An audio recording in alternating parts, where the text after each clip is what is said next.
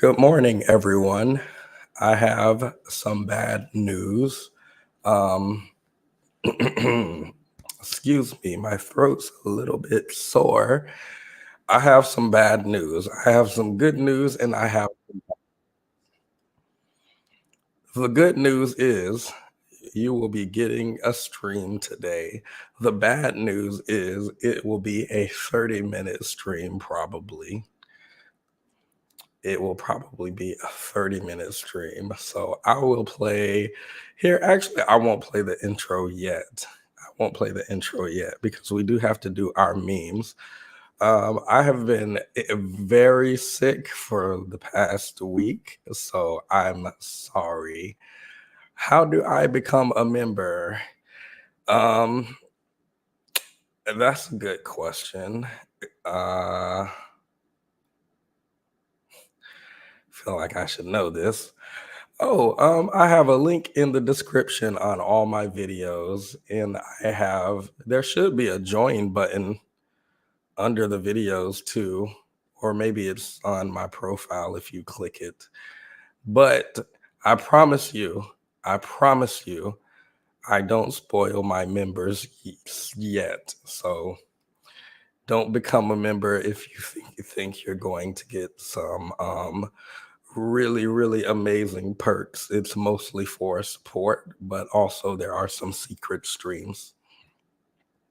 So I have been very sick for the past week or so.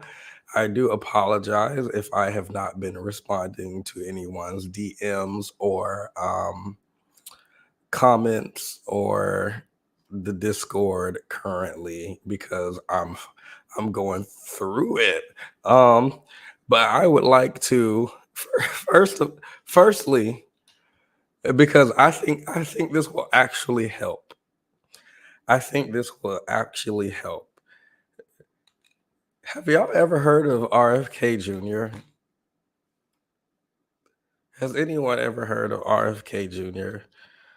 Okay, no, you haven't. Here, let me play a little bit from him. Oh, he has a whole presidential speech. Let's look at that. Let's see what's going on in his presidential speech.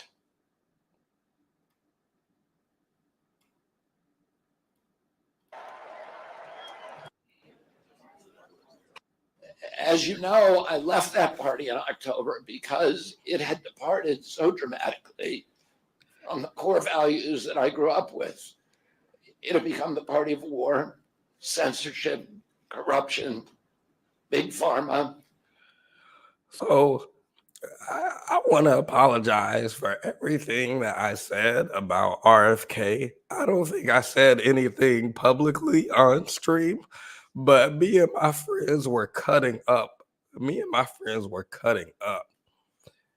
His family just put out a wait, what? He's joining Trump. He's removing his name from the ballot in battleground states because he believes his presence in the race would help Democratic nominee Kamala Harris. What?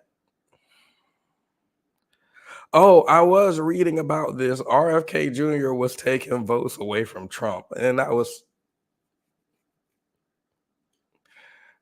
funny to me. Let me see. Endorses Trump, torches Democratic Party. Who didn't see this coming though? Actually, like I didn't see him formally endorsing Trump, but I don't know why people didn't think this man was not right leaning. I have no idea who looks at RFK and says, "Oh, clearly he's an independent candidate. He doesn't lean towards either side." No, this man is definitely a Republican based on what I've seen as far as his policy, which to be fair, I didn't read a lot into, and also his I think something happened with Trump, and he was calling Trump, and he was very buddy with Trump. And it leaked to the public, and he apologized or something because we thought this man was independent, but he's kind of in Trump's corner. So Well, that's unfortunate. He was taking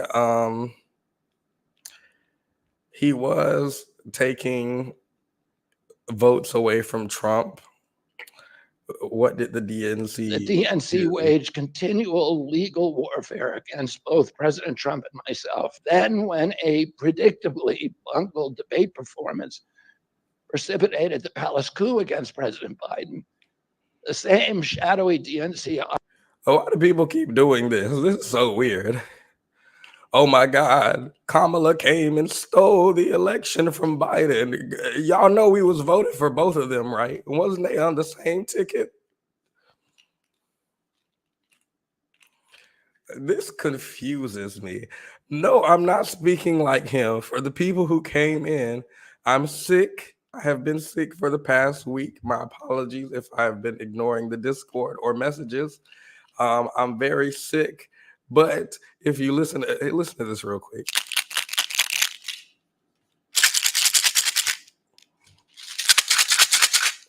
Those are three different pill bottles. It's all types of ibuprofen and Tylenol and now some antibiotics once they're prescribed. But yeah, I'm going through it this week. And I just brought up RFK because I feel like some people might be like, no, I can't listen to this. It's too hard.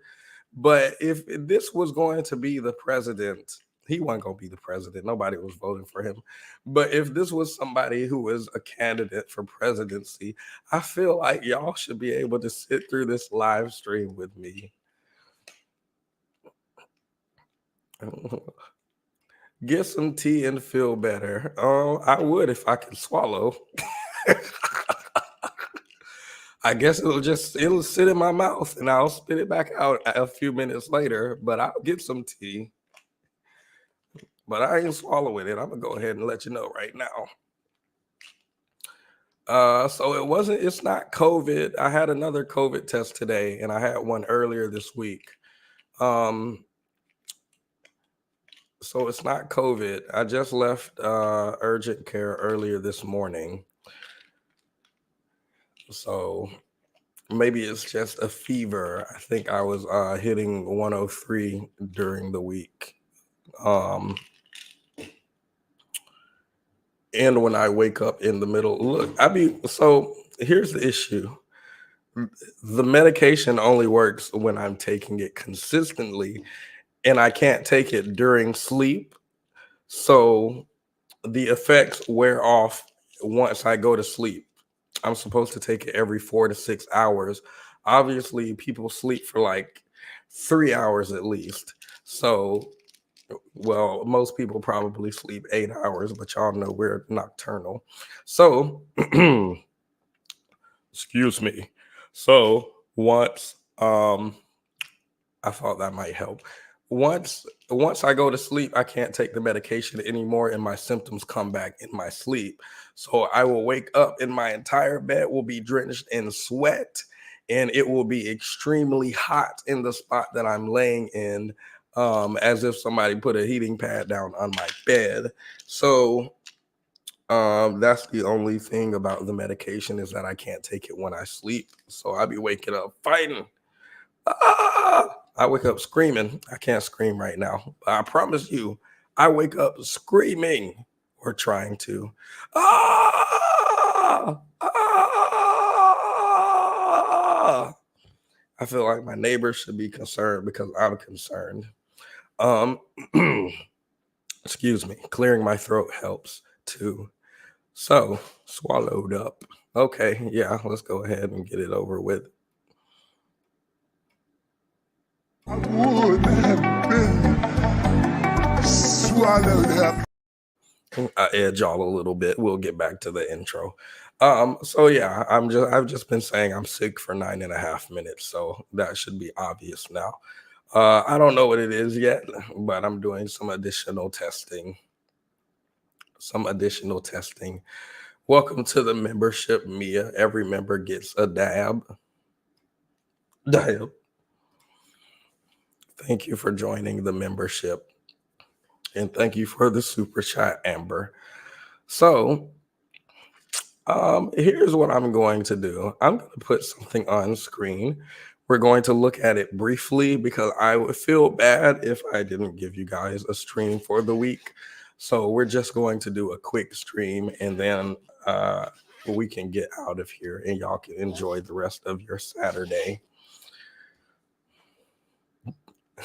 This might be members only. I don't want people to make fun of me.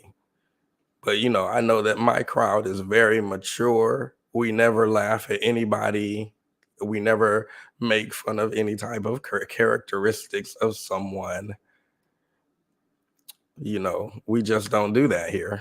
We don't. So I'm very confident. Let's watch some TikToks, some quick TikToks, and then we can get down to business. This is a TikTok I saw. These are all things that I saw and saved this morning. Father of 8 children. Hold up, what is that? People see my situation and not think that I'm not high function. What situation? See my situation. That's a very vague question, and this for you. What situation are you referring to that they're looking? Let me pause. Why do people do this? Why? I don't know. If I'm talking to you in a conversation, you would assume that what I'm saying is relating to whatever conversation that we're having in this immediate moment. So when he says, I'm going through this thing, and she's like, oh. I understand. A lot of people see my situation and not think that I'm not high function. What situation? See my situation. That's a very vague question, and this for you. What situation are you referring? What situation? Oh, that's so vague. What do you mean? What do you mean? What do I mean? You were just talking about this. What situation were you just talking about?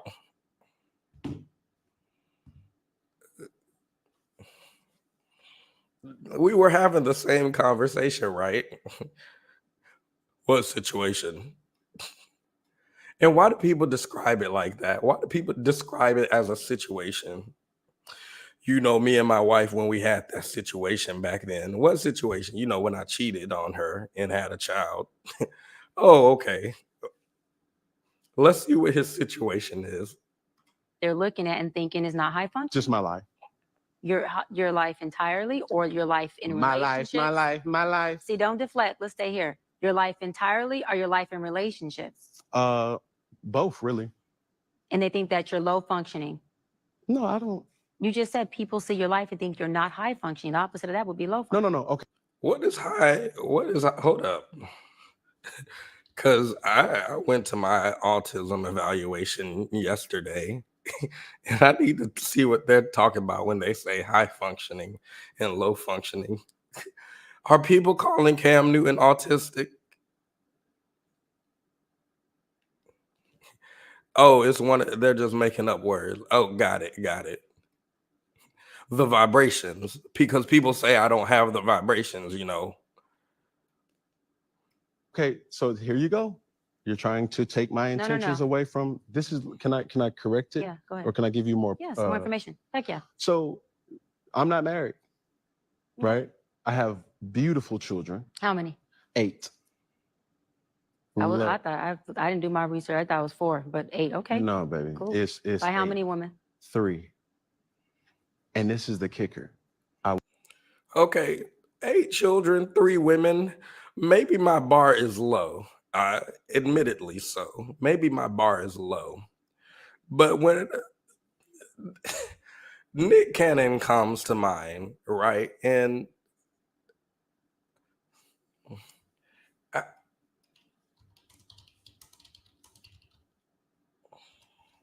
let me Google how many. So Nick Cannon has 6 different women, 12 children. Now, how did he fool all of them twice?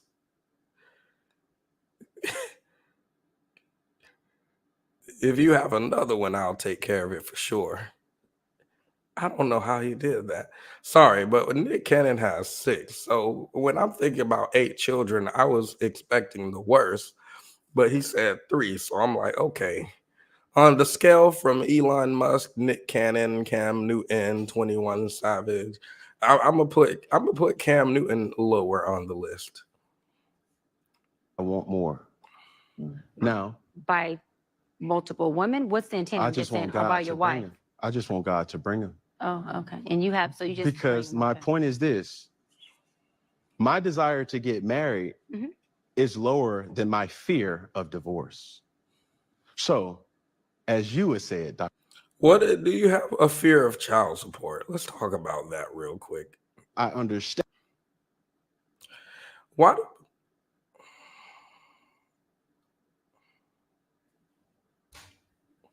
Why do people? I feel like people fear commitment and have children, and I don't understand how people see marriage as like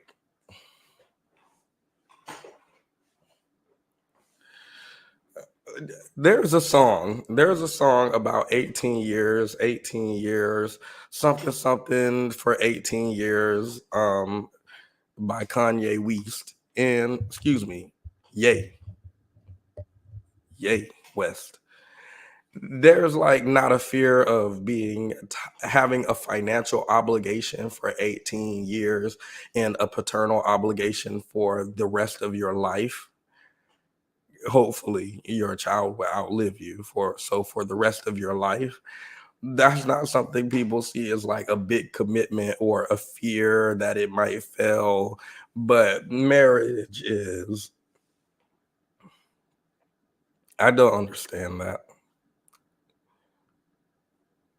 My point is this: my desire to get married Mhm. is lower than my fear of divorce. So, as you would say it, Dr. Brian, I also want to pause and say I really appreciate that when it's a man when it's a woman conducting the interview or podcast or whatever, I like that there is quietness, because I feel like if there was another man or a bunch of men and he said, "Cause listen up, my desire to get married is lower than my fear of divorce." I feel like if there were men in there, they would be like, they didn't hear that though. So I really appreciate that she's not doing that. you said it. I didn't say it. I will agree. I'm just taking my time. You're not taking your time. I am, though. You're being very action-based. You're not taking your time. You're being very action-based.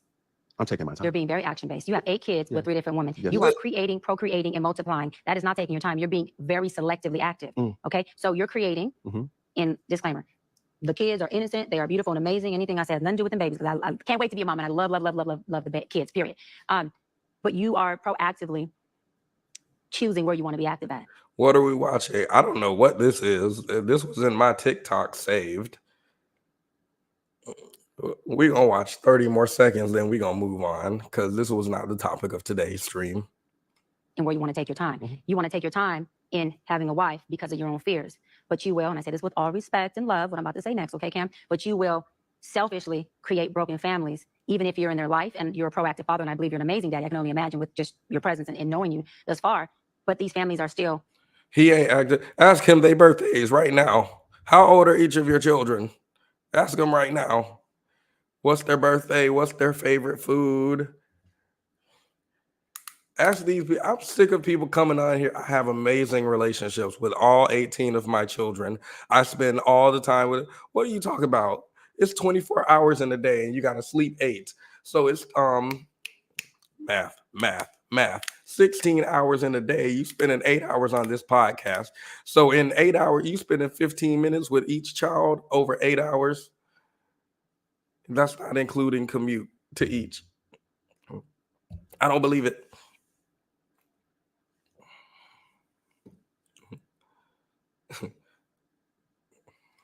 Broken. Every child cannot have Papa in the house with them. So some child, if not all will end up with some kind of deficit without daddy being there. Now, you chose to do that. I'm not saying you sat there and woke up one morning and said, I want to be selfish today, so I'm going to go make a baby. Not saying that at all. But those are selfish acts at the expense of your fear. So at what point do you feel the fear? Do it anyways. And yeah, that is a low functioning behavior. To say You can tell me that one child, I'm just saying this because she said, I'm not saying you chose to just one day, I'm going to have a bunch of, I'm going to have this child and not get married or anything like that. I'm saying this just because she said that. I believe you can probably have one child, and it was the result of you just not thinking one night, and blah blah blah blah blah. Things happen. Well, things don't happen, but you weren't thinking one night, and so an accident happened. I don't know what to call it. I wouldn't call it an accident, but I don't have another word right now, so I'm gonna say accident. Hi, Lana Love. Welcome. An accident happens. I'll give you that for one child. I might even give it to you for two children. I'm not gonna give you I'm not gonna give you for eight. For 8 children, I really wouldn't give it for 3 and up. I'm just saying that because she said she don't believe he just woke up one day and decided to have. Let me see what she said exactly. Let me make sure I'm understanding her clearly. You chose to do that. I'm not saying you sat there and woke up one morning and said, I want to be selfish today, so I'm going to go make a baby. Not saying that at all. But those are selfish acts at the expense of your. Oh, okay. I agree with her. Outside of the first or second child, I'm going to say, no, this was not you just woke up. Fear. Point, do you feel the fear? Do it anyways. And yeah, that is a low functioning behavior. To say that I am going to create these homes. Let me go better. I'm going to build these houses and put kids and these beautiful women and kids in them, but I ain't going to create a home. And then I'm going to wait till I dissipate my fear to find a wife where I'm still going to be fearful.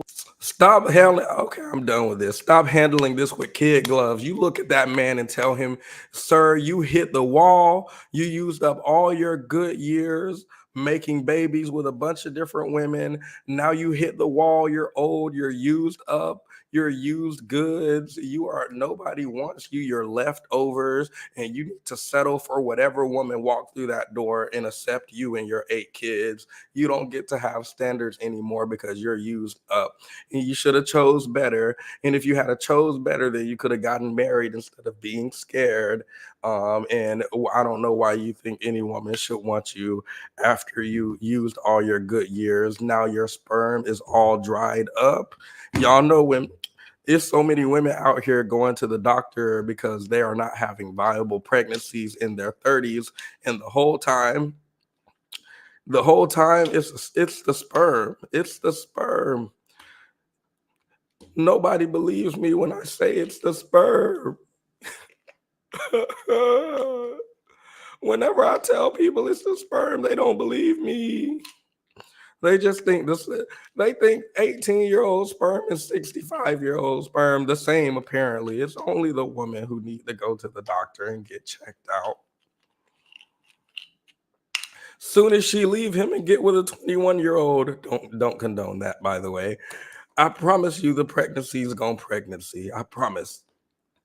I'm not about to handle this with kid gloves. She needs to tell him he hit the wall, he was dried up, and he used all his good years. Now you can't play football no more. You didn't use up all your athleticism. You've given all your good years and all this money to all these women, and now you want. And what do you want? You want somebody to marry you after you done doing popping and thotting around first. How old is this man? Let me Google his age. Cam Newton, 28. Oh my goodness. Oh, 35. Y'all, I was like, oh no, that's rough. Let me look at him again. Hold up. Because there's no such thing as not having some type of nerve or some type of feeling behind marrying somebody who you're spending your life with. And then I'm going to build a home with her while all these other beautiful Zoom in on him. babies have houses. That's completely unfair and it's selfish. Just everyone like a song. Yeah, almost. That's completely unfair and that's selfish. And so, yes, you're taking your time in this department, but you're not taking your time in this department, which means you're compartmentalizing. And compartmentalizing never works. Compartmentalizing hurts everybody involved. Everybody who's in this box and that box and this box and that box and this box. And then here you go over here trying to figure out what box you're going to feed or entertain or do. Then you're looking outside to figure out who's your next victim to put in the box. It's unhealthy. And it's a huge dysfunction within our Black community that I truly believe personally, statistically, mental health-wise, and community-wise, that Black men would stop. Black men with what? Stop. My B pose is nasty. Why is he sitting like that? Stop doing that. That they would stop that dysfunctional behavior of compartmentalizing and creating houses, not homes, and then finally a home with a wife. And then you have all these other houses that are homeless But you over here, at some point when you do get a wife, if you do, I'm saying if that's what you want, you will, you get whatever you want. You're trying to create a home. Totally dysfunctional and extremely, that's the epitome of selfish. Epitome of selfish. I'm done, you can go Okay, first. so all right, so Okay, he doesn't look so bad here, but I thought for 28, no, for 35, I think this looks, he looks fine. what identifies as a broken home? What you have going on with these, whoever you're not in the house with is a broken home. It's called a blended family. It's called a blended family. That means that the family is blended. So blended. So blended means broken. Yeah. Okay. Mm-hmm. So the guy that you were entertaining, mm-hmm. you would go as low as 26. That I would entertain? Yes. Okay. And as high as what age? Whatever man that doesn't have kids. As high as whoever doesn't have kids, whatever age he is with no kids. I just No, that's the age. I'm saying I don't have an age range as far as how old if he has no kids. So your non-negotiable is a person who does not have children. My non-negotiable is a person. Oh, wait, I thought you was about to explain why your home isn't a broken home. What are you talking about? Why do you want her to date you? She says she don't date men with kids. Why do people do this? You're not gonna respond to anything she said about the broken home?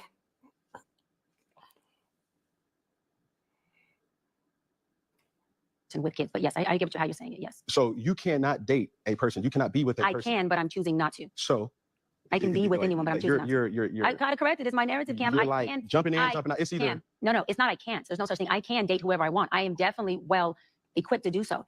Okay. So I'm not going to allow that word to be something that fits what I can't do. I'm well equipped to date anybody. Yeah. My preference, because there's nothing wrong with a lot of men who have kids. So I don't want to put that narrative out there. Yeah. My personal preference is I would not choose to date a man with kids. Okay. Yes. So you're dating a man with kids. Just a scenario. Okay, got it. Yes. You're dating a man with kids. Yes. So you've identified that that's a broken home from the jump with your verbiage of blended family means broken. I've identified that I'm dating a broken man who is creating who he is, because we can teach what we know, we create who we are. And so broken. Is she dating? Hold up, Dr. Cheyenne Bryant. Let me look her up. If I'm dating somebody and they go on national television, well, the internet is now national television. It has replaced, I don't know people who watch cable anymore. If I'm dating somebody and they go on national television and say, yeah, the man I've dated, he's dusty, he has children, he's broken, I could do so much better. I'm husband. Oh, never mind. Boyfriend, my apologies. I can't find out who she's dating, so it doesn't pop up. Oh well. People create brokenness, whether it's through a child, whether it's through a relationship, whether it's through themselves. It doesn't have to be a beautiful baby, but you're creating brokenness. And broken people can come from married households. I'm not saying that a two-parent household can't create the result of a child who then has brokenness and creates broken blended families everywhere. I'm not negating that. That's not my point. No, I know I'm making that point. But yes, but my point. My answer is I not only identify that those homes are houses without a home because he's not in them, yeah, but also that he's a broken man. But you're going to be with a broken man. No, I won't. I just said I wouldn't be with a man. I wouldn't be with a broken man who has multiple kids. I would No, not multiple. I'm talking a kid. It doesn't so matter. You're not going to date a man with children. No, but let me clear this up because you said I won't date a broken man. That's not what I said. No, I said, listen to what I'm saying. I heard you. I can't believe we almost watched this whole thing and he does not. I thought he was going to be describing why his home isn't a broken home and why she's wrong to describe it. But he really just seems to be interested in convincing her that she should date men with kids. So, we already 30 seconds from the end, so let's just get it over with. Let me answer it. Hold on. We all have a level of brokenness. So will I date a broken man? Yes. Am I going to date a certain type of brokenness? No. Of course you're not. And that type of brokenness is a man who has kids outside of me isn't something that's conducive for what I want forever. But will you date him? No. So that goes to my point. I'm trying to ask a question. You have two different men right here. One man who has... I will not date a man with kids. Okay, that's all I'm asking. Yeah. Here, let's say you have one man and he rapes and kills people, and you have another man and he's like super tall and handsome and amazing and he has everything you want, but he has children. So you're saying you wouldn't pick I don't know why people make up some silly ass scenarios that don't exist. Don't make sense. But what if he was tall and handsome, and what if he was a millionaire and he had a Ferrari and he had your dream house and he had, oh, this is my reminder to take a break from TikTok. And he had everything you wanted, but he had one child by the woman he was married to, but then she passed away, so now he takes care of the child by himself. You wouldn't date him? Boy, what are you talking about? He wants to be picked by equality. He's personally hit. Good morning, front porch gardener. Welcome. I love my good mornings. I love those. But do you understand? Just off of the statistic. Okay, I gotta find that interview another day. I didn't think it was all of the comments. Her patient is insane. Cam really still 17 years old. She explained it beautifully. He needs to grow up. And now, why is she checking this man? Has she talked? Let me see if she didn't talk to Nick Cannon before. She's the hero we didn't know we needed. Oh my goodness. She's talked to Nick Cannon. So she just going around doing the okay, look, I'm gonna get together some of her interviews and we could do that another day. Cause I didn't know somebody was out here checking these men with 17 kids. The timeline of Nick Cannon's babies. Okay. April 30th, 2011. First baby mom, February 21, 2017. First baby mom, 3 years later, December 23rd, 2020. Second baby mom, June 14th, 2021. Okay, so 6 months later? Dang. Less than 6, actually. Third baby mom, June 23rd, 2020. Wait. Second baby mom, June 14th, 2021. Third baby mom, June 23rd, 2021. So you in the hospital. I don't believe Nick Cannon was there when his children was born. You're not going to convince me. You in the hospital June 14th, 2021 for your second baby mom. And then 1 week later, you in the hospital June 23rd, 2021 for your third baby mom. So you was at the same time just messing with. Okay. No, and the crazy thing is because he was with his first baby mom, he had his first baby mom pregnant while he was messing with the second and third. Oh, y'all don't even see my screen. While he's messing with the second and third baby mom, he had the first baby mom pregnant. Okay. He was messing with the second and third baby mom at the same time,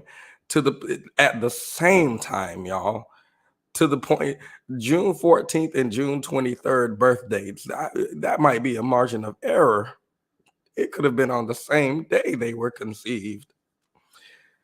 But don't worry, because he was messing with a fourth baby mom, June 28th. Oh, never mind. Excuse me. This is a year later, June 28th, 2022. I was finna say four baby mamas within 3 days of each other is wild. But his fourth baby mom, 1 year later, June 28th, 2022. His fifth baby mom, September 14th, 2022. How many months between June and September? 2. Okay, so they was probably messing around too at the same time. But don't worry, because the first baby mom decided that she wasn't going to let y'all take her man. She came back around. She came back around 5 years later, September 23rd to 30th, 2022. Brittany Bell is back in the race. Now, baby mama 2 said, Okay, baby mama number one is getting back in the race. I need to come back and claim my spot because at this point, the money is becoming divided between 17 different people. I need to make sure I have some type of security. So, second baby mom comes back 2 months later, after first baby mom, and she gives another one in November 11th, 2022. And then 1 month later, third baby mom comes back around December 14th, 2022. Wait, this is so nasty. Let me see. What are the people saying in the comments? He was really busy in late 2021, early 2022. I'm sure all these women were okay with whatever arrangement they had. Oh, I feel like I saw one of their interviews and they were like, I didn't know who Nick Cannon was, and I didn't even know he had 15 different children. If I knew, I didn't know he was messing with someone at the same time. Let me see. Who else we got going on? If we follow the pattern, Bree should be giving birth next. All right, y'all, look out for. Hold up. This was 1 year ago. Let's see if there's any more babies. Nick Cannon family tree. Nick Cannon made the whole tree by himself. You know what's crazy? Nick Cannon child gonna have a grandchild. Their grandchild gonna have grandchildren. Their grandchildren gonna have grandchildren, and they gonna need like 6 generations to do the same amount of damage as Nick Cannon's one little part of the tree. Now, what is this? What is this? Now, let me see. So Mariah Carey, got it. Brittany Bell. Now, let's read the names of the children too. We're not going to make fun of Nick Cannon's children because they're children, but we are going to make fun of their names. Monroe and Moroccan. Okay, Monroe, I can see it. Moroccan, it's a little flavorful, but it's not too wild yet. Let's go over to Brittany Bell. Golden Sagan. Golden Sagan. Can you hear that name being called at roll call in the beginning of the day at school? Is there a Golden Sagan here?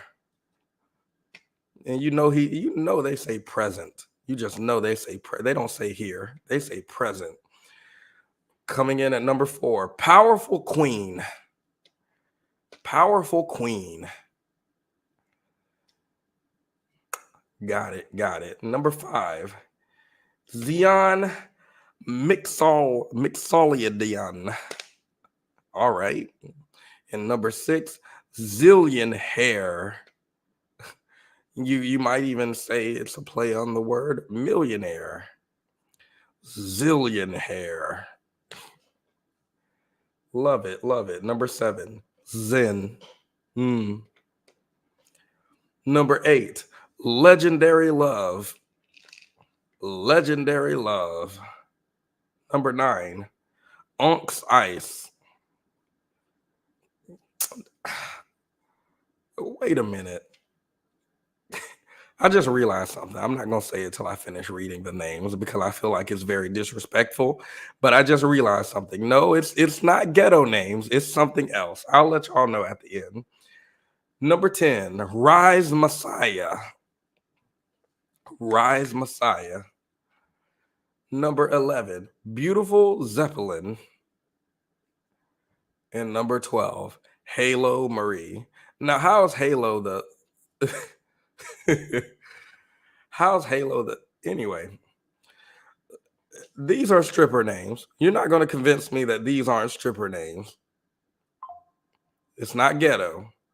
It's not eccentric. This is...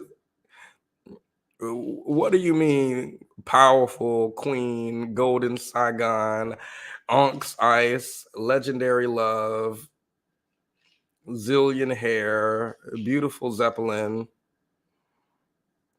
All right, got it. So we were supposed to go through some more TikToks, but we spent too much time on Cam Newton, unfortunately. So now we have to get straight to our main topic after I play my intro. Well, do we have time for one more? I think we have time for one more.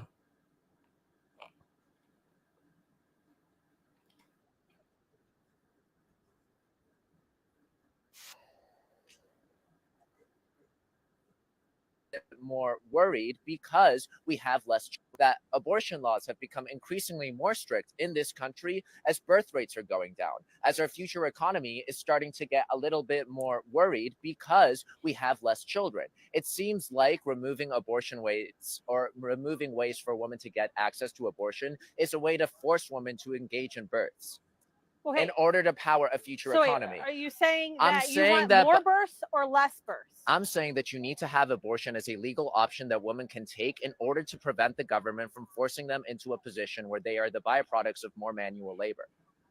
Okay. All right. Do you think there's too many births of babies or too few births of babies in our economy? That doesn't matter. Well, that's No, it doesn't matter, because what abortion does is it offers somebody an opportunity to be able to enter that birth I or will not. talk about feminism because I would say argue it was the first and second waves of feminism. But what about the rights of a whole group of marginalized human beings in I hate pro-life people and this tired ass fetus they carry around. I hate these Hold on, let me see if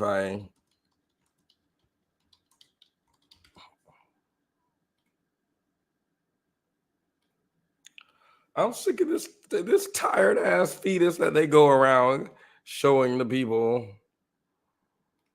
Oh my God, you really think that they don't deserve to live? No. a million Or of them maybe are I do, but I think that they don't supersede the woman's right to her bodily autonomy. I'm sick of these people carrying around these little dolls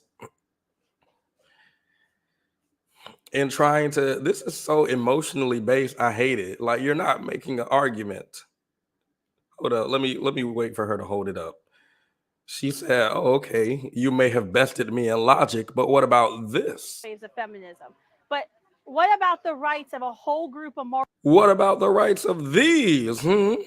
Really think they shouldn't have rights? You monster. Girl, if you don't put this fetus down on the thing, where are you buying this? Where do people buy this? I can't even find where people buy this at.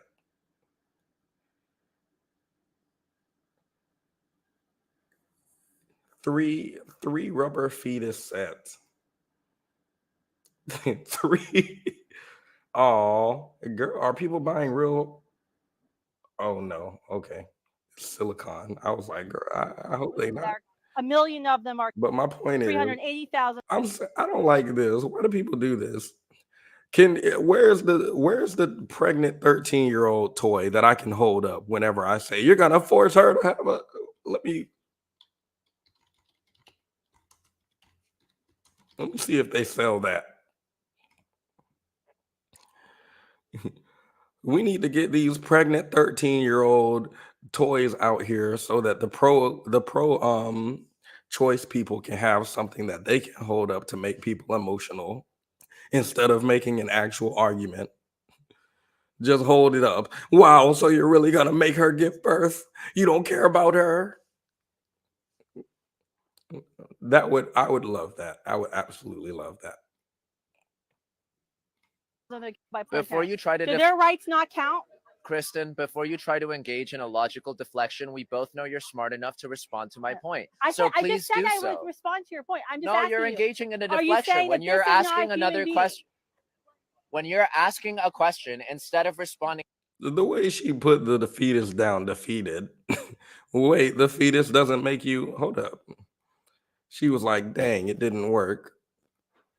when you're asking a question, instead of responding to how do you suppose that woman will be able to legally protect that abortion laws have become increasingly more strict in. Oh, that's the end of that.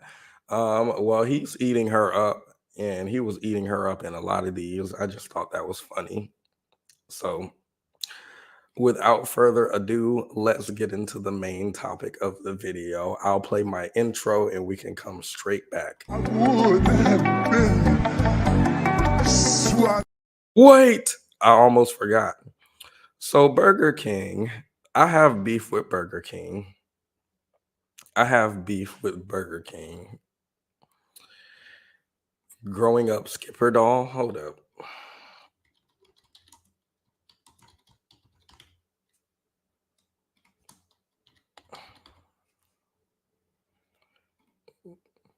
Girl, what is the growing up Skipper doll? I looked this up and this don't look like nothing I want to have in my search history.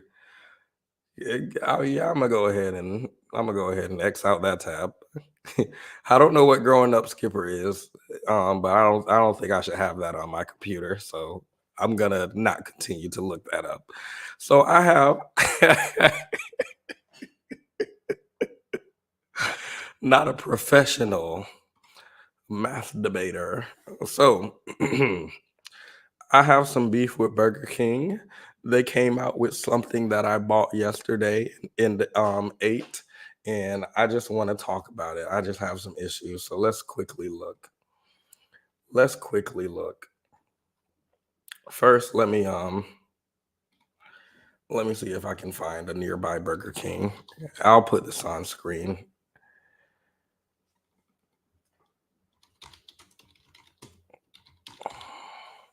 Okay, there we go. So this is the Burger King nearest to World Trade Center. And I have an issue with this. Let me show y'all what I got yesterday. Let me show y'all something. Do y'all notice something about what we're looking at here? Do y'all notice anything? Here, let me click on one of them. Do y'all notice something interesting about what's on the screen? Anything at all? Let's go and read some of their items. Fiery Whopper, fiery chicken fry, fiery mozzarella fry. Okay, spicy stuff, got it. Now let me click on this one specifically. Fiery strawberry Sprite. Let me click it. Let me make it big. Can I make it bigger?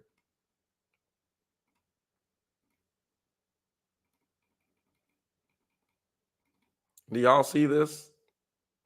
Is it big enough? Fiery strawberry Sprite. I went all on the page. They don't list the ingredients to anything on this, which I feel like is a violation of some kind of law where you're supposed to make people aware of what they're eating, but whatever, neither here nor there. We all know that if we go to buy a 20-piece chicken nugget for $1.69, we deserve whatever we get as a result of that. We deserve it. I bought a fiery strawberry Sprite. I'm not lying, by the way. I still have it. Hold up, let me put it up. I still have it. This is the fiery Sprite from yesterday. I kept it as evidence. I kept it as evidence. Why is Stevens twerking in my chat? What did I do? Why would you buy a fiery drink? That's a good question. Because if we go back, let's go back to the other page, if it'll let me. If we go back to this page, as you can see, there's a fiery Whopper, a fiery chicken sandwich, fiery chicken fries, fiery mozzarella sticks. So with all of this fire, I was thinking, I need something refreshing to wash it down. Does that make me wrong for wanting a succulent drink with my meal? So what we need to understand is that I believe they took McDonald's Sprite and they added battery acid to it because whatever's going on with my throat at the moment, it didn't make it better. What I was convinced of is Whatever is in this Sprite, I looked it up. I went all to Reddit. People on Reddit talking about I drank it. It don't taste like anything. It just tastes like fire. People were replying, well, what does fire taste like? And he said fire. And so I was thinking, whatever's in this Sprite is going to kill whatever. I don't know if it's a bacteria, virus, or whatever's in the back of my throat right now. If I just can get my hands on this Sprite, it's going to kill whatever's back there. It did not, in fact, kill what was back there. It did taste like fire. It does taste like battery acid. Not in a bad way. I don't quite know how to describe it, but it tastes like it just tastes it's tingly. Like imagine Pop Rocks, not the taste of Pop Rocks, but like the back of my throat is popping. That don't sound right.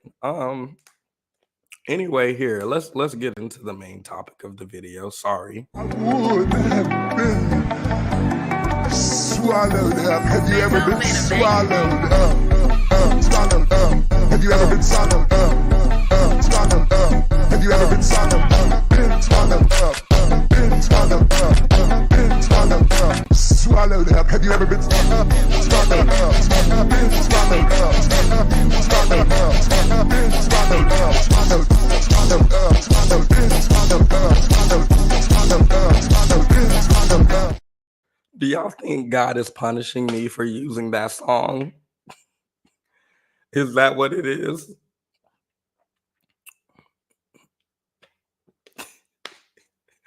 I'm not going to read these comments criticizing me. That's what I'm not going to do. So I saw something from Ralph Richard Banks. I was watching a very old video, actually. Let me see. Where'd it go? I was watching a very old video, and Ralph Richard Banks was brought up. Specifically, I think Julesy and or Kimberly Foster were brought up in their reaction to it. So I wanted to go and do some more research on Is Marriage for White People. I already have the book, but it has been a very long time. It is not strep throat. It is not, it's negative for strep throat, it's negative for COVID. I did have a fever with a temperature of 103 for like the past week. And my whole body was sore. My whole body shut down. I'm doing a second test for I'm doing a second test for maybe less likely strep throat, BC, whatever. So I'm waiting for those results to come back, and I'm gonna start some antibiotics and assume that I just have the other strep throats. But I took 2 strep throat cultures, and neither one came back positive. Flu test came back negative. I am taking ibuprofen, and I just picked up some Tylenol because they said you can only take a certain amount of ibuprofen a day. So I'm gonna just take some Tylenol in between that, and that's helping a lot.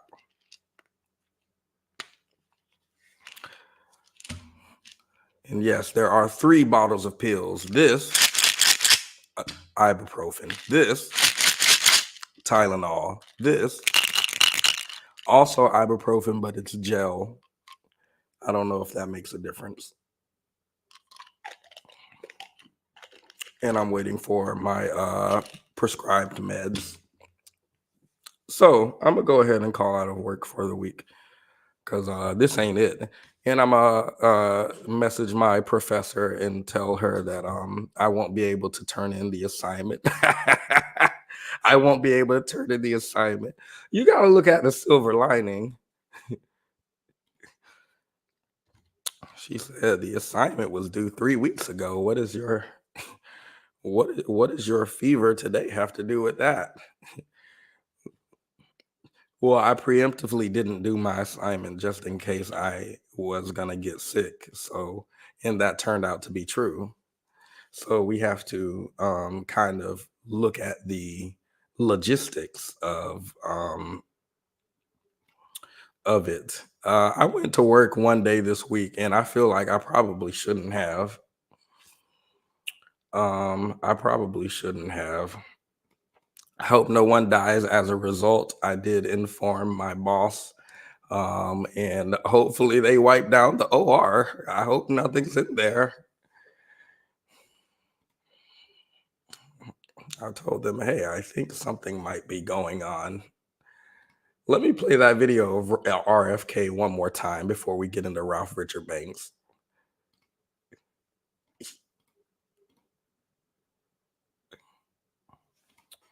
Okay, so RFK Jr. RFK speaks at Trump. Y'all, I promise I didn't know this man just endorsed Trump. This must have happened very recently. One day ago. So this is all one day ago, I guess. RFK said the DNC waged warfare against Trump through legal proceedings.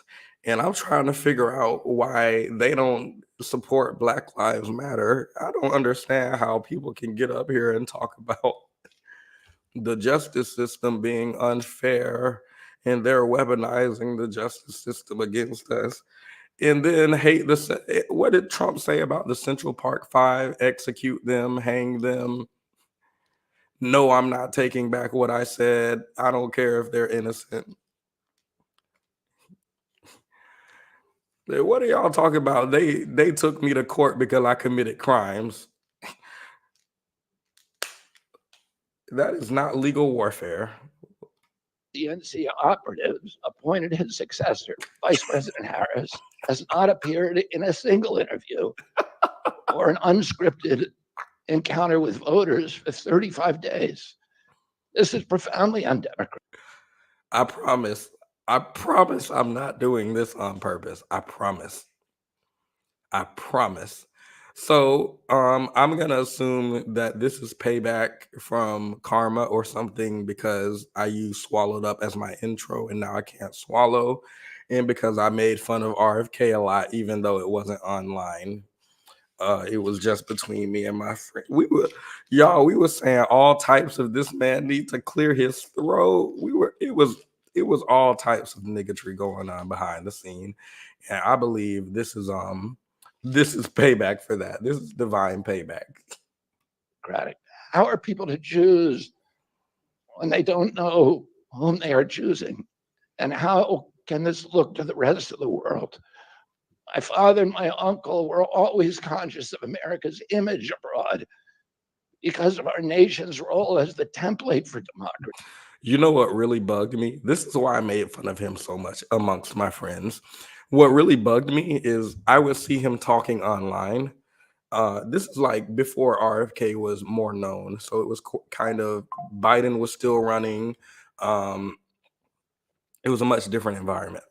But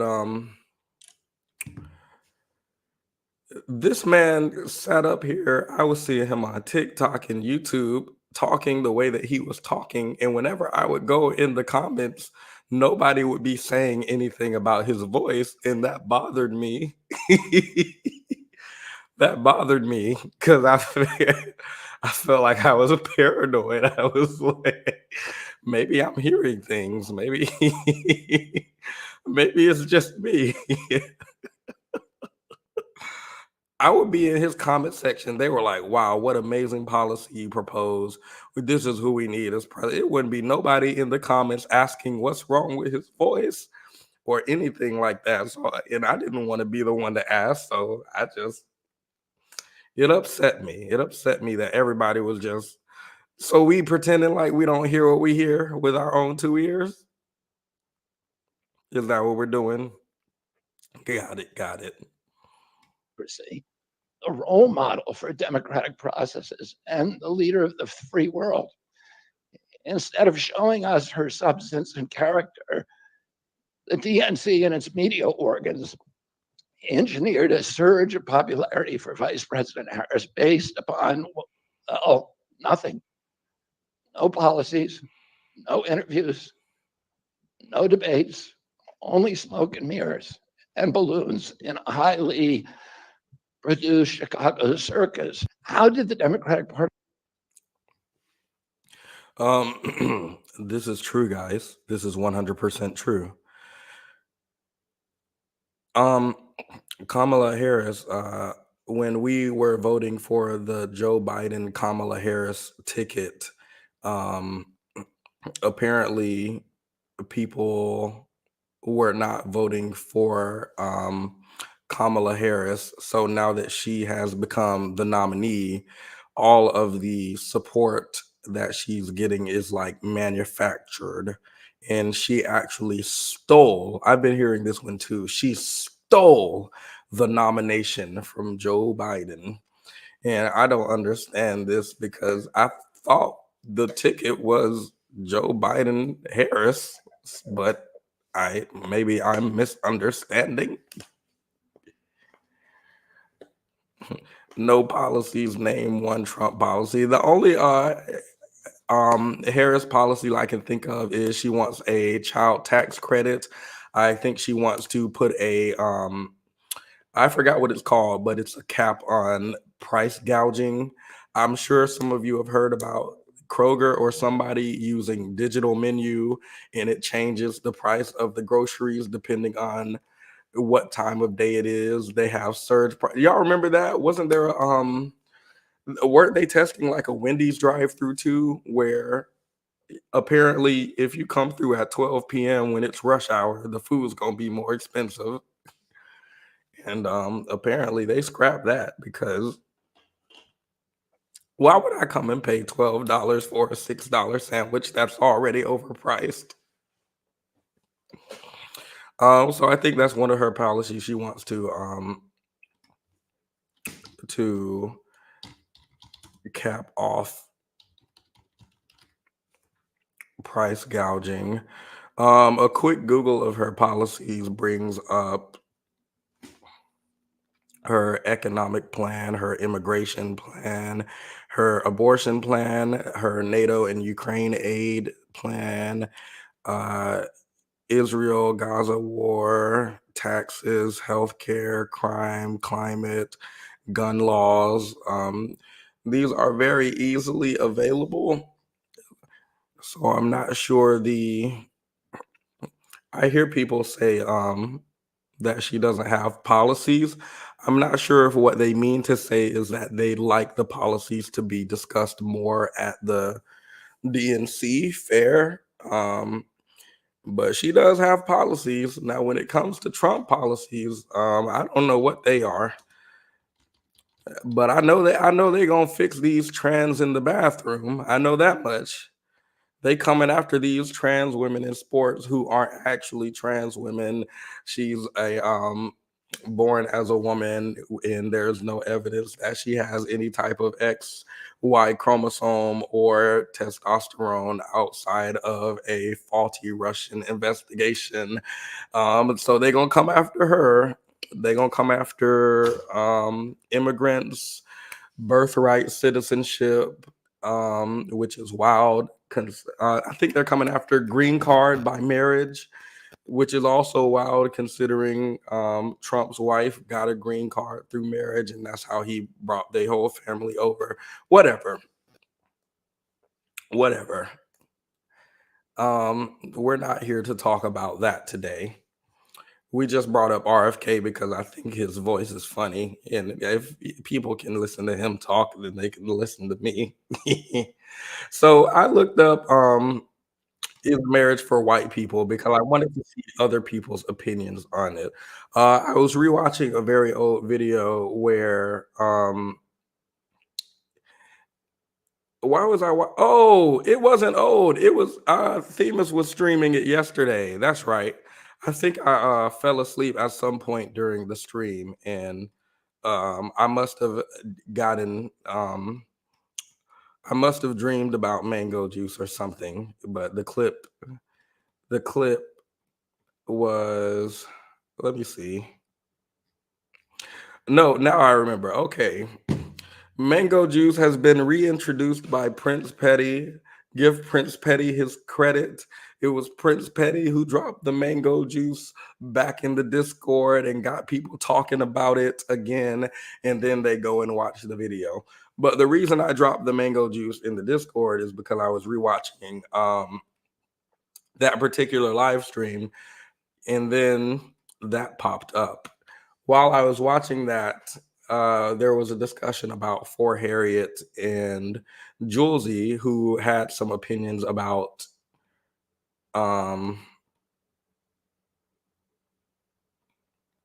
white. Where'd it go?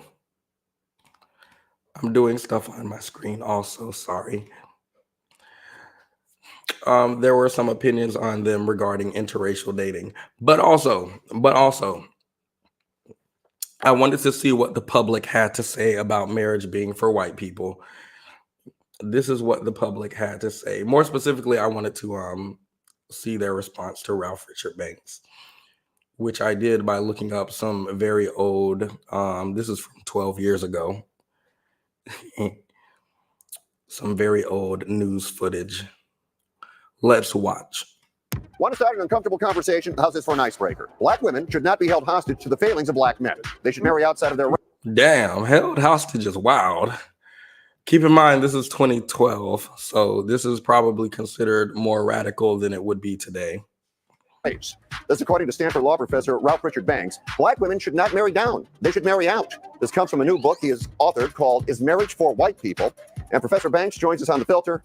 Rick, thank you very much for being here. Thank you. It's a pleasure to be with you. The premise at the beginning, why black women are so unlikely to marry. Why is that? Well, black women are unlikely to marry in part because black men are faring so poorly. As we speak, 1 in 10 black men in their 20s, early 30s are in prison across the country. 1 in 4 will go to prison. At the other end of the spectrum, nearly twice as many black women as men graduate from college. This leaves black women with very few partners. So basically, you're pointing out that black women face the thinnest pool of same-race partners in the country. But I'm sure there would be a number of black men that would argue that point. Well, a number of black men have argued that point. And in fact, one of the things I wanted to do with my book is to try to get to the bottom of this. And again, based on national data, the best available information, it simply is the case that black women are outpacing black men along a number of dimensions, educationally, professionally. Lots of black men are quite simply not able to be the type of partners that women want. Are you saying the only way for a black woman to get married is to marry someone who is not black? Well, that's not the only way. I don't like people miss it. I don't know why people do this. I think black women should open their options. Wow, so you think only white men have money? What are you talking about? Who said that? Who said or insinuated that?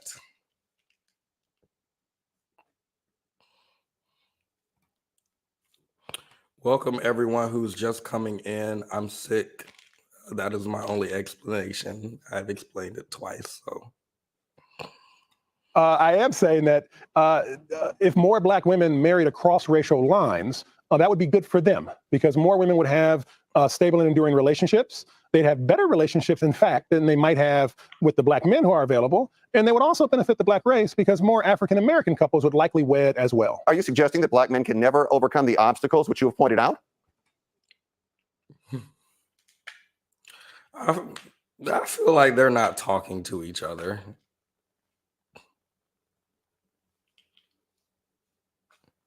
I feel like at no point did Ralph Richard Banks say anything about black men being unable to overcome. Now, y'all know we center black men here. We love black men here on this channel. And this channel, more than anything, is a space for black men to feel safe and appreciated.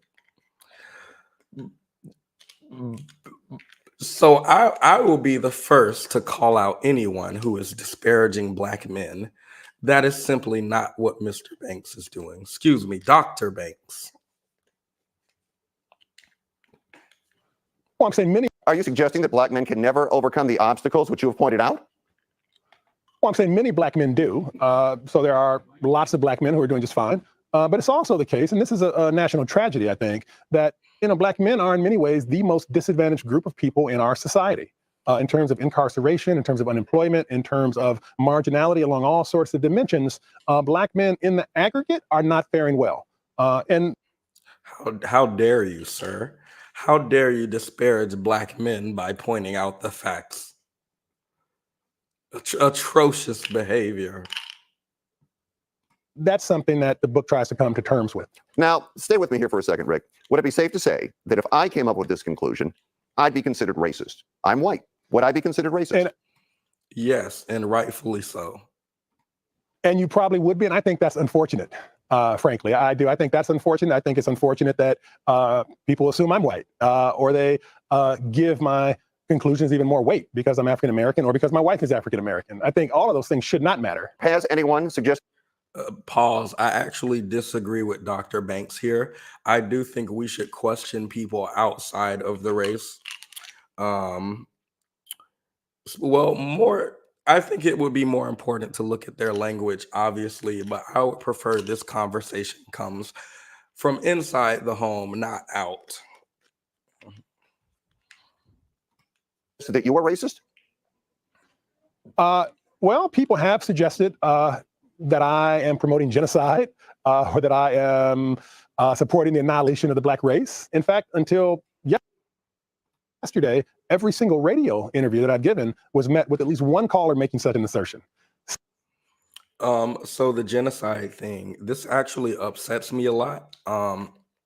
It's a realization that I had this morning, actually, because I'm not sure why. I'm thinking back to my conversation with Cynthia, where she is she is on the side of selective breeding, and I'm on the side of divestment, interestingly enough. And genocide, for some reason, is a word that is thrown at black women who choose to make certain reproductive choices or who choose to date out. And I'm not sure why this, if you want to talk in an academic setting about genocide and what it might mean from an academic perspective for an entire race to die out, depending on certain individuals making decisions about who they sleep with, sure, in an academic setting, whatever. But outside in the real world, it feels unusual for genocide to be, in my opinion, the word genocide to be weaponized in this way against black women specifically, when we have an entire 4B movement where women are increasingly saying they don't want to have children. And outside of men, and men are going to say whatever to whoever, don't nobody care about men opinion. Outside of men, there's no or even with men, I don't think people are calling the 4B movement genocide because women are choosing not to have children. I don't think they would be. Let me Google the definition to make sure I'm understanding what people are talking about. Yeah, I don't think people are calling it an American genocide because less women are having children. Are they calling it a Korean genocide because that's where the 4B movement originate and is popular, and they're deciding they're not going to date Korean men because misogyny, incels, and other things over there? I've never heard this language used outside of black women's dating or reproductive choices. And that seems unusual to me. Now, we've heard genocide used for what's going on in Palestine, for example, the Congo, Sudan. understandably, because we're talking about real world violent actions. But when it comes to the definition that I assume people who are weaponizing it against Black women are using, as it pertains to individual reproductive choice or dating choice, this feels like something that is only used against Black women, and I'm not sure why. Like the idea that women are the Bumble ad comes out and says women need to stop being celibate is met with such a large backlash, in my mind, exemplifies how women outside of Black women, women generally are able to make the decision that they don't want to mate with certain partners and produce children for the factory, the capitalist factory, whatever. So I don't know. That just feels unusual to me that it is specifically weaponized against Black women when I have never heard that, like, even in an academic setting, I have never heard this language used towards any other race or ethnic group of women besides Black women, which is weird considering, which Ralph Richard Banks will say in a few moments, this is weird considering that Black men are the most likely group of men to date interracially, which is what he's suggesting Black women do. And people don't call that genocide. To my knowledge, I've never seen anyone calling Black men dating choices genocide. So unusual. I'll just say it's unusual.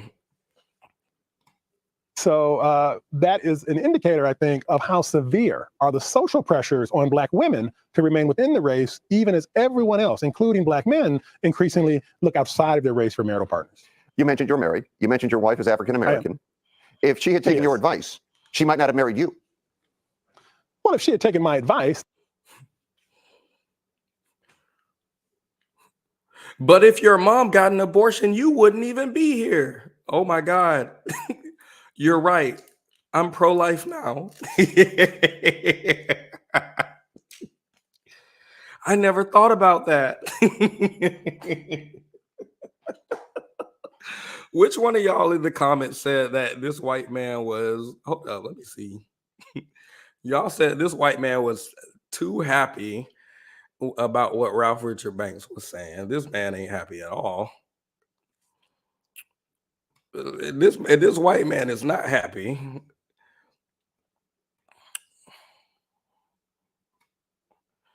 But your wife wouldn't have married you. Oh, well, I guess what are the conversation about the bear in the woods? Maybe we should, first of all, he's not saying that you shouldn't date Black men. But second of all, even if he were, we're having a certain conversation about um we're having a certain conversation about the bear versus the man in the woods or something that's kind of past now, but that was very popular on TikTok. And it feels like something common that people would say is, what if it was Jesus Christ? What if it was your dad or someone you know? And number one, the exception doesn't make the rule. Number two, if you're upset that someone would choose option B, which you see as extreme, over being around your demographic, in this case, picking the bear over the man, and that makes you feel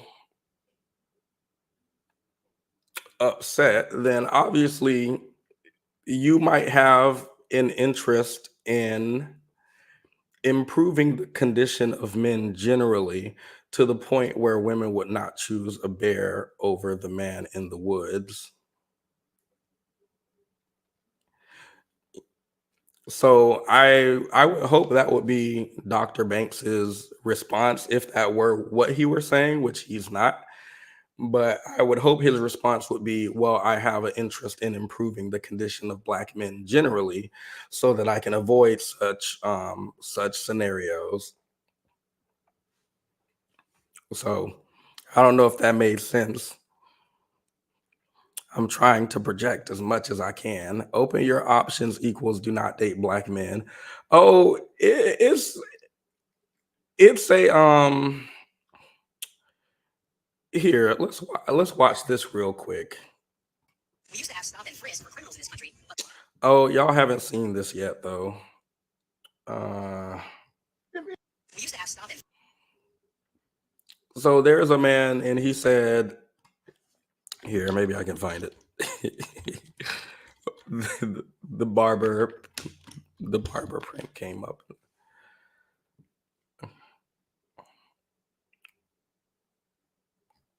Where'd it go? Well, I thought it was popping off lately, but I guess not.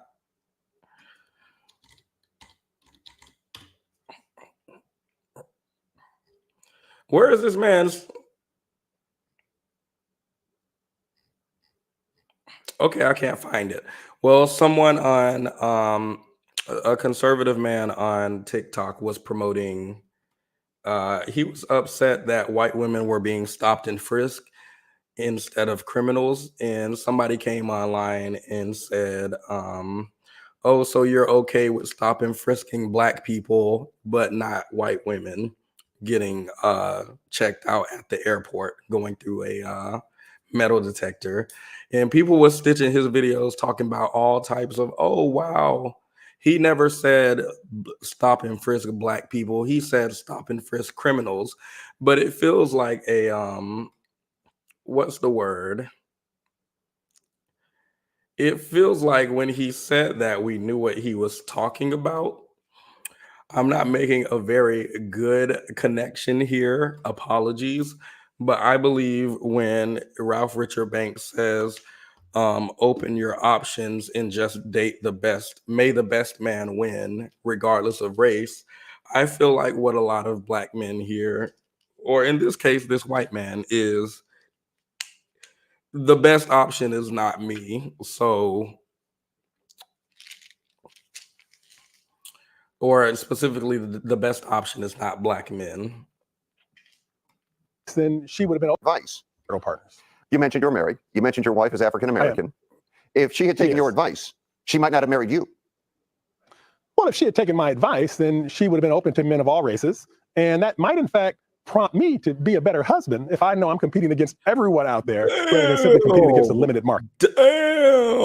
Damn, Dr. Banks, you didn't have to do it like that. If my wife opened her options, I would just be better. Damn.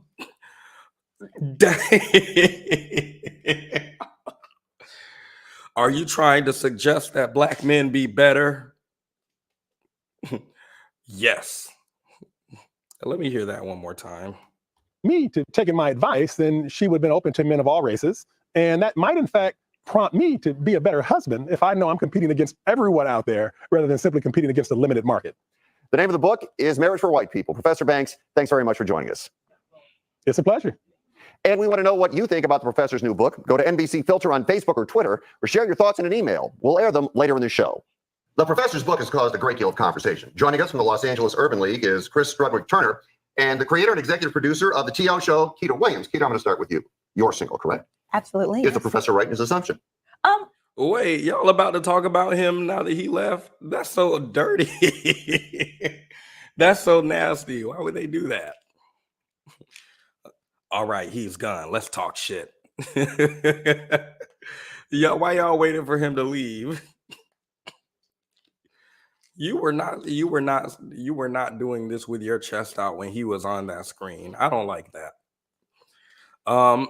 So I haven't watched this part yet. I've only watched the part with Dr. Banks on, and I'm going to go ahead and give my prediction. I predict that this white man and these two black women are going to have a complete understanding of what Dr. Banks said, and they're not going to misinterpret it or misrepresent what he said at all. They're going to say exactly what he meant, exactly how he meant it, and they aren't going to misconstrue anything. That's my prediction. Let's watch. Well, I ride the fence on that. I would say this. I'm an established, African American woman. I'm not married. So there has been a lot of struggle being in the realm that I am. I think the higher up you climb, there are a lot of professional women like myself. A lot of my friends aren't married, professional. There's nothing wrong. They don't have to have good credit. Everything's great. Are they not married because they can't find someone who's African American? I feel like the white man is petty. Sorry. I paused to say I watched a TikTok, and I think it's very unfortunate. But I watched a TikTok from a black lady who she just got her master's or something like that, and she works at a very high-paying corporate job. And she said the caption was something like, "When you get your second master's, and now your dating market is about to become even more trash or something." And there were other educated black women in the comments who were talking about, I'm looking for, oh, here it is. There it is. I was a little off. When dating was already hard enough, but now you're officially a high income earning black woman. She says she regrets nothing, but the dating pool has definitely shrunk. It was all types of black women in the comments talking about, I feel the same way, but I'm looking for the one comment specifically. Where'd it go? Because this comment said, oh, here it is. If I hear you got all the money or I see you big money one more time, the fact that you got all the money or I see you big money is something that my friends have sent screenshots to me of verbatim from some of these dating apps is wild. It is wild that this is a generalizable experience for black, specifically high income black women or high educated black women. And I know for certain the person who is saying, okay, big money is not big money themselves. I've never heard a big money person refer to any type of big money activities as big money. I've never heard Bill Gates say big money. Show me where he said it.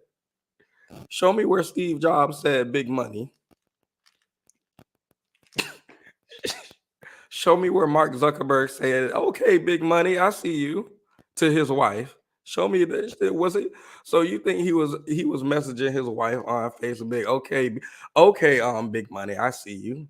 I see you on Facebook, big money. Show it to me. Show it to me. Please show it to me. Show me one big money person who has ever referred to themselves or another big money person as big money.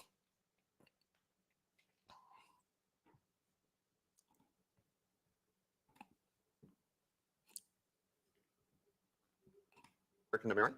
I think they're not married because it's difficult. We have a lot more competition, if you will, that has kind of made us feel as if we have to, as he said, step outside of the box is not our option. That I'm looking for, you kind of date down, which is nothing wrong with dating a man who may not be on the same financial status as you. I just think a lot of African American women would prefer to marry a man that resembles them. I personally would. All right, Chris, you're married to an African American man. I am married to an African American man. I've been married for 31 years. All right, do you think you made a mistake? Because according to the professor, you did. No, I don't. Ew, why are they doing this? This is so nasty. The professor said you made a mistake. You should have married a white man. When did he? Here, let me go and get this salt water. I'll let this play while I go and get this salt water. We can gargle it together. I don't think I made a mistake. Out of the box is not our option. That I'm looking for, you kind of date down, which is nothing wrong with dating a man who may not be on the same financial status as you. I just think a lot of African American women would prefer to marry a man that resembles them. I personally would. All right, Chris, you're married to an African American man. I am married to an African American man. I've been married for 31 years. All right, do you think you made a mistake? Because according to the professor, you did. No, I don't think I made a mistake. Okay, from my perspective right now, you marry out of love. That's what you marry for. It's not about economic status, and it's not about, ultimately those are things you have to think about, but you marry for love. I mean, marriage is hard. And sustained marriage is hard. So if you don't start from a base of love, you're in trouble, whether you're black, blue, purple, or whatever. When you got married. I don't like how they misconstrue his thoughts, especially when immediately before this, when this same man asked Dr. Banks, are you saying that black women should marry white people? Are you saying that black men are unable to have money and education, blah, blah, blah? Dr. Banks clears up this misassumption and says, no, that's not what I'm saying. There's nothing wrong with dating someone, a black man, obviously. We're just talking about opening your options so that you can increase your likelihood of finding someone on your level. So I'm not sure why there's confusion. Wait, he cheated? Hold up. Ultimately, those are things out of love. You did. No, I don't think. Man, I've been married for 31 years. All right. Do you think you made a mistake? Because according to the professor, you did. No, I don't think I made a mistake. You know, okay, from my perspective right now, you marry out of love. That's what you marry.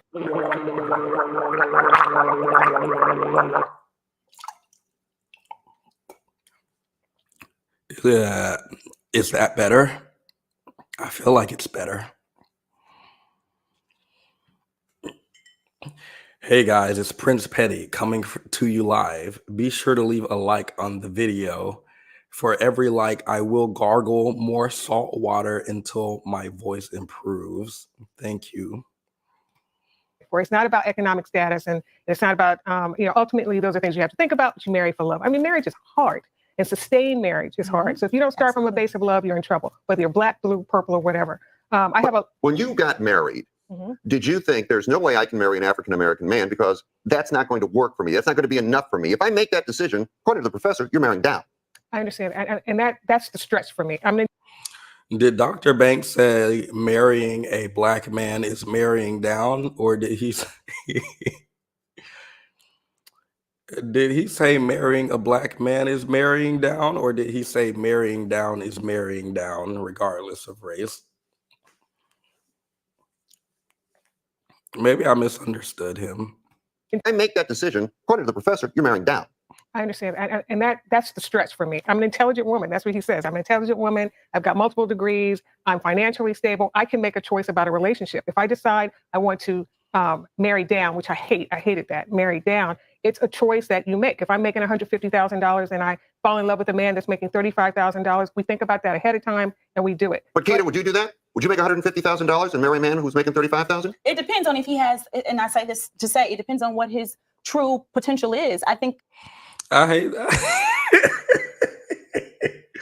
I hate that. If I've said this a few times over the past couple of weeks, and do you ever hear questions or conversation and you immediately know these are niggas?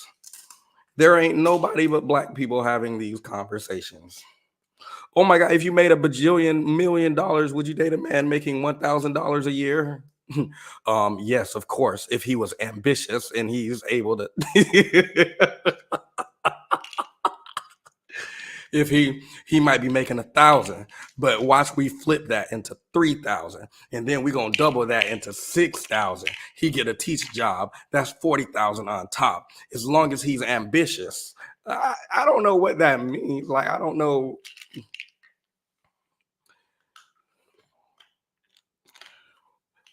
Money doesn't define you. Well, it doesn't. You don't think so? Like a little bit.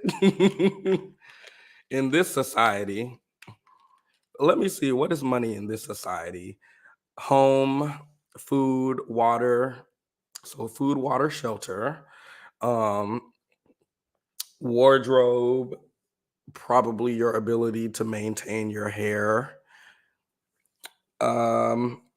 What else? Do you have children? Your ability to provide for yourself, your wife, and your children. What else is money in this society? Freedom. All right, babe, I'm going to another 13-hour shift. 6th one this week. Money doesn't matter as long as he's ambitious. The way I'm about to take this sick out, y'all, when I was working at McDonald's, yeah, I said it. It was my first job. when I was working at Mac, I couldn't afford to take a day off. Like, and that's the irritating part. Because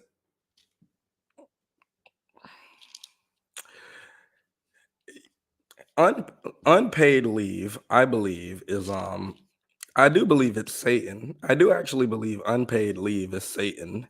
And I can afford to take a day off.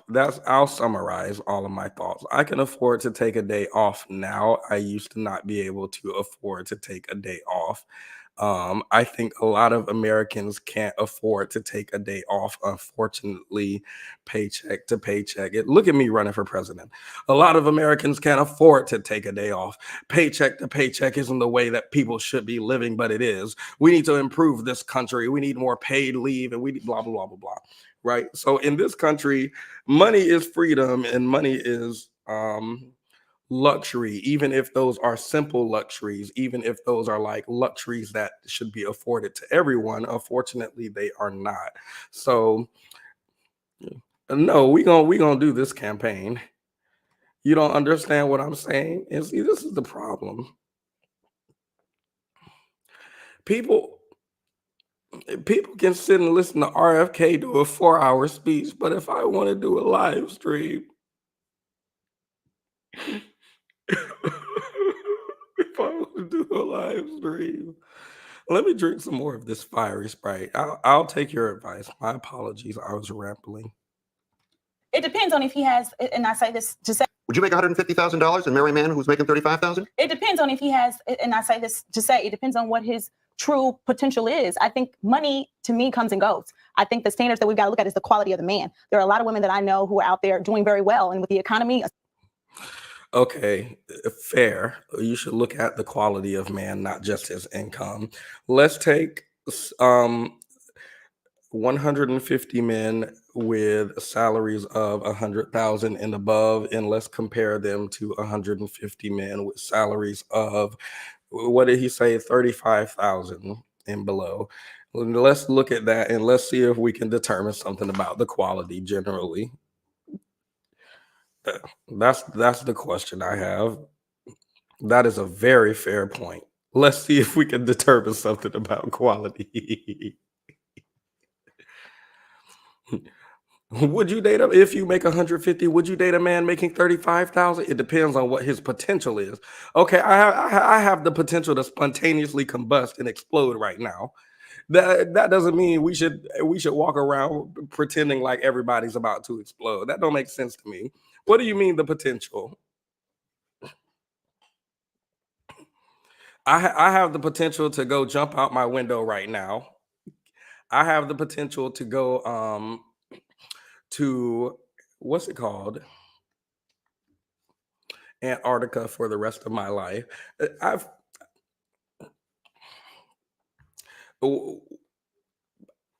Why would anyone date on potential? I can sit on my couch all day and do nothing, but I have the potential to go out and work if I wanted to. But does that mean you should date someone who sits on the couch all day and just lays in the filth, eating chips on the couch, running up your electric bill, watching TV? Like, would you date that person? Because not the impersonation. No, I was the original. Would you date that person? Probably not. It don't matter what their potential is. What matters is what they're actually doing and how they're actually actualizing in their life. What do you? Oh, he makes 35,000, but as soon as I date him, he's gonna go and he's gonna go to a multi-million-dollar company and he's gonna become their CEO.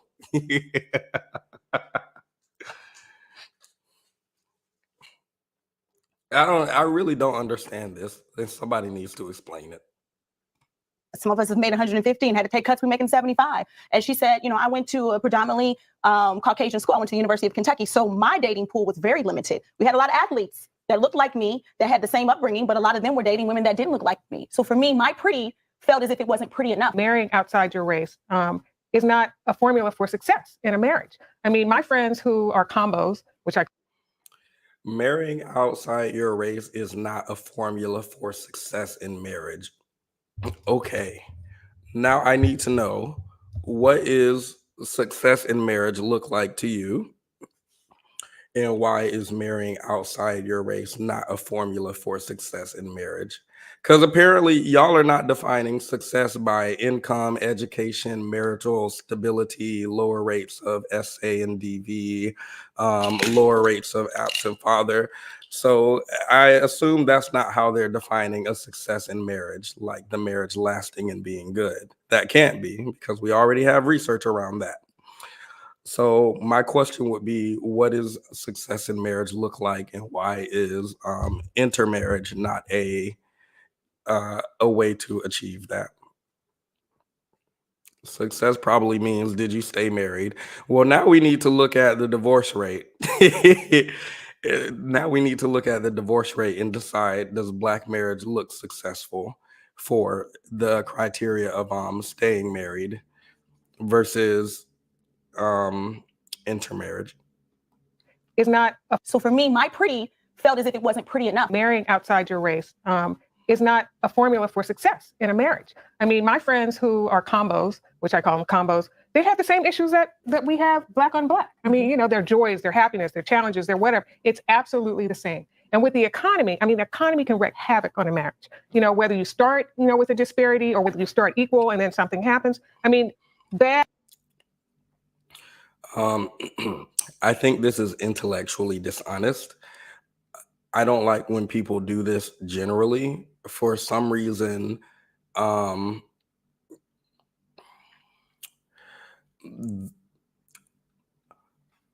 fact that everybody has the potential to have a bad marriage, or everybody has the potential to experience this thing or do this thing, blah, blah, blah, blah, blah, does not mean that everybody does so in equal amounts. So, like, if I told you that what's the word, that police are killing Black people, your response hopefully wouldn't be, oh, well, they kill white people too. Obviously, yes, any race can be killed by the police. Agreed. But who is it happening to disproportionately?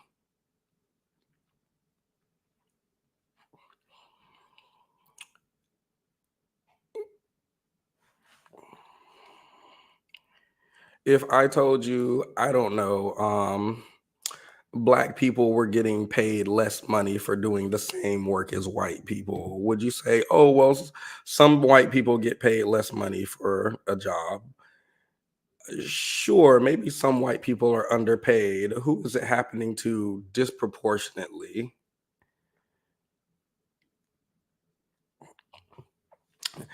Everybody can get underpaid. Yeah, but who's it happening to disproportionately? Anybody can get denied a home loan. Yeah, but who's it happening to disproportionately?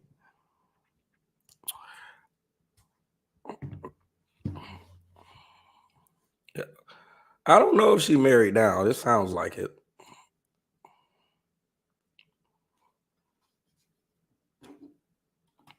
You know, whether you start, you know, with a same. And with the economy, I mean, the economy can wreak havoc on a marriage. You know, whether you start. By the way, if if you start talking about the economy anytime I ask you about your partner and whether or not they make more, the same as, or less money than you, just say they broke. If I ask you why you think it's bad to date someone on equal footing, and you start talking about the economy, just say your partner's broke.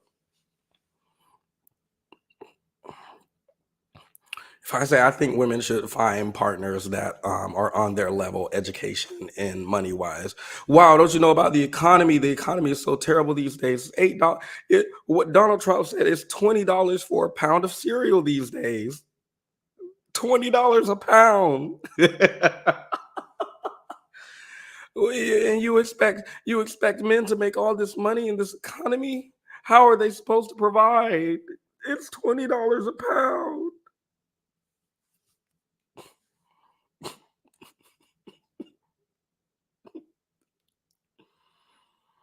Got it. Got it. Start, with a disparity, or whether you start equal and then something happens. I mean, bad money problems can kill a marriage. But I think it's this too. I mean, I'm sorry. I think it's this too. I mean, I'm at the prime of my life. You want to get married, you want to have a baby, you want to live happily ever after. You want to have that combo, as you said, whether it's black on black. The problem I have is when you exclude. My problem is this: if you're going to love. My issue is when we exclude entire groups of people. What do you mean you don't date rapists? They don't deserve love? No, they don't. What are you talking about? Yes, we should exclude some people. I'm gonna let her finish. She is beautiful, all one of them. I think they're both beautiful, actually. She just reminds me of my grandmother, actually. Black on black. The problem I have is when you exclude. My problem is this: if you're going to love and love is going to be colorblind, don't exclude what looks like you. If you feel like you're falling in love with someone who's black and blue and one eyeball, that's fine with me. But I'm not going to just try something new because you tell me that my black man's not enough. But I also want to say, oh, it's a good thing that Dr. Banks does not say you should exclude any race of men from dating. And in fact, he says you should open your op. So who are they arguing with?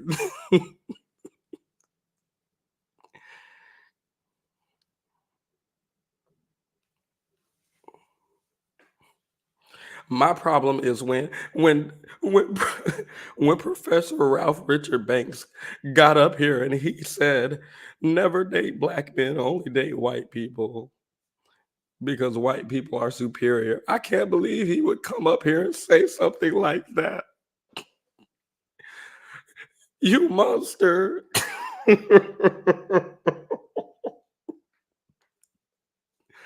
Who are they arguing with? Let me go back. Hold up. It's fine with me. If you feel like you're falling in love with someone who's black and blue and one eyeball, that's fine with me. But I'm not going to just try something new because you tell me that my black man's not enough. But I also want to say, I'm not going to try something new because you tell me my black man is not enough.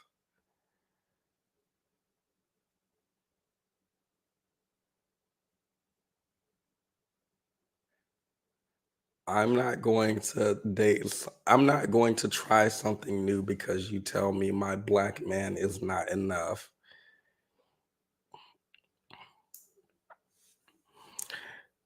This interview got too personal. I feel like, excuse me, I feel like they're personally hit. The saltwater goggle did not help. I heated it up and everything. Y'all lied to me. It did nothing but leave my mouth tasting. I won't say that actually. Here, I'll copy the link to this video.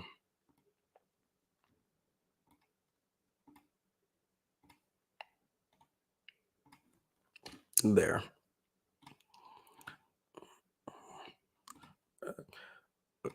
Now let me quickly go back.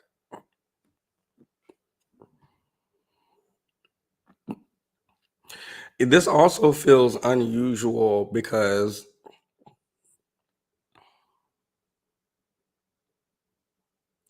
number one, I don't feel like anything that they're asserting that he said, he actually said. I don't think he said black men aren't enough. And if you want to date black men, you need to date white men instead because black men aren't enough. I do think he said something like, even if every black man were heterosexual, out of jail, educated, and wealthy, there would still not be enough for every black woman. I do think he said that. But that is different from, I think black men are not enough. Like to say black men are not enough feels like the assertion is black men are inferior versus saying there are not enough black men, eligible black men, is saying there's not enough eligible black men, which is what I feel like he says, not the latter, not the former. So I don't feel like he said that, number one. Number two,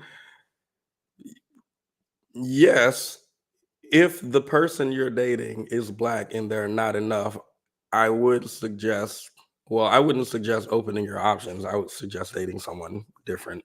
But yeah, they don't have enough black men to go around. You gotta get what you can get. with me, but I'm not going to just try something new because you tell me that my black man's not Okay, enough. but I also want to say that, the professor said that, if you marry outside your race, black women have a better chance of having a stable, enduring relationship and a better marriage. I don't know where that's coming from. Mhm. I mean, whether you marry in your I race, agree. outside.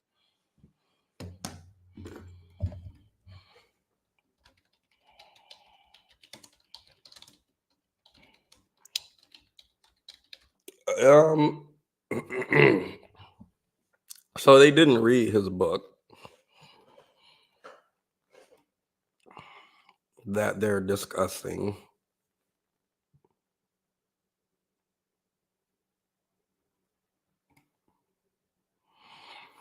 So they didn't read the book where he compiles research. Where is he getting this from? I'm trying to be fair because this is 12 years ago. Remember, guys, this interview is from, or video is from 12 years ago. So the research that I would refer to might be from more current sources. But even if we go back to 2011, let me see what day this video is from. It just September 23rd, 2011. So let me do a filter. Why did I just look up? Why did I just look up this article and it's by Ralph Richard Banks? I was like, oh, that's a good question. Where are people getting this data? And I Googled interracial marriage, specifically intermarriage for black women. And the first thing that come up is Ralph Richard Banks.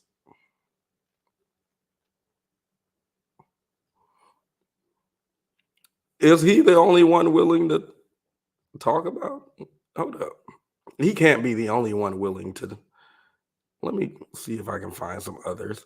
I'm specifically looking for stuff prior to 2012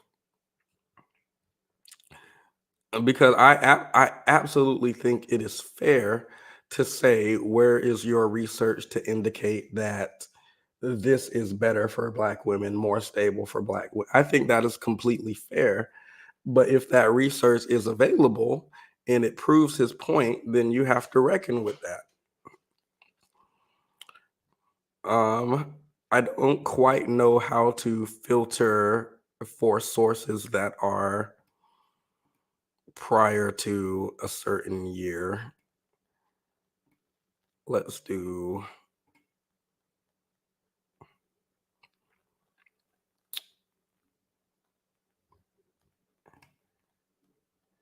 Pew Research.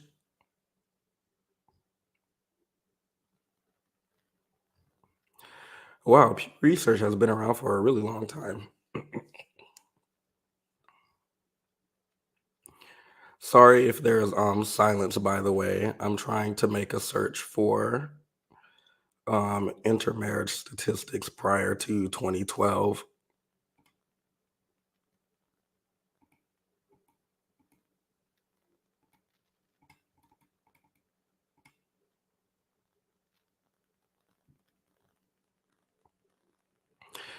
More than 2 out of every 3 black women are currently unmarried.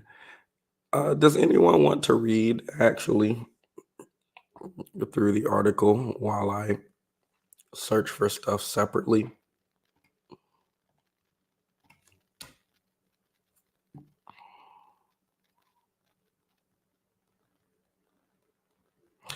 Oh, I'm looking for prior to 2012 because the video we're watching is from September something 2011.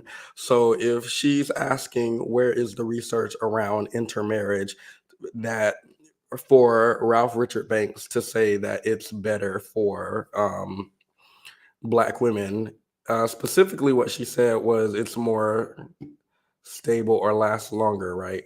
Let me check and make sure I'm not misrepresenting Besides her. your race, I don't know where that race Black women have a better chance of having a stable, enduring relationship and a better marriage. I don't Stable, enduring relationship and better marriage. know where that's coming from. I don't know where that's coming from.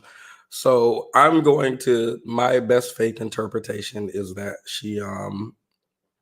she just wants to know the data that he's citing. I'm going to assume she hasn't read his book where he she has not read his book that he's promoting on the channel that they're talking about. Because if I remember correctly, I've read his book before. I'm pretty sure he had a lot of citations in there. I'm pretty sure he had a good bit of data in there. And his book, I'm pretty sure, is based on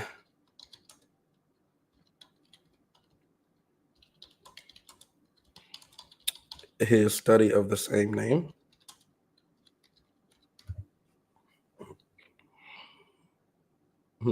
People do not like this book. Oh my goodness. Specifically the title. I think it had good reviews, but people were like, the title is inflammatory.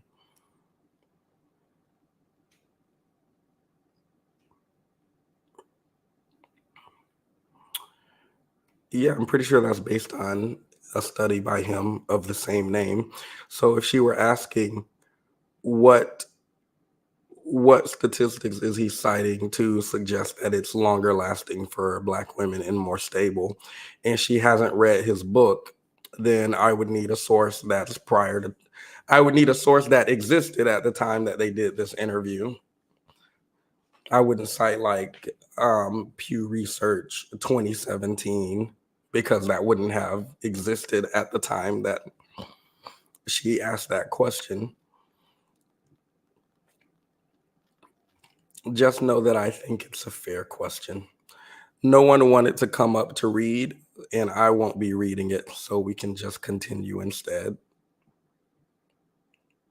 I mean, whether you marry in your race, outside your race, Problems come in all problems shapes. come in all shapes. Goodness comes in all shapes That's and true. sizes and colors and whatever. That's right. So that leap that he took with that, I'm not quite sure where that came from. I'll give him credit. We are talking about it. Yep. You know, the book is selling, and that's excellent. And you know, it's a good conversation to have. But that is a real stretch. Ladies. And now I feel like she needs to know some data of her own to say that it's a leap. Or she needs to confirm that he does not have data to support his assertion prior to saying what he's saying is a leap. Because I don't think it is based on his book. Or just actually not based on his book. You can just look around intermarriage trends, what marriages tend to last, how long they tend to last, based on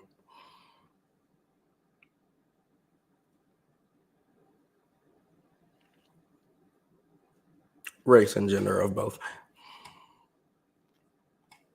Time is very short, so I'll ask you each. Yes. Give me like 10, 15 seconds, and then we got to go. Mhm. If I had made the assertions the professor did, people would consider me racist. Absolutely. Now, this man is mad that he can't say the N-word. Or what, sir? If I had said that, they'd call me racist. I feel like he just wants to say what Dr. Banks is saying, but he can't because he's white and this is 2012. And people would have, if people are calling Dr. Banks genocide, you a genocide promoter and all this, they would have tore a white person up if they had have made the same claims that Dr. Banks is making. So my belief is This white man just wants to be able to disparage black men, but he's unable to do that because he has neither the credentials nor the skin color that Dr. Banks has. So that makes him upset, and that's why he keeps making that a point, because he's upset about it. So it's okay when he says it. That's like, what are you? This man just want to say it. He just wants to say it, but he can't. But really, he agrees with Dr. Banks. He just wants to say it, but he can't. We got to go. Mm-hmm. If I had made the assertions the professor did, people would consider me racist. Absolutely. They absolutely would. That being said, is the professor racist? No, I don't think so. And I'm not sure in this day and time that you would have been thought of as racist. You might have been thought of, oh no, here goes another, outlandish idea about, Black folks. I'm not sure, because he did the research. This book took 10 years to write. He's a smart man. Hell yes, he's racist. I would in 2012, if any white man came out here talking about black men, prison, black men, uneducated, dumb, if any white man had to come out here talking about this, I promise I would have been the first on the front line to defend my black kings. How dare you, sir? I will not have that. I will not have that language come from any lips other than a Negro. It'll have to be a Negro to tell me those statistics, sir. I think you've overstepped a boundary. It absolutely has to be a Negro giving me these facts and logic. I won't take it from a white man. I won't. I don't care if he's correct. Wrap that man in black skin, and then I'll listen to him. He's Stanford. He's Harvard. If you had the same credentials, I'm not sure it would be they would say it was racist. Definitely ill-advised, but that's what I'm saying about him. Ill-advised. I think. Oh yeah, that would also change my opinion. Like if he was a professor who studies African American history, culture, dating, like that would be different. Usually, Dr. Banks and his assertion that black men, there aren't enough eligible black men for black women because of prison and because of low education and blah blah blah blah blah.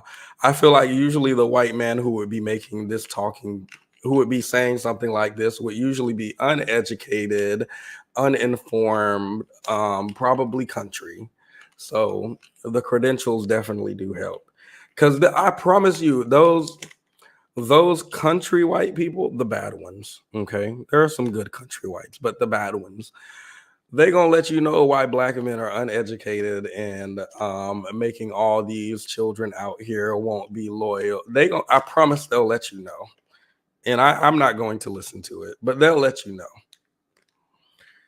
But yeah, a degree would help, an 8-year degree specifically.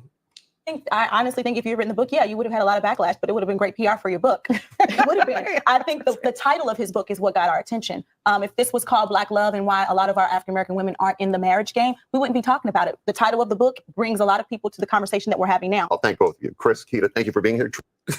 You know what's interesting? I actually think both of these black women would have had a much better conversation if they had have just spoken to Dr. Banks directly. I feel like this white man just came in here and made some stuff up and got them heated, and they started arguing with someone who doesn't exist. They started arguing with some talking points that don't exist, that Dr. Banks never said. But just this ending, like, no, I don't think he's racist. Yes, I think he's good intentioned. And I do think what he's doing is important, calling attention to the type of despair. Like, if they had actually sat down and talked with him and his actual points, instead of like this white man saying, he said you shouldn't date black men because they're dumb and you should date white men. Like, if they had actually sat down with his or read his book, that would have been good too if they had actually read the book. But I think it would have made for a much better conversation just based on what they just gave at the end here. So that's all I got for y'all. We're 2 hours in. This was supposed to be 30 minutes. This was supposed to be 30 minutes. That's what I would sound like if I was doing an impersonation of RFK. I just want to clear something up, that I am not doing this intentionally with my voice. If I was, I promise it would sound funnier. I promise it would sound funnier. My RFK impersonation is terrible, but ever since I got this fever, oh, it's been on 100. The American constituents need someone who's going to stand up for the common man. Where's my boy RFK? Let's do it. Party choose a candidate that has never done an interview or debate during the entire election cycle. We know the answers. They did it by weaponizing the government agencies. They did it by abandoning democracy. Oh my God. You know what's funny? I feel like half of the country is delusional. I actually feel like they're delusional. If y'all were there for my stream the other day, then you know exactly what word I would use to describe them. I'll try and pull it up now. I'll try to pull it up now. But excuse me. The issue I have with half of the country right now is I feel like they are actually delusional. This does not make sense. Oh, Trump was found to have been breaking this law, so they took him to court to hold him accountable in a court of law. Is this Trump being held accountable for his own actions, or is it the deep state? The government is against us. Like, this is paranoid. This is like unreasonable paranoia. Unreasonable. Let me see if local white man Destiny can add some clarity here. I will fulfill our sacred obligation to care for our troops and their families. It is insane that the Democrats have been able to come in and sweep up what, in my mind, were the strongest Republican talking points. The support for small businesses, the patriotism, go USA, stuff about like the military and support of US troops, white people. Like the fact that the Democrats are able to come in and just like gobble up all these talking points while Trump is just like seething in the corner. What do Republicans stand for now? It's hard to talk about it honestly because I just sound like a shiller unhinged or whatever, because Republicans have been so good at controlling it. But it's just a party of hateful people right now. It's a deplorable basket of people that are just filled with hate and rage and seethe. They don't have a positive view of the country. They hate the country. They hate the Democrats. They hate the rest of the world. They're just filled with hatred. That's all they have. Partially because Trump hasn't been positive at all for the past 4 years. All he's talked about is how the election was stolen from him and the deep state is out to get him. But I mean, like, think about it. If you live in a world where you feel like Fauci and the FDA are poisoning your food, the water has fluoride in it because the government's trying to turn the frogs in you gay, the military and the all the intelligence agencies are just there to fuck you over and to spy on you and to do horrible things, the courts and everything are rigged against people, your brave heroes like Donald Trump and the brave grandmas that walk through the Capitol. Every single like large and major institution has been controlled and rotted from the inside by deep state operatives. The border is left open intentionally so that Chinese and MS-13 immigrants can flood in and take over. People like Donald Trump are constantly backstabbed at every single point and turned by either Democrats, by rhinos, by other people that are getting, like, every single thing in the world is out to get you, right? You're a crazy person. It's a stupid question. Looking at a Republican and saying like, what's this guy's problem? It's like looking at a paranoid schizophrenic and being like, dude, what's wrong? And the paranoid schizophrenic is like, bro, what do you mean what's wrong with me? There's a drone out there that's got like a 700x magnification lens on me that's watching my every single fucking movement. I know that there are people in my computer that are monitoring all of my online activities. Every single time I go outside, every single person that's looking at me is probably reporting on my every location and all my whereabouts, right? But the difference is Republicans actually think this without the mental illness. They just believe these things. Republicans actually think this without the mental illness. They just believe it. Specifically, Trump supporters. Anything negative that is ever said about Trump, done to Trump, is the deep state government, world government organization controlling us in the media to make it seem bad. January 6th didn't actually happen. It was actually Black Lives Matter who broke into the Capitol. They were just dressed up as white people to frame us. Like, and y'all think that I'm just making up a crazy theory, but that's an actual theory that some people have. He was Antifa and Black Lives Matter supporter, and they were just pretending to be Trump supporters, and they just still sitting in prison right now pretending to be Trump supporters, but they're actually Black Lives Matter and Antifa. And Trump didn't actually lose the election, and Kamala doesn't have any support.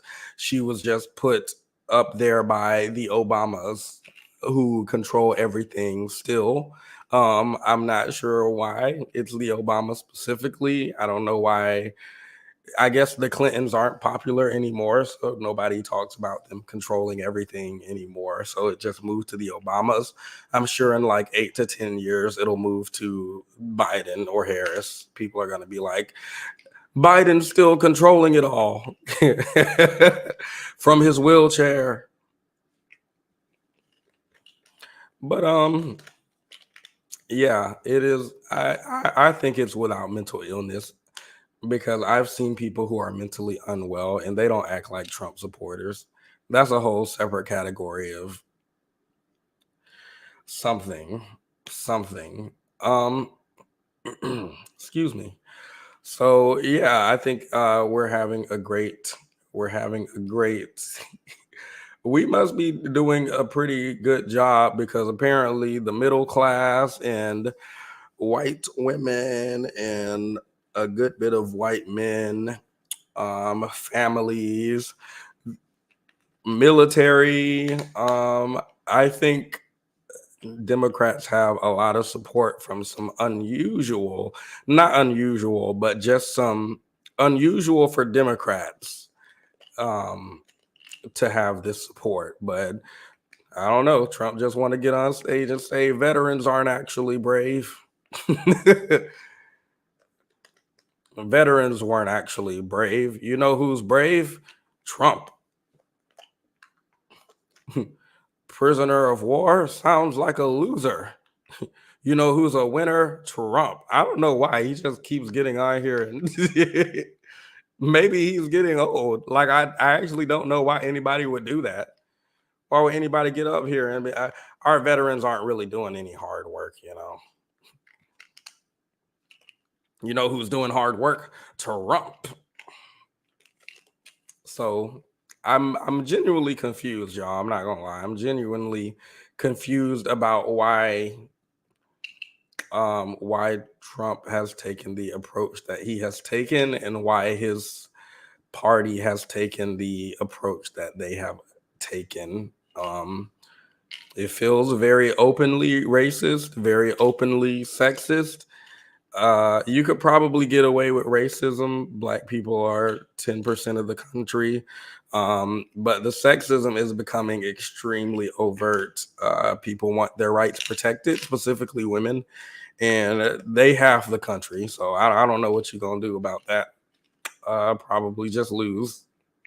So you overstepped. You thought you could keep coming out here and say DEI, DEI, and nobody was going to do anything because the people being affected are black. But now y'all coming for the women.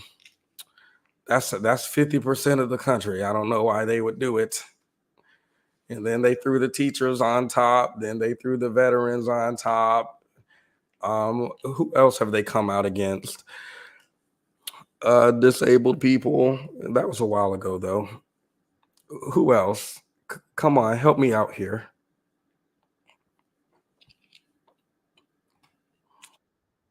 Help me out here, guys. Who else have they come after? Because it worked in 2016. Did it though? I thought people were just mad because Bernie got Bernie got it. No, let's actually, I have to show y'all something. Have y'all seen Bernie Sanders lately? Hold up. I gotta show y'all something. Cause y'all don't believe me.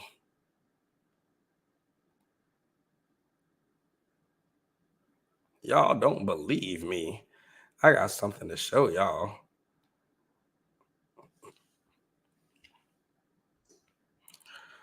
because people. Okay, so Theo Vaughn, don't know him that well. He has a podcast. Decided that he wanted to interview. Oh, hold up. Let me see this real quick. It's always good when this one pops up in my feed. Hold up. It's called DEI. Yeah, I know. What does that stand for? Why do you ask me that? Because I don't think you know. You don't think I know what DEI I don't think you know. When somebody start repeating you, they don't know. I don't think you know what DEI. You don't think I know, so you don't think I know what DEI means. You really don't. You think I don't know what DEI is? Really? Is that what you think? That I don't know? Well, you think I don't know. Wow. This guy thinks I don't know what DEI means.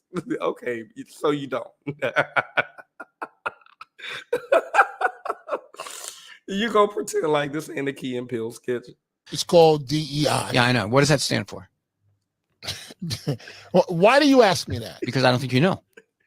You don't think I know what DEI I don't think you know.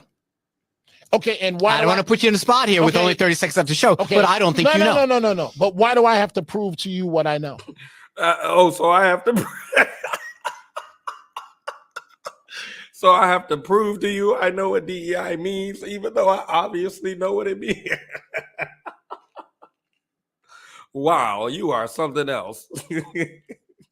I'm sorry. This is politics should not be a cartoon, and yet, what is this man running for? Hold up. Why do I have to prove to you what I know? Because I'm making a point. See, here we go again to the patronizing white guy. Not patronizing. Identity politics. So this is what annoys me. Why do the way lefties get?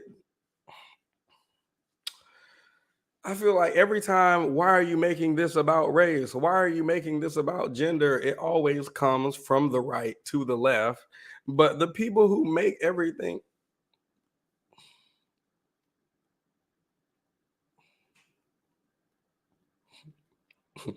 Don't you know that you're white and I'm a black man? How dare you as a white man use your, what are you talking? You're a Republican. What are you talking about?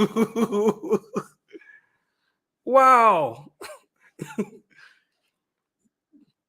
You are a white man in a white supremacist patriarchy, and you are using your identity to oppress me as a black. What are you talking about? You're a Republican. What is this gender theory that you're doing? What is all this critical race and gender theory that you're talking about? Just because you don't know what DEI is. Let me go back just a little bit. I'll let it play. Why do I have to prove to you what I know? Because I'm making a point. See, here we go again to the patronizing white guy. Not patronizing. I know what DEI stands for. Okay, and I do too. Okay, but why? Which of the three letters are you most offended by? Is it? No. Is it equity? I'm sorry, I can't do this. I can't. Obviously, I know what it is. We all know what it means. We all know that. Who doesn't know what it means? That question is so reductive, I'm going to skip it. Next question. That's such a low-level question. I won't even answer it. Got it. All right, y'all. We have our what is a woman counter. What is DEI? We have our counter, y'all. We got it. You don't like equity? No. Is it equity? What letters are you most offended by? Is it? No. Is it equity? You don't like equity? To make sure. Do you like inclusion? The Is whole it thing is wrong. Diversity? The whole thing is wrong. It's called DEI. Yeah, I know. What does that stand for? Why do you ask me that? Because I don't think you know. You don't think I know what DEI is? I don't think you know. Okay, and why I don't want to put you in a spot here with Okay. only 30 seconds left to show, Okay. but I don't think you know. No. But why do I have to prove to you what I know? Because I'm making a point. See, here we go again to the patronizing white guy thing. I'm not patronizing. I know what DEI stands for. Okay, and I do too. Okay. But why? Which of the three letters are you most offended by? Is it equity? Is it equity? You don't like equity. To make sure. Do you like inclusion? The Is whole it thing is wrong. diversity? The whole thing is wrong. He has my vote. You can see, you can tell he doesn't know what's going on. Just look at his face. He don't know what's going on. I don't think he has all of his teeth. He has all the criteria. Get this man in office now. Get him in office. He meets all the criteria. Even the race card couldn't save him. Oh my God. All of it. What does DEI stand for? Well, everybody knows that, so I'm just not going to answer. Okay, got it. We were just looking at that on the way to Bernie Sanders. Sorry, y'all. I got distracted.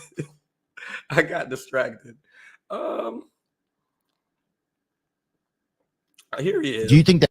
Now, people said Bernie Sanders was too old. That Kamala? He's too old to run the country. In 4 years, he's going to be blah, blah, blah. He's not going to make it through the presidency, let alone 2 terms. He's an old man. How is he going to be? Let's listen to Bernie Sanders and let's make our decision now. Do you think that Kamala Harris is the best person to run against Donald Trump right now? Well, she is the person, and that won't change probably, huh? She'll be the Democratic candidate. She's very smart. You got to give credit to somebody, a black woman, to move up the ladder. That ain't easy stuff. There's a lot of resistance to that. And she's persistent. She's strong. I think she'll be a good candidate. I was interested that Trump apparently backed out of a debate with her on ABC. She's tough. She's tough. You know, I ran in 16. I ran against Hillary Clinton. And I ran in 20. Yeah, I felt like you didn't get treated fairly, to be honest with you. And that's what happens when you take on the establishment. So Yeah. what happened is we won the first 3 primaries, and then the establishment got very, very nervous, and there were a whole lot of candidates in the Democratic primary. And they said, hey, it'd be a good idea if you all dropped out, let Joe Biden be the one candidate. People rallied around him. That's what happened. Let me also say, having said that, Biden is a friend of mine. I think he has done a very good job over the last 3.5 years. And I'm working very hard to see that Kamala is elected our next president. Look, this don't sound old. This don't sound incompetent to me. The way Bernie Sanders, when he first ran with Hillary Clinton back in 2016, he was older at that point than Trump and Biden are now. He was, I don't know that for a fact. I just like spreading misinformation. Sorry. But here, let me Google it. How old is Bernie Sanders? 82? Wow. He's looked like that for like the past 40 years based on all the pictures I've seen of him. So you could say he looks young for his age because this is also how he looked when he was like 50. Or you could say he looked old for his age at 50. You can say whatever you want to say. Biden is 81? What? Biden is 81? Hold up. How old is Trump? Trump is 78. Oh my God. Barack Obama is 63 years old? What? What happened? Where did time go? Barack Obama is 63? Michelle Obama is 60? Oh no, I'm getting old. Weren't they like 38 or something?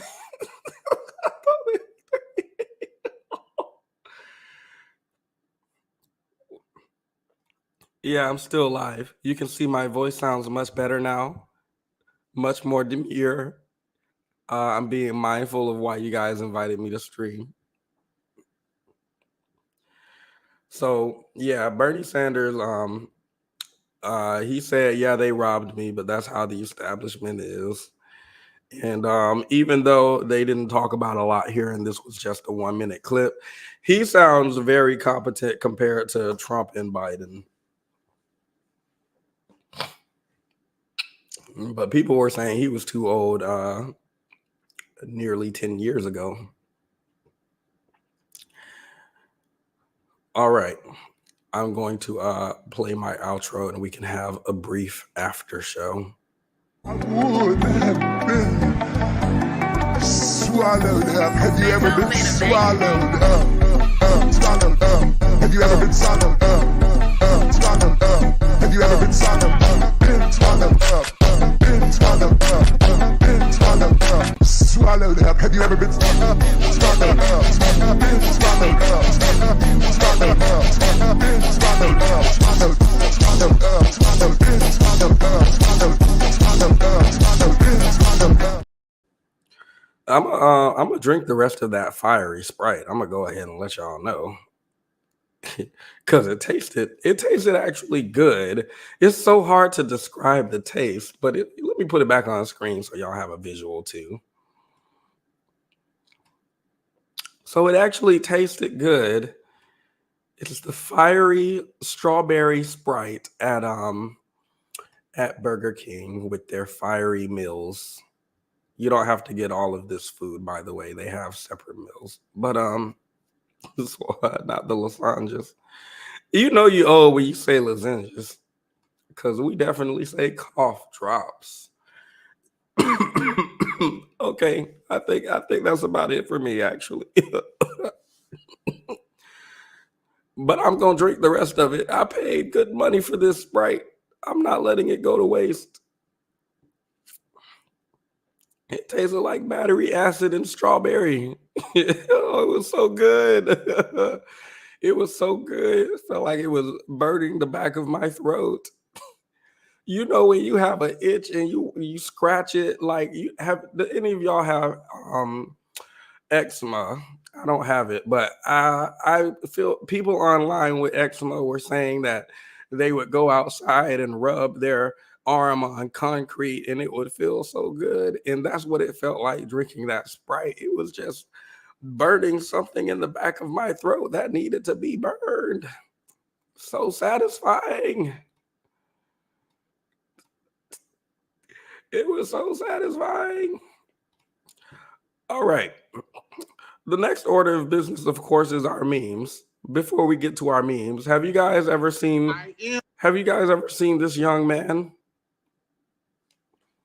Have you guys ever seen this young man on your TikTok?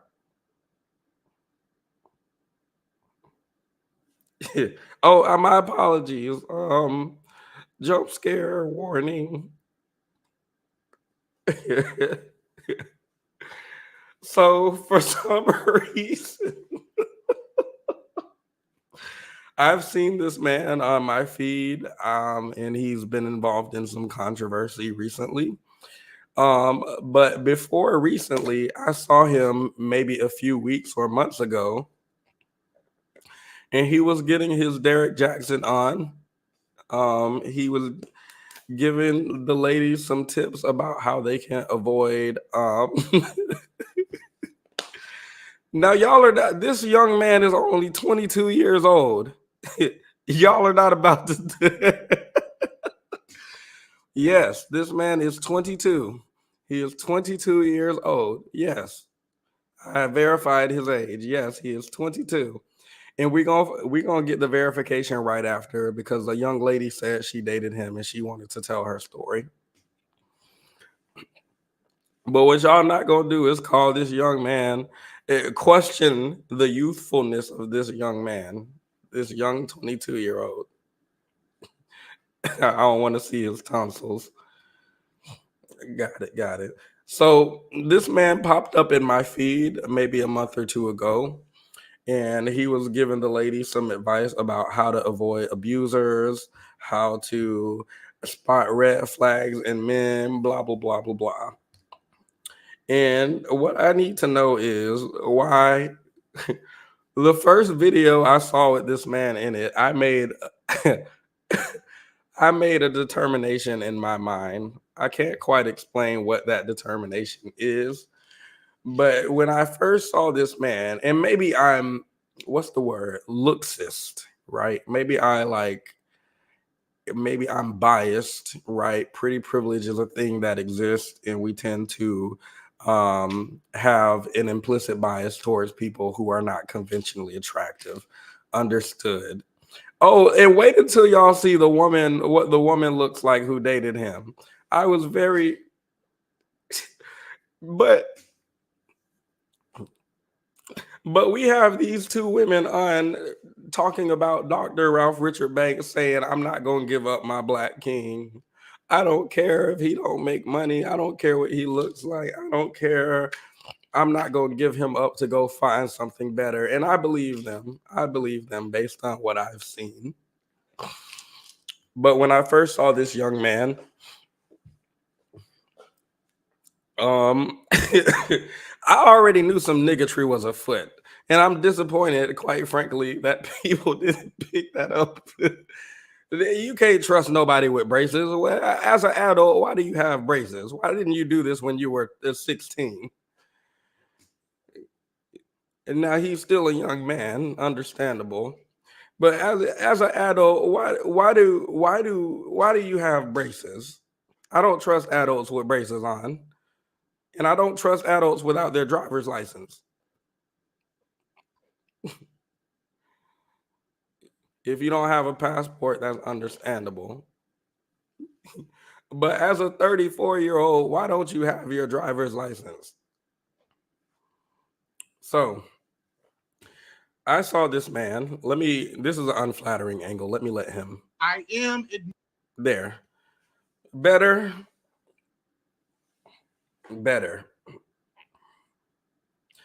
So I saw him and I was immediately something felt,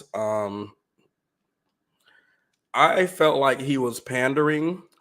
I have a certain, his delivery just makes it seem like he's pandering to me. I didn't know about the abuse and all of that stuff that's come out recently, obviously off of one glance. I just felt like he was pandering, and I was upset. I was upset that y'all, if you gonna give, people said Derek Jackson was attractive. I don't see it, but people said he was attractive. It stayed in shape and blah. Understandable. So if there's a pretty man and he's telling you what you want to hear, and y'all decide to listen, I get it. I get it. What I don't understand,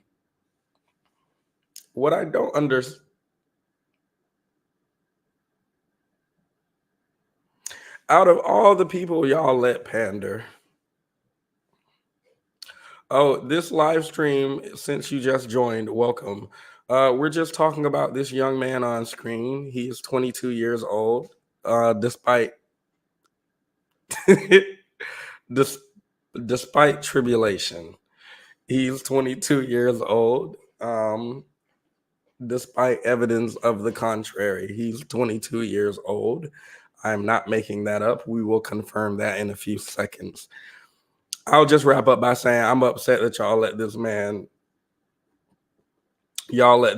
be the panderer. It's so many people who pander that we could have chosen, but this is the one that was chosen to gain a following.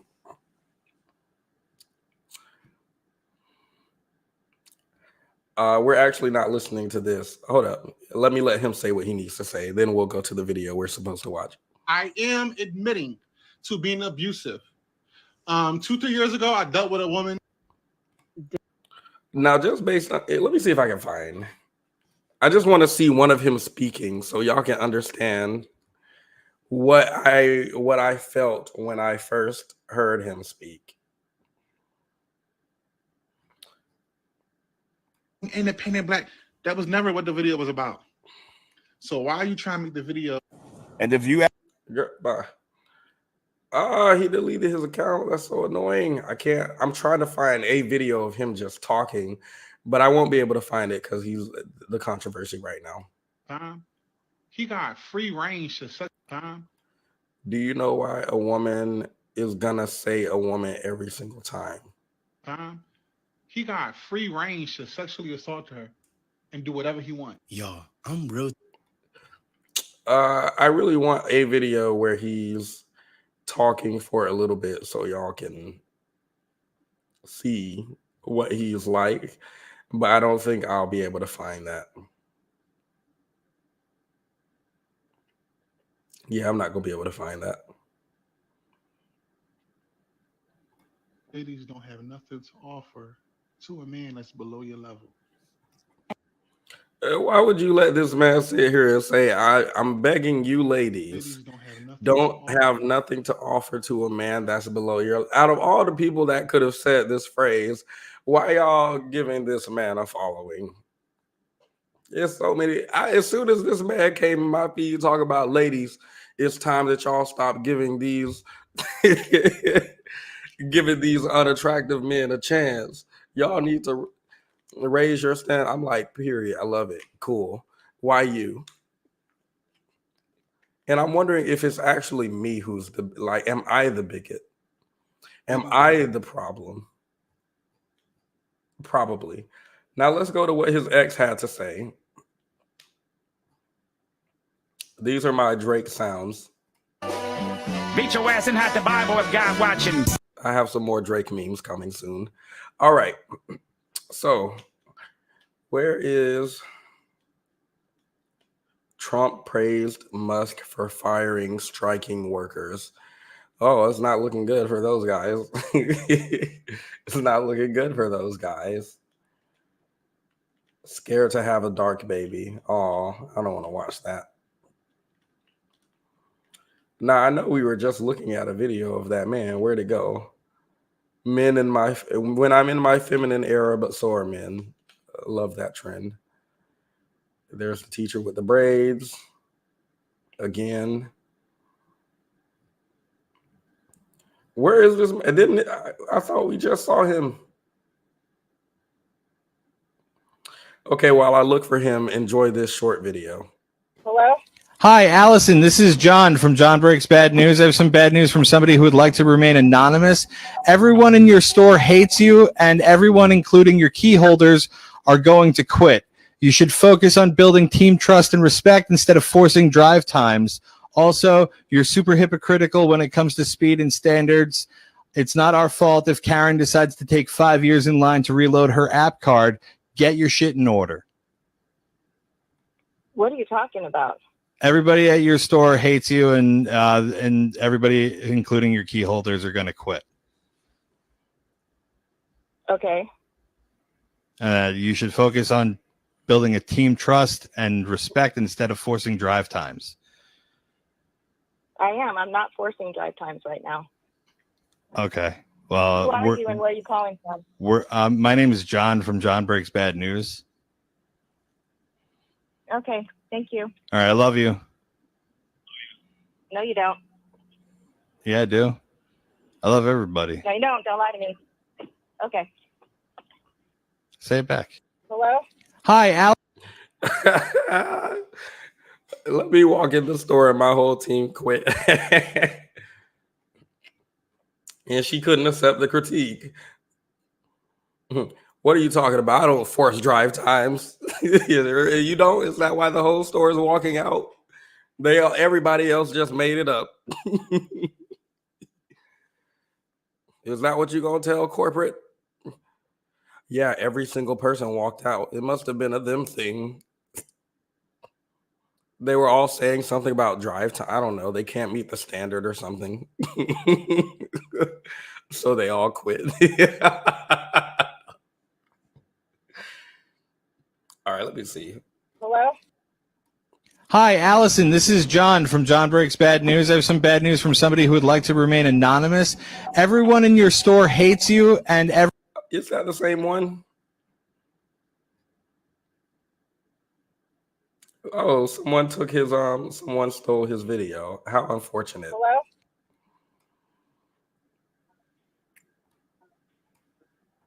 Hello? Hi, is this Michelle? Yeah, who's this?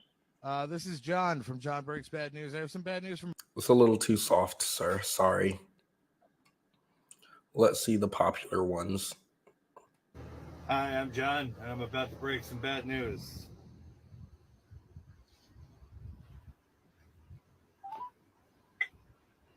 Hello? Hi, is this Aaron? Yeah. Your friend, first off, I'm John from John Breaks Bad News.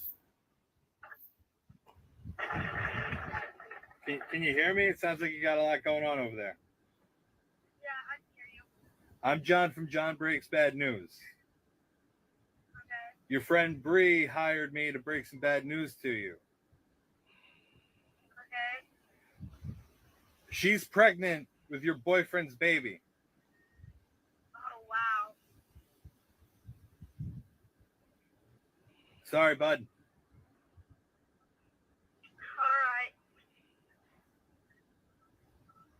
All right. Could you leave a review on my page? Yeah. It's John Breaks Bad News at facebook.com. Okay. All right, thank you, bud. Sorry about that. What a kind person. That's very nice that she'll leave the review. Hello? Hi, Jax. Yes, who's this? This is John from John Breaks Bad News. I have some bad news from Ethan. Some of the guys are cutting ties with you. It's come to light that you groomed Elise, and they won't be keeping a groomer in their lives. Pair that with how you've treated your friends like toys to pick up and drop at your convenience. That's why you've been blocked, and that's why you've been banned from the server. I'm sorry? Yeah, you groomed Elise, and then you treated your friends like garbage, and that's why you've been blocked and banned from the server. I'm sorry, sir. I believe you have the wrong number. Well, you're Jax, right? Yeah, but I don't believe this is the right number. I'm sorry about that. No, this is the right number. You're Jax. This is from Ethan. This is what Ethan wanted me to say to you. All right, love you. Bye. Don't groom people. I believe you have the wrong number. Oh, you mean the number that led to the person that I was trying to call? Hello? Not the number that led to the person I was trying to call is the wrong number. He did it. Count 1, guilty. Count 2, guilty. Count 3, guilty. Let me find that.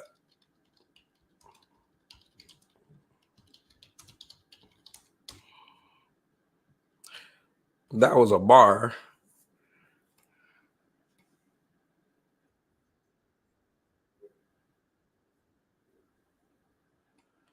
Where's the lady who was reading it out?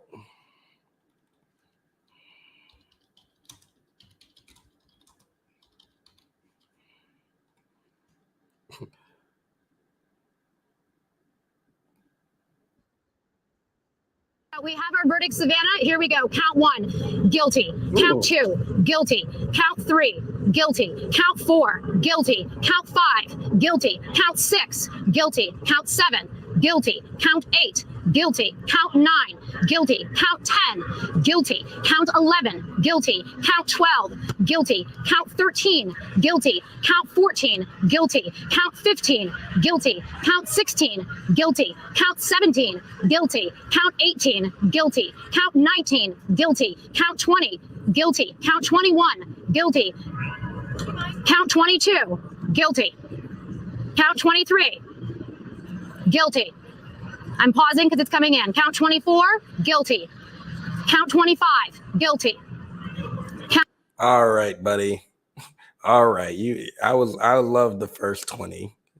I'm not here for the slowdown. I didn't like that. That wasn't very demure. All right, let's do one more and then we can look at what I want to look at. And then we can get out of here. Her friend slept with her dad. Huh? Hello, this is Joseph. Hi, Joseph. This is John from John Breaks Bad News. You have 45 days to make your payments or you will face eviction, or you can get a lawyer. And you should fix that instead of worrying about your jet ski. Excuse me? You have 45 days to make your payments or you will face eviction, or you can get a lawyer. Also, you should fix that before you worry about your jet ski. Who the fuck sent you to me? I don't know. What do you mean you don't fucking know? They said they were anonymous. They wanted to remain anonymous. Who? You have 45 days before you're evicted. Who sent you? Where do you live? Or wait, maybe he's renting somewhere. I don't know. Are you calling from outside or inside?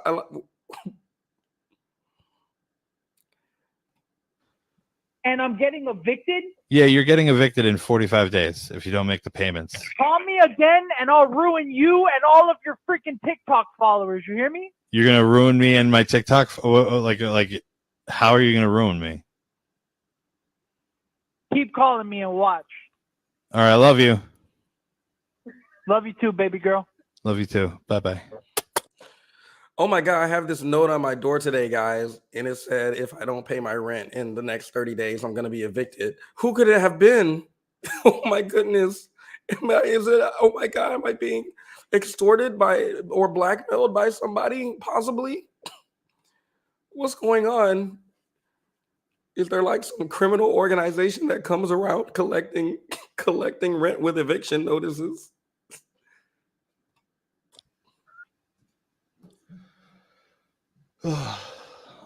I'm calling him again. Hi, I just figured I'd call again and see what happens. Are you serious? All right. So nothing? You're just watch. Just watch. Uh-oh. I'm coming for you and all of your TikTok followers. That's Everybody. a Shit, I'm about to unfollow. Oh, never mind. Okay. lot of people. Call me again. So one more time? You want me to Call call? me again. So you want Call me to call me again. one more time? Call me again. All right. I love you. Should we call it again? I mean, he told you to. He's coming after my TikTok followers, everybody. Hi.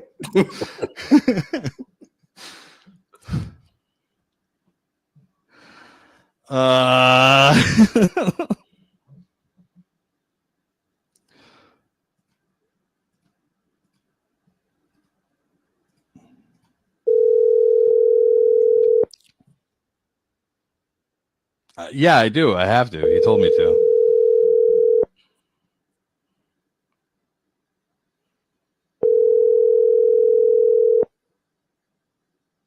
He did say to call him again. Hello? Hi, I was just calling again because you said so. Are you fucking kidding me? Why are you trying to ruin my life? I'm not I trying will to. pay my bills when I have the money. You said to call you again. Stop calling me. Wait, is that you can do that? Hey, where's your rent? Oh, I'll pay it when I have the money. Oh, okay, no problem. Hey, that man didn't pay for his groceries. No worries, no worries. When I have the money, when I have the money, I got. Oh man, this cool life hack. All right, he said to stop calling him. Okay. Man, these are addictive. We're only going to do one more because the title interested me. Then no more. Sorry. Hello? Hi, Eve. This is John from John Breaks Bad News. I have some bad news from Brooke for you. From who? From Brooke. Brooke who? She didn't get. Looks like Berglund. Okay. Okay, so she boned your dad back in 2008. All the time she joked about it. It actually happened. She had a couple drinky poos and lost her moral compass.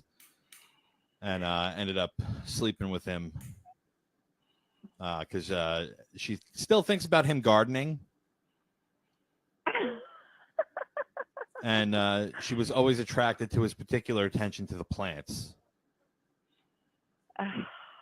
She knows him so well. So, sorry, bud, that your dad got boned by your friend. Thank you for your call. I was super really polite on this call. Do you mind leaving me a review on my Facebook page? I don't have Facebook. You don't have Facebook? Well, what about like my Instagram? Can you like? Can I? Yeah. It's John Breaks Bad News. JON Breaks Bad News. JON Breaks Bad News. Got it. I will. All right, I love you. You were great. Love you too. Thank you. Bye. Bye. What a fucking bitch. What? All right. So, excuse me. Thank you for suffering through that with me. Now, if you don't recall, because we just took a much longer than needed break, we were just briefly discussing this young gentleman right here. I am admitting to being abusive. 2-3 years ago, I dealt with a woman. Now, said woman has come out with her story, which we are going to listen to. I only listened to one part. That was part 2. Part 2 was a lot. So I will give a trigger warning. Obviously, there will be themes of abuse during her recollection, I assume. Oh, y'all want me to call John? Okay. I'll see what bad news I have to break to someone and if he'll break it for me. Y'all are going to call John and he's going to call me. Got it. Hello everyone, my name is Sahai and I'm making this video to talk about an experience I had with a pretty popular creator on this app by the name of This woman is beautiful. Let's look at from Derek Jackson ad. I am admitting to here. I'll pause this and I'll keep it on the screen so that we can come back here every once in a while in case we forget. Or Poetic Exposure TV. I want to start off by saying that this video is not to bash anyone or send hate to anyone. This is just simply me talking about my experience, speaking about my story and my truth. In August of 2022, I DM'd this individual on Instagram saying I'm a really big fan of your content and I enjoy watching your videos. From that initial conversation, we started a flirty back and forth, like get to know you over the phone or FaceTime over text type of relationship. And he seemed really genuine. He seemed like a really nice guy. I really enjoyed talking to him. And eventually, a couple weeks after that initial DM, he suggested that maybe I should come to Philly. We could go to museums. We could go sightsee. I could show you around my city. And he was saying all these things. And I was like, you know what? Sure. Why not? I start college in about a month. I start my sophomore year of college in about a month. And I have a little bit of free time before the summer finally ends. Why not go to Philly for the first time? It will be fun. You know, he has a lot of stuff planned. So fast forward to the middle of September. Oh, by the way, if you want to go 2022, and to her channel, since we're watching her video and giving her a review.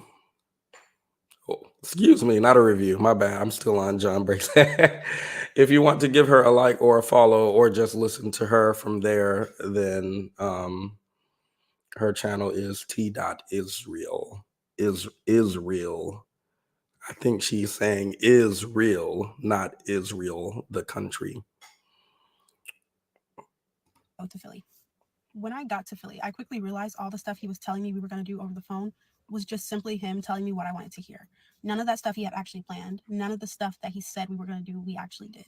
All the stuff that we did in Philly was me suggesting like, hey, we should go to the farmer's market, or hey, we should go here. Nothing he said was actually what we did in Philly. And that was okay. I still had a really good time. I spent about a week in Philly. And when I got back to Washington, that's when things got really, really weird. We continued to talk on the phone and text like normal. And he started to talk to me about wanting to move. He was like, yeah, I want to move out of Philly. I hate Philly. I don't want to be here anymore. I've been here for my whole life, 25 years. I want to move and see different things. And I was like, oh, okay, like, cool. Where do you want to move? And he goes, oh, what about Washington? I can move up there with you. And I'm like, oh, well, you should wait a little bit. You should come and see Washington. Wait, okay, maybe I'm misunderstanding. I can move up there with you, like in your house? What? Or I can move to the same city you're in. To visit Washington or save a little bit of money before you just up and move.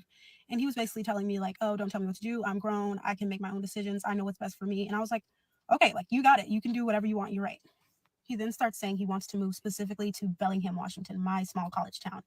And when he says this, was he a content creator at the time?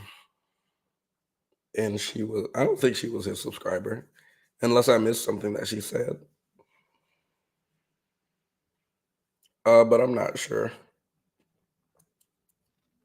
If y'all find my pictures on dating apps, look for the verified symbol or it's not me.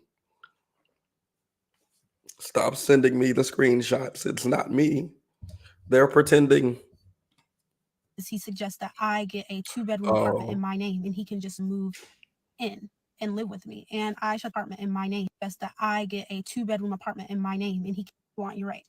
He then starts saying he wants to move specifically to Bellingham, Washington, my small college town. And when he says this, he suggests that I get a 2-bedroom apartment in my name in Washington, my small college town.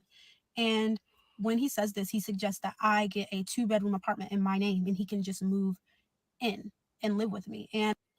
And when he says this, he suggests that I get a 2-bedroom apartment in my name and he can just move in and live with me. I got it. I had to hear it a few times. Oh my God. Yeah, I can move up there with you. You could just get a 2-bedroom, and I can move in.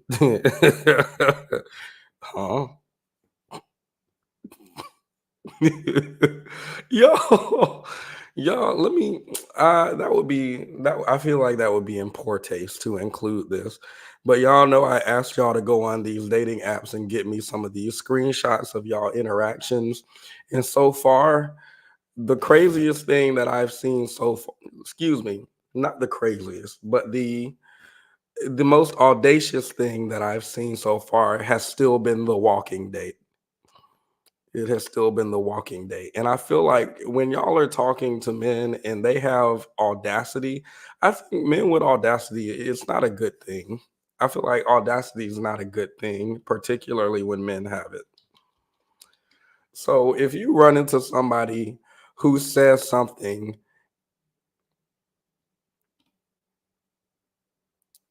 and it's like just bold, it is extremely bold. I would avoid this like the plague. I would go ahead and take them to the block party. That's what we call blocking people where I'm from. Take them to the block party. I learned that because someone blocked me, and before they blocked me, they said, "Oh, you want to go to the block party?" And I said, "What block party?" And then I couldn't message no more. I was like, "Damn, that's an amazing lingo, though. I think I'll use that." And I shut this down completely quickly. And I was like, I'm not comfortable with that. I don't want to get a 2-bedroom apartment. No, this is real. This is her talking about if you just hopped in. To being abusive. This young man here, this young 22-year-old man, is going. He went viral a while ago for giving women advice on how to avoid abusive men. And y'all know Derek Jackson. No need to reiterate what you already know. And she came out with her story. Apparently, she dated this man. Obviously, they just look like two people who would date each other. You would see those two and say, yep, they look like they probably belong together. They both look pretty much like they belong together. Nothing unusual about this pairing. Anyway, she's telling her dating story about how she met him. Sophomore year, and you just come and live with me. Like, I've only known you for a couple months. I'm not doing that. So he goes on to say, like, okay, well, if not, can you just suggest apartments in Bellingham that I could possibly move to?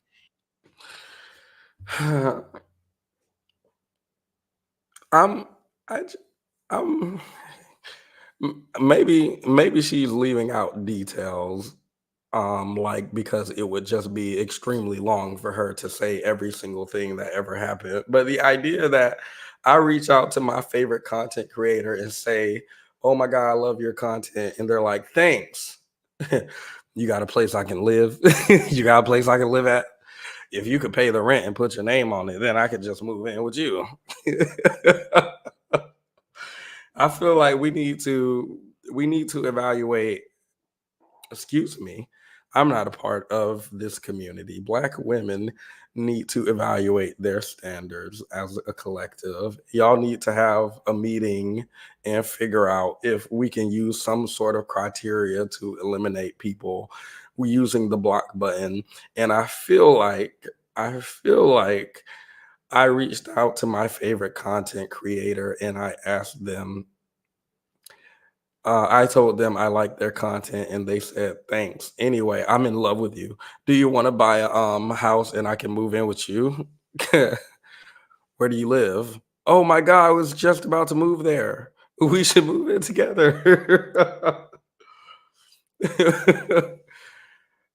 What? You live in what? Me too. I mean, well, I'm about to. I was literally just about to move there. That's so crazy. And I was like, okay, like I can't stop this man from moving. If he's gonna move, he's gonna move. I can't tell him he can't move. So I was like, yeah, I could look around at some apartments for you and I could suggest a nice couple apartments for you. I suggested 3 apartments for him, one of them being my apartment that I was currently living at because I knew it was a student housing apartment, but it also rented to non-students. And Oh no. Oh, I'm sorry. I would have sent 3 addresses. The address to, let me see, because she said Belleville, Washington. Let me see. Bellevue. That's what it is. Bellevue, Washington. So the address I would have sent is I would have sent 3 addresses for him. The first would be 450 110th Avenue Northeast in Bellevue, Washington. That is the police department. You could also refer him to, let me see. There's also a separate address for the chief of police. You could give him that one. Let me see if there's a local court he could go to. No, you know what I should be looking to? Is there a homeless shelter? P. Sherman, 42 Wallaby Way, Sydney. That sounds familiar. So you could refer him to Porch Light. That is a homeless service in Bellevue, Washington. You could also look at Sophia Way, Sophia's Place. It's another shelter. Excuse me, that's a women's shelter. My apologies. You would not refer them to that place. A men's shelter, HRA Men's Shelter.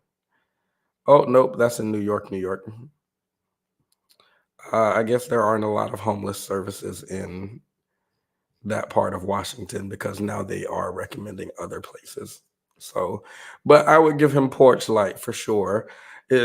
From their page, it looks like they have free showers. Let's see what else they have. Free showers, laundry, lodging, and support services. Um, Anything besides the apartment I currently live in. That would scare me. That would scare me, y'all. If my favorite content creator was like, please, I need a place to stay. If you just let me move in with you, then we could both save some money. All right. That would scare me, and I would not want them anywhere near me. and it was very understanding for people who had bad credit or low credit or like financial issues. They were very understanding and they accepted a lot of people. So I knew that when I suggested this apartment for him, that he would most likely get accepted. And he applied and he did get accepted. So 3 weeks after initially seeing him in Philly, he was moving to Washington, specifically Bellingham, Washington. And I couldn't fathom in my brain why he was so quick and urgent, like to move. But now looking back on it, it's because he saw the financial situation I was in. He saw that I had my own stuff going for me, my own car, a place, and he knew my financial situation was a lot better than his. So he wanted to leech off me and use me. No, Ralph Richard Banks was right. We should have listened when we had the chance. Oh, we're 12 years too late. There's so much damage that has been done if we had have just listened back then.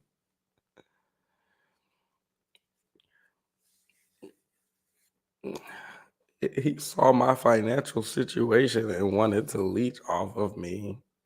Oh. And that's why he was so quick to move, because he thought I was going to be his cash cow.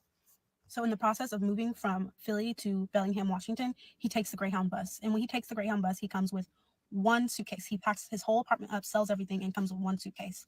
On the bus, since it's a long bus ride, they stop in different states. They stopped in, I believe, Denver. And when they stopped in Denver, he got out of the bus and walked around. And then when he came back to the Greyhound station to get back on the bus to continue the ride to Bellingham, he realized the bus had gone and left him because he missed it while walking around.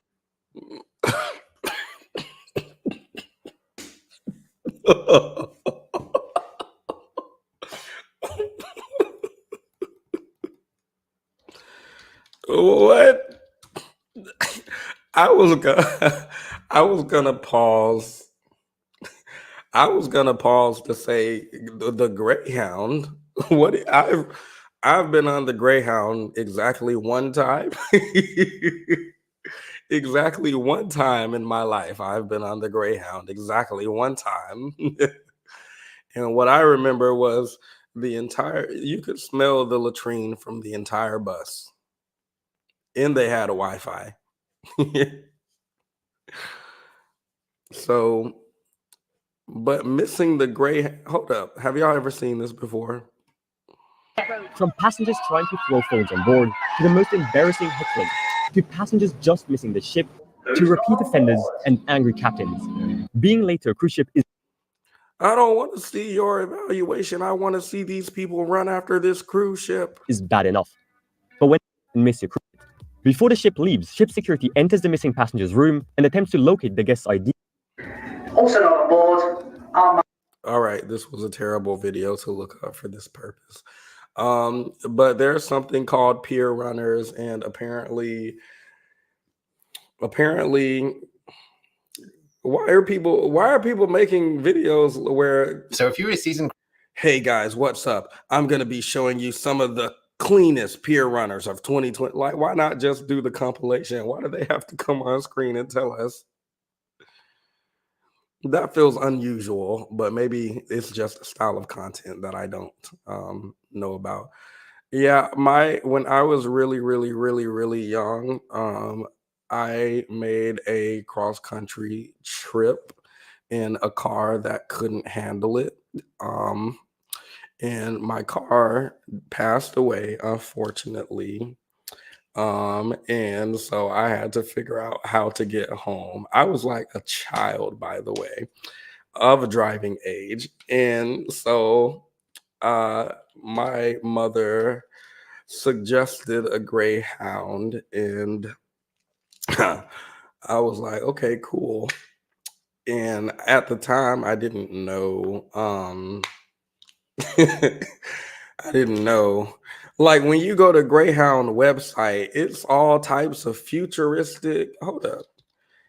You got to understand, Wi-Fi was new back then. Like, Wi-Fi was a whole new thing. I think Steve Jobs was still alive, or whoever it is who does that guy for the iPhone. So, like, if that man is still alive and we still talk about flip phones, the idea that you have Wi-Fi on a bus, their website was all types of the most futuristic bus in America. Keep in mind, I have never ridden a bus. Well, I have now. In the past few months, I rode a bus for the first time.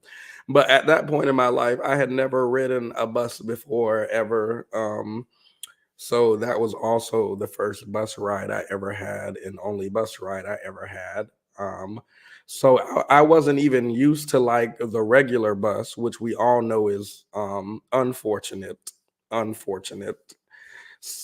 let me see, where is it? I'm looking for their website so I can show y'all what I saw. The bus of the future, Wi-Fi, comfortable seating, and there's a latrine right on board. You can use the restroom when, like, they were marketing Greyhound like it was a plane that you drive. And I was like, oh my goodness. This luxury that any American can afford at such a low price. You could travel the country in a ground plane. Why wouldn't anyone take this opportunity? And I got a ticket, and I got on the bus, and I was like, oh, okay. Okay, so they lied. They just lied about everything on the website. This is not the bus of the future. That's not what this is. That's not what I would call this. Um, I'm on their website now, but I'm going to go ahead and X out of that. The whole point of me bringing this up is because this man missed his Greyhound. We're looking at these people run. Because not only are you holding up thousands of people, but you're also actually risking being left behind. Yeah, if I know I'm about to be late, if I even suspect, oh, I only have 30 seconds to get to the end of the I'm not, you'll never see me running on this pier after a cruise ship. You will never. I don't care if I make it in time to get on the ship. I will miss the cruise. I will just miss the cruise. I'll call out of work. Hey, the cruise ship, they left prematurely ahead of the time that they, and I'm gonna have to some sort of lawsuit because they left me here, but until that's settled, I'm gonna need to call out of work I'm all types of lying to my boss. I'm not about to run down a pier. I'm not gonna be that guy. I can't. Because at a certain time, they may wait for you for a little, but you're also actually risking being left behind. Because at a certain time, they may wait for you. Oh, he's drunk. Oh. For a little bit, but after a certain time, they will leave you. And you start with a serious one. This is not funny at all. This is a mother who basically is having, as you can see, a breakdown over here. She's on her knees. She's crying because she's late to the ship. Her husband is right behind her. And unfortunately, somehow, some way, their kids are on the ship. So they're off the ship. They missed it, and the kids are on. And like I was telling you before, once the cruise ship starts moving, there's nothing that they're going to do. It's just a way. Hello, Erido. I don't think I've seen you here before. Welcome. Okay, back to we get distracted too easy, y'all. While gone and left him because he missed it while walking around. So he calls me. He's like, yeah, I missed the bus. They say another bus doesn't come until 9 hours. And I'm like, oh my gosh, that's horrible. What are you going to do? And he's like, oh, I don't know. But I was like, hoping you would get like a hotel room for me just for 9 hours while. I'm sorry. How is your this what this okay. Already it's disgusting. Already it's disgusting. But it's even more disgusting to me because this is supposed to be like the idea of your favorite content creator. And as soon as you meet them, dang, you got my hotel, right? I don't have money like that. Like, what are you talking about? You're my favorite content creator. You're supposed to be rich and balling in this YouTube and TikTok money. Like, these 32 cents I make every live stream, I promise y'all I'm going to go out here and ball out with it. I'll lie to y'all before I ask for some money. I'm having such a good time in my mansion, y'all. Don't worry about that stuff y'all see in the background when I stream. That's just my green screen. I'm in my mansion. I don't need a single penny. You can keep it to yourself. I'll never ask. No, that is, ow. What are their ages? That's a good question. I think it was 18 at this time. She was 18. Let's listen and see if she lets us know. I watched part 2. So I haven't seen this part before. This is part 1. I wait for another bus to come. And I said, no, like, you missed your bus. You were irresponsible. You got off the bus and walked around. It's not my job. This is when emotional and verbal abuse started. So he starts to yell at me and curse at me over the phone and get mad at me for not helping him buy a hotel room because he missed his bus. And he starts to use these manipulation tactics like, oh, I'm moving all the way out here for you and you can't even buy me a hotel for 9 hours. And I'm just like, no, mind you, I'd already helped him with his first month's rent. He was saying, I can't pay first month's rent. I'm moving. So I was like, okay, like, I'll help you. I know you guys, like, I would never do this ever again for any. I'm sorry to hear that, production. Every Greyhound is an accident, in my opinion. Is Greyhound a regular bus too, or is it just cross country?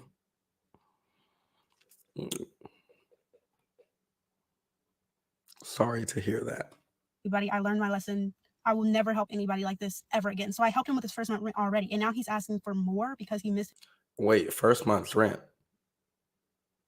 Hold up. Never help anybody like this. I learned my lesson. I would help you. I know moving. So he was saying I can't pay first month's rent. I'm moving. So I was like, okay, like I'll help you. I know you guys. Like I would never do this ever again for anybody. I learned my lesson.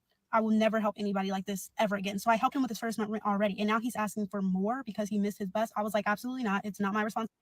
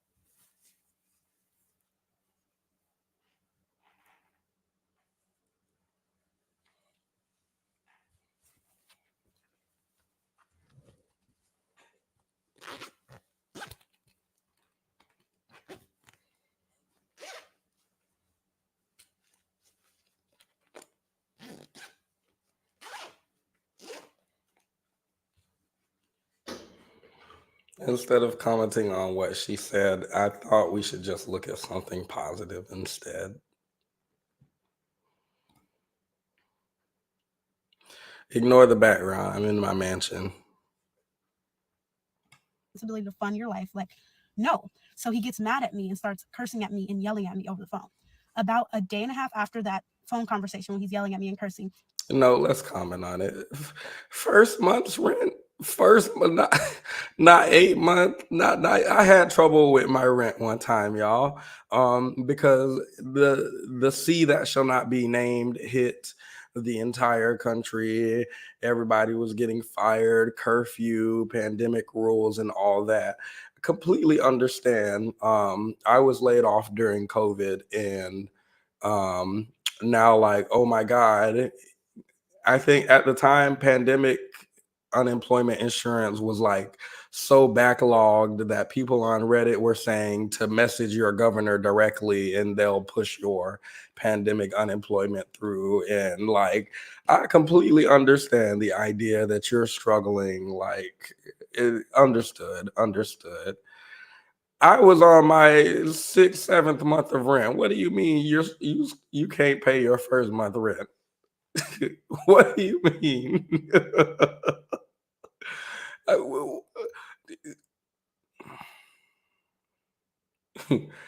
No, I'm not. My voice isn't cracking because I'm shocked. I am shocked.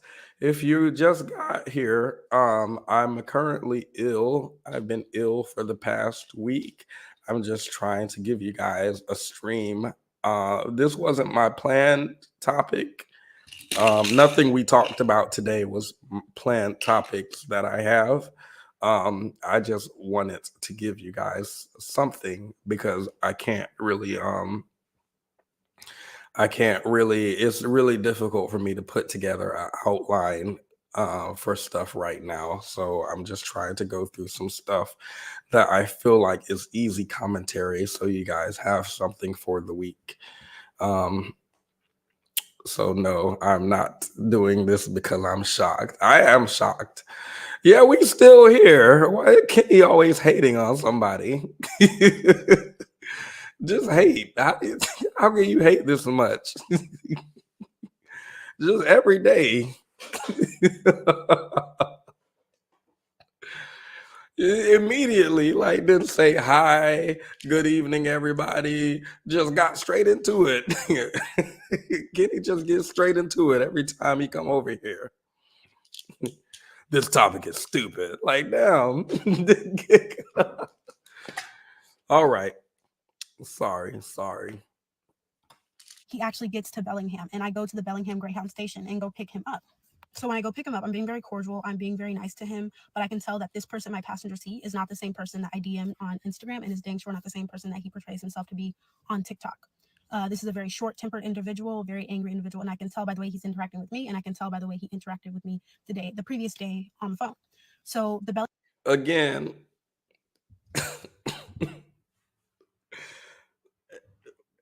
so when it comes to we were tricked, I feel like Derek Jackson might have a better chance to say we were tricked. Derek Jackson presentation is he takes care of himself, at least physically, and he speaks like he's not angry. I would say he speaks professionally. But when it comes to Medusa's judgment, let's listen to him speak a little bit. To being abusive. I am admitting to being abusive. 2-3 years ago, I dealt with a woman. Didn't y'all learn from Derek Jackson? Just listen to the content of what he just said. Listen to his tone of voice and how it feels like, even though his voice was lower, his voice was like, he wasn't yelling, but for some reason I felt yelled at. I tried to find more of his content to show you guys how he talks in his videos generally, but I couldn't. This is the only clip I have that people are responding to. But what do you mean we never would have thought? What do you mean?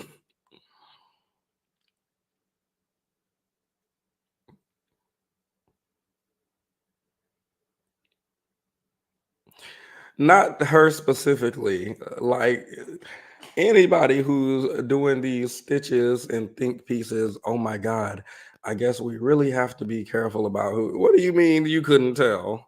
Is it me? Like, am I actually being looksist? I don't know what it's called. I'll ponder that while we continue. Station is about 5 minutes from the apartment with me, and I can tell by the way he interacted with me the previous day on the phone.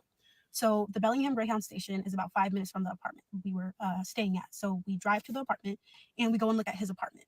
He gets his keys, we go in, and it reeks of pee. It smells horrible.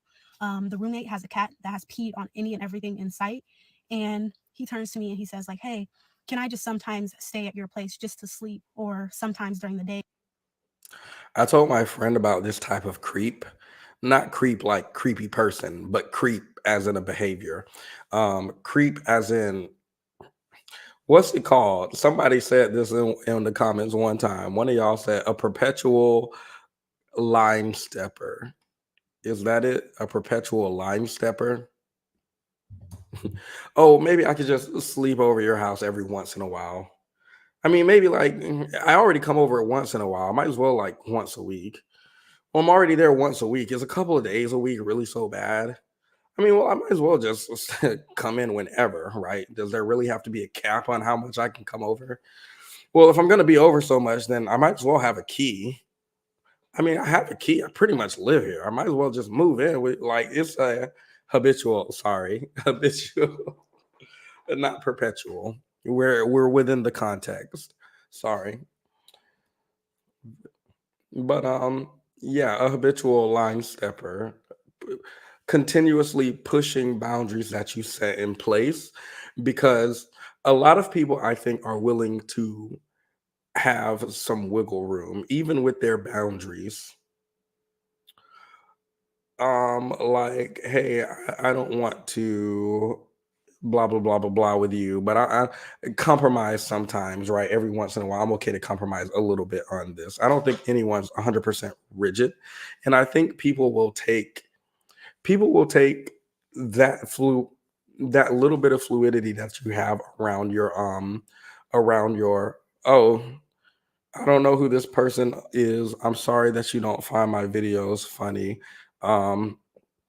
Please do leave a like on your way out. It helps the algorithm, and or leave a dislike. That also helps the algorithm. But people take that little bit of fluidity that you have on your boundaries, and they take advantage of it. They take advantage of it. The way that this was described to me was so think about plastic surgery, and specifically think about those people who have a really, really bad plastic surgery face. Let me show you what I'm talking about. Like a really, really, really strong, oh my goodness. I'm sorry. Like a really strong plastic surgery face. And I want you guys to sort of ask yourself this question that a lot of people probably ask. How is it that you go through plastic surgery after plastic surgery and it starts off with a little bit, right? You get some filler or something or some Botox, and it doesn't look bad. Maybe it even looks good, or like it improved your look, or like you got exactly what you were going for. But then you go and get more, and you go and get more, and you go and get more. And so it's easy to look at someone who has the quote unquote plastic surgery face and say, how could you ever let it get there? Like, how could you go in? But this isn't one thing. This is, you went in for something and it made your face look different. Then you went in to get a touch up, and your face already looked different. So when they made it look a little bit different from what it looks like now, it's not that big a deal.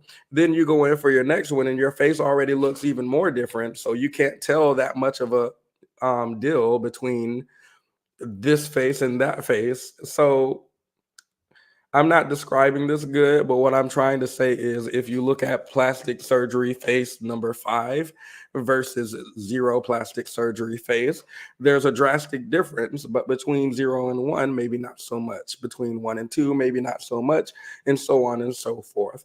I think this is what happens with habitual line stepping. Someone will take a boundary that you have that you might be willing to wiggle on a little bit, and because it's wiggling a little bit every so often, it doesn't seem like a big deal to you, when if you compare it to where you used to be, it's drastically different. Which is why one of you in the comments said he went from being abusive one day to living with you the next day. How did this happen? Or sometimes during the day, because I can't, like the smell, I can't get used to the smell. And I felt really bad, and that was my mistake, feeling bad, my first mistake. And I said yes, and he completely took advantage of this and got really crazy. He would be in my apartment for hours at a time, making skits and TikToks in my clothes, going through my closet, using my dresses, my bonnets, my shirts, everything for his skits, and he would be wearing my clothes in his skits. Now, hold up, let me Google.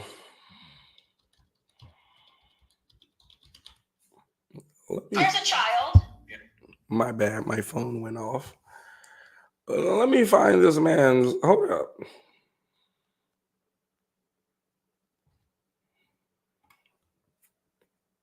What skits was he doing in your dress and your bonnet? What skits was he doing?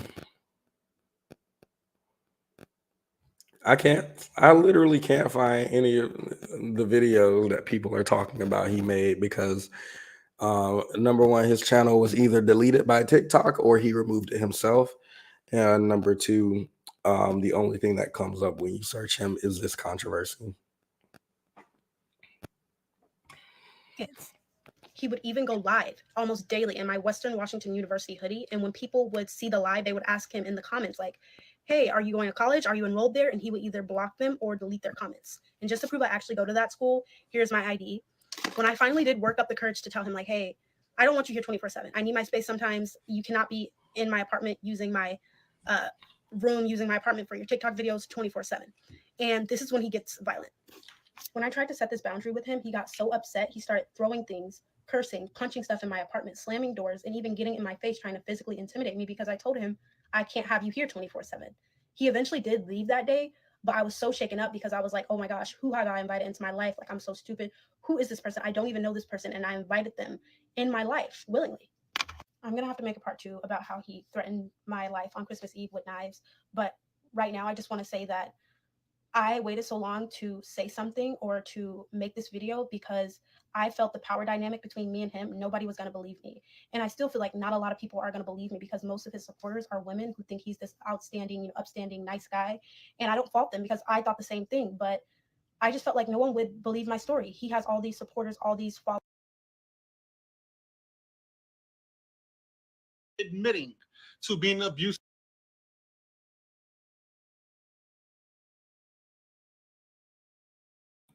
When you say this is more me being in disbelief. I'm not actually asking her this question. When you say that all of his followers are women and they believe he's a nice guy,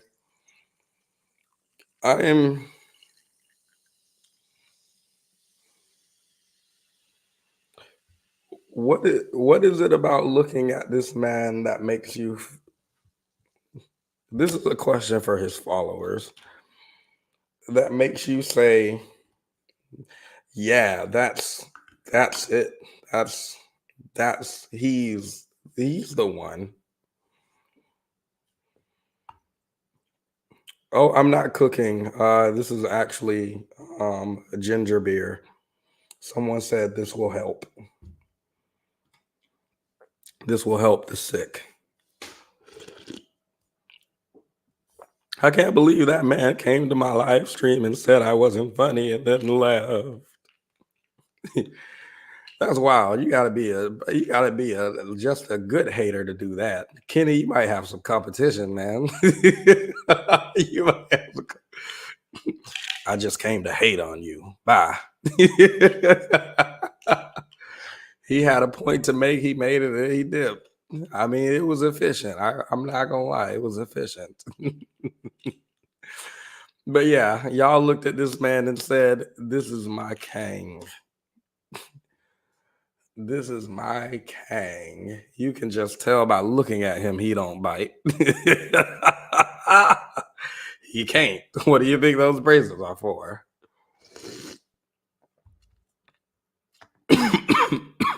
Ouch.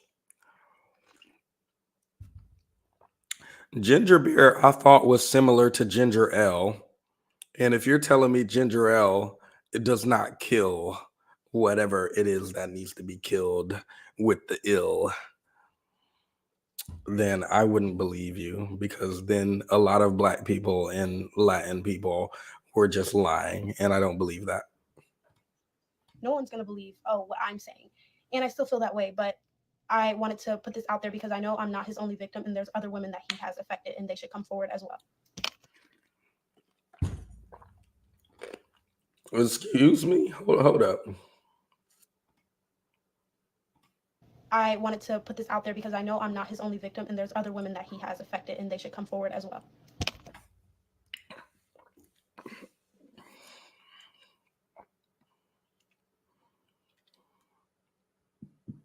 So he's always looked like that?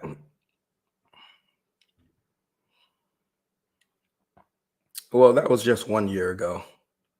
Okay. 1.5 years ago. Maybe the older pictures look different. If I was to have a daughter, one, at the age of 14, me and her mom will teach her how to clean. Oh my God, it's so tiny. Why is it so tiny? If I have a daughter at the age of 14, me and her mom will teach her how to clean, use, load, add attachments, the laws and acts of self-defense with a firearm. Y'all ladies is 36 with no firearms license and no firearm, just mace and a taser. Clown. 2, my daughter will be taught to drive herself to the date, to be that effing lazy that you want a man to pick you up and all he got to do is throw the child lock on the door is crazy. 3, never. Why can't it just be good advice? Why does it have to be wrapped in insults and misogyny? Wow, you bitches are lazy. Why don't you drive yourself? so that you can protect yourself from a man kidnapping you. What is this double speak? 3, never be in a private alone. Never be in a private alone. If it's not your boyfriend. X, why is you, the guy you're dating, and his roommate all in the same place and at the same time? 2 versus 1 and you're a woman? Absolutely not. 4, do not trust women that's overly excited for you to meet a man that only she knows.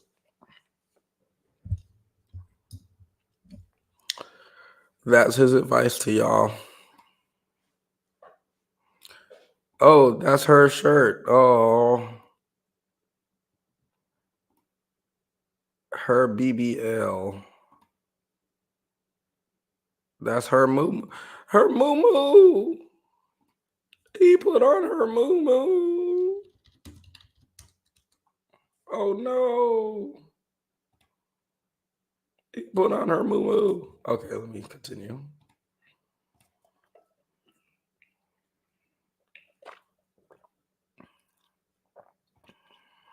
Y'all have been taking advice from this homeless, clothless man who have to get a home and clothes from somebody else. Now, the wildest thing to me was a man drive you to work, drop you off, and then drive around in your car all day. That was the wildest thing to me for a while. For a long time, that was wild to me. But now we've made it to clothes. To clothes. Are you done with that outfit for the day? I wanted to go to the store. What? I wanted to go to the store. Are you done for the day? I was ready to. Are you waking up shortly? Just wanted to nudge you to see if you were done sleeping. I wanted to sleep soon.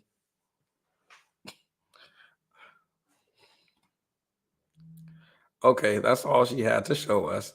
We're gonna watch number 2. I'm gonna leave number 3. Y'all can watch number 3 on her channel and give her her view.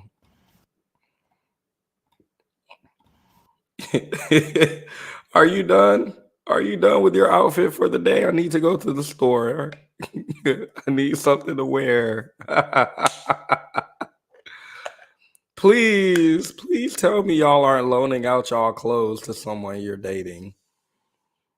And this is so annoying. I feel like if this were a woman's channel and we were talking about taking your partner's clothes, she would be like, oh, I wear my boyfriend's sweater sometimes. It's really big and snug. But this man is talking about, I don't have clothes. I need to wear your clothes. It's all I have. You want me to be shirtless? Hello, everyone. This is part 2. Again, this is not to bash anyone or send any hate to anyone. This is just me telling my story. So about a day after he goes crazy in my apartment because I told him he can't be there 24/7, he comes to my door and he has his head down and he's moping and going on a tangent about how nothing's working out for him right now and this move stressed him out. He has no money and all this stuff. And I quickly realized, okay, so he's basically apologizing without actually saying the words, I'm sorry. And I used to have this problem, I can admit, a long time ago, but I never took someone for what they were when they first showed me. I always gave people chances and chances and chances because I always wanted to see the good in people. And I believe that everybody has good in them. And I believed he had good in him. So when he did this whole fake apology, I still allowed him to spend nights and sleep in my apartment. So I'm not going to tell you not to believe that people can't have second chances and improve and change from what they used to be into something different and better. I won't tell you to give up that hope because I feel that would be disingenuous on my part based on what I believe about people. I will say you don't have to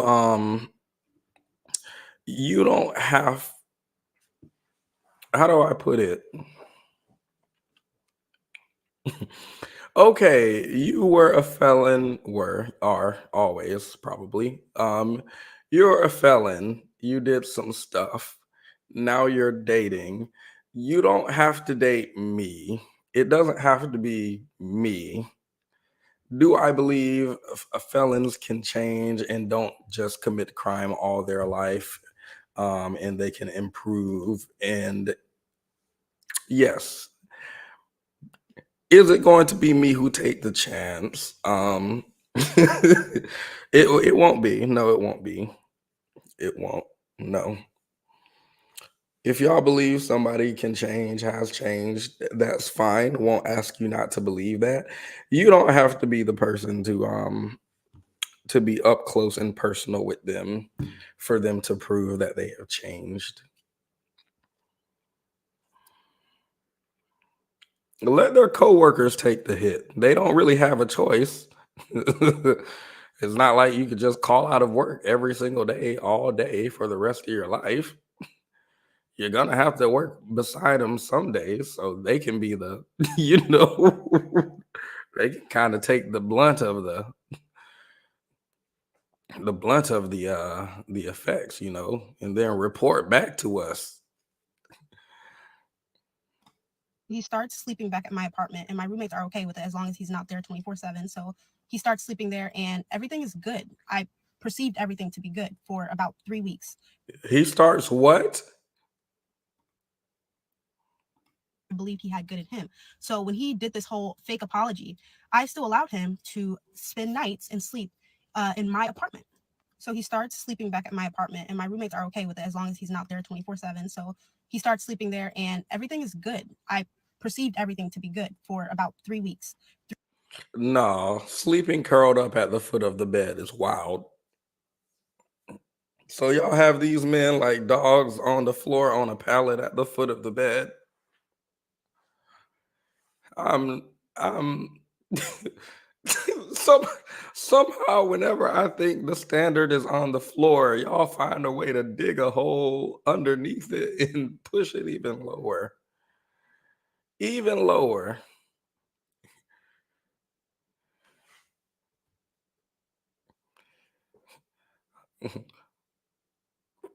3 weeks until November. When November came, I'm planning to go get my hair done. When I'm planning to get my hair done, I'm calling my hairstylist, but she lives in Tacoma. If you know anything about Washington, you know Tacoma and Bellingham about 3 hours apart. Whenever I go to Tacoma, I can't come back to Bellingham in the same day. It's too much traveling for me, and I get tired really quick after I get my hair done. So I'm thinking, okay, I'll just go to Tacoma, get my hair done, and then I'll go to Seattle from Tacoma and just stay like a night or a day with my mom and catch up with my mom and my siblings, because why not? It's close. I have to pass it anyway, and I don't want to be on the road. So I get my hair done in Tacoma, and my hair takes about 7 hours to get done. And then I go to my mom's house in. What are y'all doing to y'all hair? I didn't heard this like 3 different times from separate women, all unrelated to each other, who don't know each other. Tell me about their hair taking 8, 9 hours to get done. What are y'all doing to y'all hair? What is going on in the salon? Actually, no, this don't happen in the salon. It always happen at somebody's house. I never hear anybody say I spent 8 hours in the salon. It's always at some individual person's house. I went to my braider and I stayed there for 8 hours. My hairstylist, I was at her house for 10 hours. It's never at the salon. What are y'all doing in these women's houses? I don't understand. This is not a dig at her. I'm genuinely curious and confused. Seattle, and I stay there for a day. And while I'm staying there, we're still talking, we're still texting, and everything seems to be fine. My roommates have my number. They haven't called me, haven't texted me about anything. So I'm like, okay, everything's good. After I leave my mom's house and go back to Bellingham, this is when I get a weird feeling because he starts acting. No, my sister doesn't have locks. She has her hair braided right now. Completely weird, like he wasn't acting before. He's pacing my room, texting, and then he's pacing the apartment complex on the phone. He's ignoring me, and I just feel a gut feeling like something is wrong, something is not right, but I can't pinpoint what it is, and I'm not going to ask him because he's going to blow up on me. So I just waited the whole day when I got back, and then at night, something told me, hey, check his phone.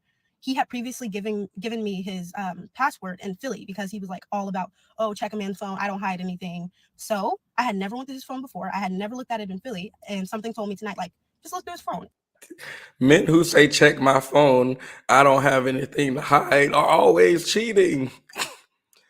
They're always cheating. The strategies have evolved because it used to be we know we shouldn't go through each other's phone because we both have a right to privacy. And then it evolved into this strategy where you're like, oh my God, I have nothing to hide. You can go through my messages. Here's my password. And like, I'm giving you my password because by giving you the password, you're going to be like, well, obviously someone who's cheating on me wouldn't give me their password because then I could just go in their phone and find them cheating. So he can't be cheating because he gave me the password. But no, you thought you were 2 steps ahead because you were thinking that he couldn't be cheating because he gave you the password. But he was 3 steps ahead because he said, if I give her the password, she's going to think there's no way I could be cheating. That way I could cheat and she'll never check my phone because I gave her the password to check my phone, which means she won't. But if I fight and I don't give her my password, she's going to want to check my phone and it's not going to seem like there's any trust, blah, blah, blah, blah, blah. Something, the company drug test you randomly. I don't know.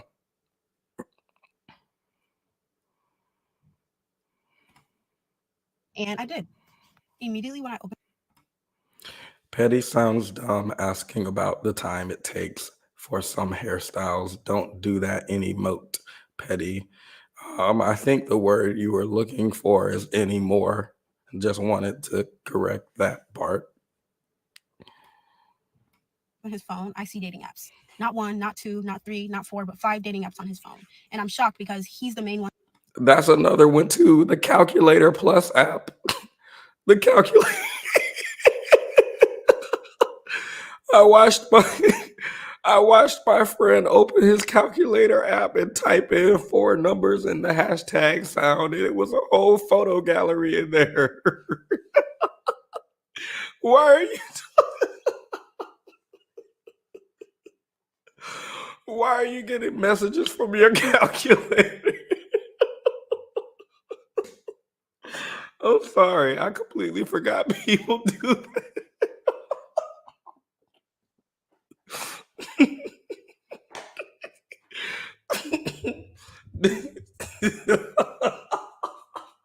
I'm sorry. I'm trying to figure out if I was in a relationship with somebody and they calculator texted them, Domino's texting them. Oh my goodness. If I go in their calculator because I'm trying to do an equation and the calculator just suddenly opened up into a gallery. Now, what sort of bigotry is this here? Sorry, y'all. That had me that tickled my funny bone. I'm saying, oh, I moved here for you. I'm doing all of this for you. And there's 5 dating apps on your phone. So I'm shocked because I didn't think he had these dating apps on his phone. And obviously it's because he wants to keep his options open and meet, girls at my college. Then I went to his Instagram DM. Keep his option. Admitting to being a I would want to keep any option I can get to. I would want any option I can get. Please, whatever you have, please, anything. I'll take anything. Please, I would too. I completely understand, but not while you're in a relationship. And why would she be with him? No, this is what I don't understand. Because people say ugly people. I'm not saying he's ugly. I'm going to say he's pretty challenged. He's pretty beauty challenged.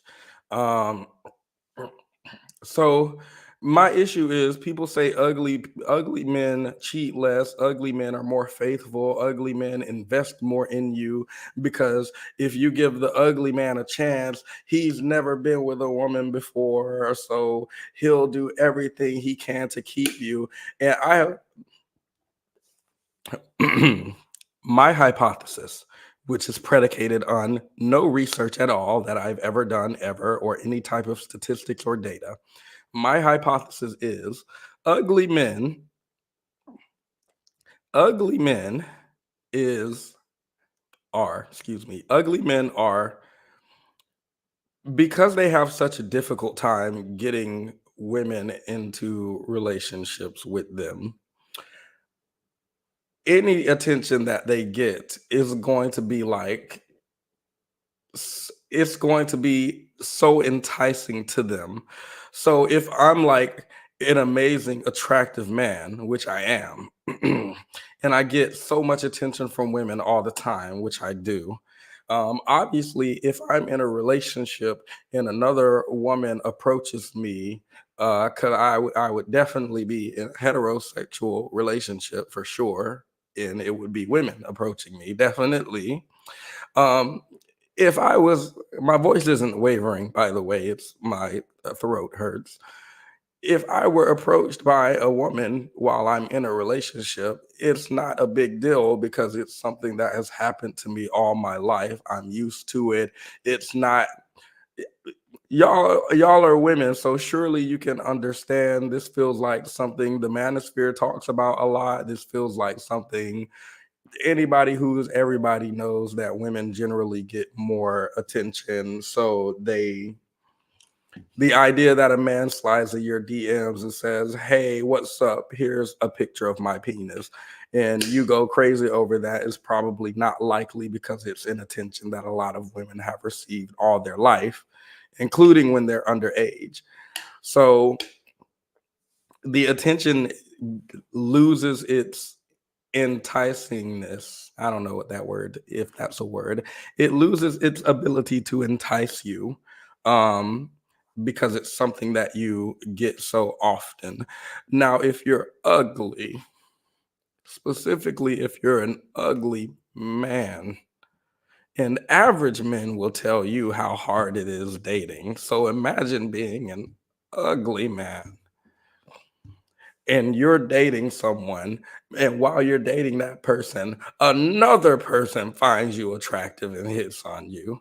Can you imagine someone who has never been hit on by anybody somehow manages to get attention from two different women, not the same person, but like two different women? They not gonna, I don't believe they're gonna have the self-control. I don't. I reject ugly men are more faithful. I reject it. When I get to his Instagram DMs, girls at my college. Then I went to his Instagram DMs. When I get to his Instagram DMs, I click on one of the first DMs I see that he's talking to this woman saying basically, "Oh, look at what these men are doing. They're exposing you in chat rooms. They have your photos." And he sends her a photo, and the photo is of her, and she's not wearing anything. She's not wearing a top. Her, her chest is exposed. And as soon as I read picture, I was like, let me go to gallery. Let me see what else he has in this phone. When I went to the gallery, I immediately started to tear up because I see a bunch of pictures. It was easily over 20 pictures of exposed women. And some of these women had their faces in the camera, and some of these women did not have a face to the picture. Like, they did not have their face in the camera. But the ones that did, they looked young. They looked like they can be in their late teens to early 20s. These were young women, and you could tell the photos were pictures that were sent to, maybe a guy that they liked, and nudes that they sent to maybe their friends or something. But it was 20 or more pictures. And I'm like, it's one thing to tell a woman like, hey, they're exposing you, you should take legal action, this is what they're doing. And it's another thing to have 20 plus pictures saved in your gallery. Like, why do you have these pictures saved in your phone? That's weird. So I waited, and I was like, you know what, in the morning I'm gonna say something. But then the morning came, I was like, no, I'm gonna wait till night so that he can come here and think he's about to go to sleep, and then I can bring it up. So that next I'm a fan of that plan. I do like strategically timed news bombing. I do love that. I love that so much. Oh my God, you've won a new Ferrari, sir. How do you feel? Oh, I feel amazing. Oh, okay. You didn't actually win a Ferrari. We have the chat log. You were talking to a minor. The police are right there. I'm sorry. Hold up. Y'all think I'm joking. Y'all think I'm joking. This man set up this. Surely you've all heard of Chris Hansen catching predators. Yes, this is an aside. This man tell these people you've won a Lamborghini, you entered the sweepstakes and you won a Corvette, and then he gets them to meet up with him in real life. They go and test drive the Lambo. How do you like the handling, sir? This is your car now. And then they get out the car. Like at the police station or somewhere, and he's like, yeah, so anyway, you didn't actually win a Lambo. We've been monitoring your online habits, and you've been talking to some children online, and we want to talk to you about that, sir. Also, the police are right there. I love it when people drop news like that. I love it. Why just drop the news? You got to wait for the opportune moment, and if the opportune moment don't exist, create it. Rent a Lamborghini and do what you need to do. To being abusive. I'm sorry. I just wanted to give y'all another look at, her ex, who she cried because she lost all of this.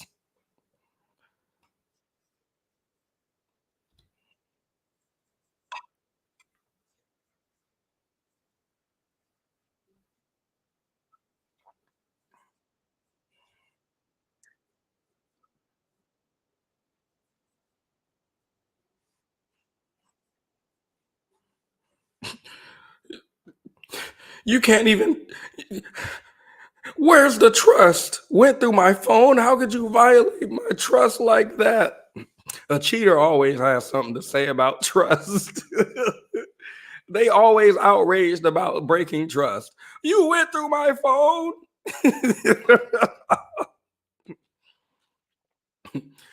I went through your phone. I found where you hid the dead bodies. Went through my phone. How could you do something like that? That's horrible.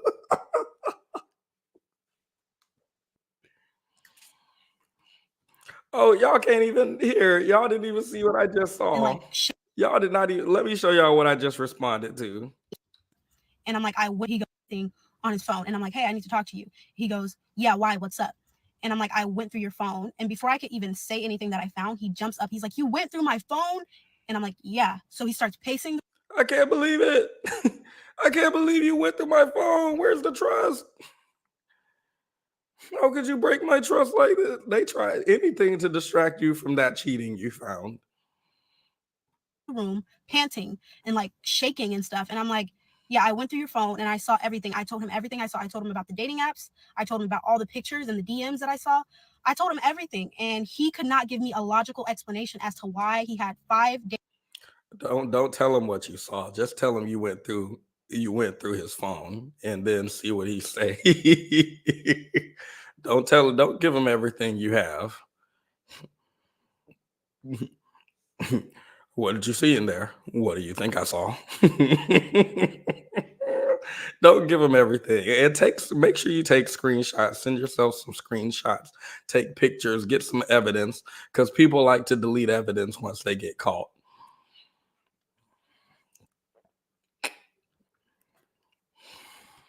Dating apps on his phone, and why he had all those pictures of those exposed women. And it's not like he had all the DMs telling these women they were being exposed. A lot of these pictures were just random women that he did not know. So he's sitting at the edge of my bed with his face in his hands, crying, like loud boohoo sobbing. And I'm telling him, like, whatever you thought we had before, we definitely don't have that now. And at this point, I don't even have to tell him to leave my apartment. He knows I want him to leave. I tell him, like, hey, I can be cordial, I can be respectful with you, but like, I don't like you. Respectfully, I told him, like, hey, I don't like you. I don't like who you are as a person. And he's still crying, but eventually he does get up and leave. After this, everything's different. About 2 weeks goes by. I'm avoiding him. I'm not texting him as much. I'm leaving him on red because I just don't want to interact with him. And he senses that. At this point in time, it's November. It's like mid to late November. And my roommates are talking to me in the kitchen, and they're telling me, like, hey, we need to start locking the door. We leave out in the morning and we're going to class, we're rushing to go out somewhere at night and we're leaving this door unlocked. We need to start locking this door. And everybody agreed to do their part to make sure the door is always locked. Then they also told me, like, we don't feel comfortable. Sometimes he's a little weird because every time we're walking to class in the morning or leaving, he's in the apartments, around the apartments, looking at them, giving them dirty looks, giving them mean mugs, and they just feel like he's weird. Wait, is he still coming in the apartment at this point? I thought what she was gonna say, maybe this sounds crazy. Maybe I've just been watching like too much true crime or something. I thought she was about to say her roommates were like, hey, we need to start locking the door and being more safe when we walk out in the morning and night. And they were gonna start locking the door, and then he was gonna text her, and it would have turned out that he was sneaking in the house when they left the door unlocked, and now because they started locking it, he can't sneak in, and this is how they would have found out that he was sneaking in every night. I don't know why I thought that was what she was going to say, but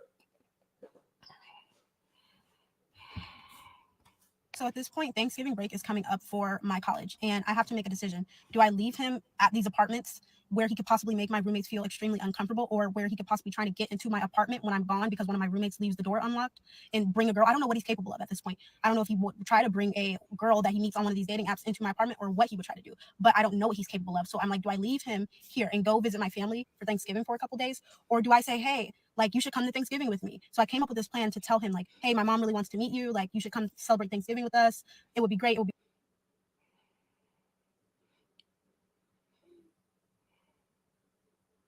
I'm sorry. I'll let her cook. My bad. great for you to get out of Bellingham and see Seattle. It's perfect. It's perfect. And he's like, no, he's not budging. He's like, no, I'm staying in Bellingham. I'm staying at the apartment. Like, no, I'm not leaving, basically. Mind you, my family doesn't know much about him. Only thing I told them about him is that he has horrible anger issues and he takes his anger out on me sometimes. Other than that, they don't know a lot of the stuff. So I told my mom that I'm potentially going to be bringing him and that she should just be like cordial with him. And I did. He finally agreed to go the day before I left to Seattle for Thanksgiving. He's like, okay, fine, I'll go. But he was super suspicious because he thought I was trying to set him up or get him jumped, which never was the case. So we go to Seattle for Thanksgiving and he meets my mom. My mom does not like him. I already knew she wouldn't like him. It was just a matter of keeping him out of Bellingham so he doesn't do anything weird with my apartment or with. I would not be in the same car with that person.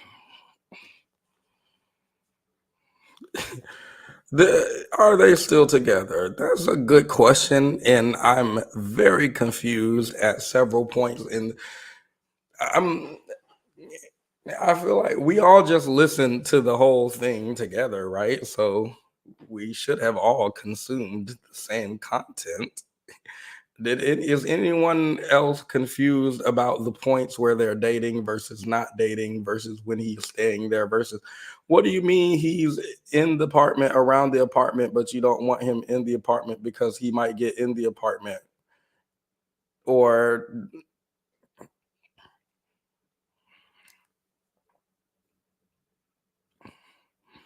here's the plan. I'm going to introduce him to my family.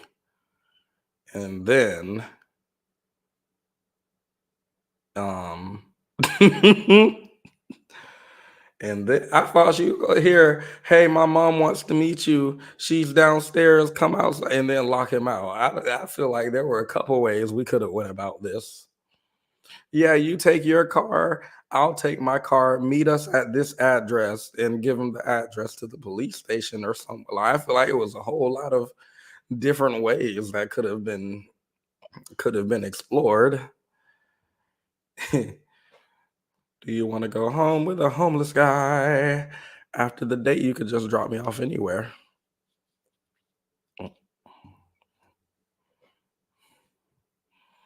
Home with a homeless guy. My roommate. It was just a matter of keeping him out of Bellingham. So my mom does not like him. I'll go. But he was super for Thanksgiving. He's like, okay, fine, I'll go. But he was super suspicious because he thought I was trying to set him up or get him jumped, which never was the case. So we go to Seattle for Thanksgiving and he meets my mom. My mom does not like him. I already knew she wouldn't like him. It was just a matter of keeping him out of Bellingham so he doesn't do anything weird with my apartment or with my roommates. So when we get back, I get a text from the group chat with my roommates saying, we have to be on top of locking this door. I'm noticing that it's still not getting locked at night and it's still not getting locked in the mornings. It's for our safety. We need to leave him at a gas. Hey, I need to stop and get some gas.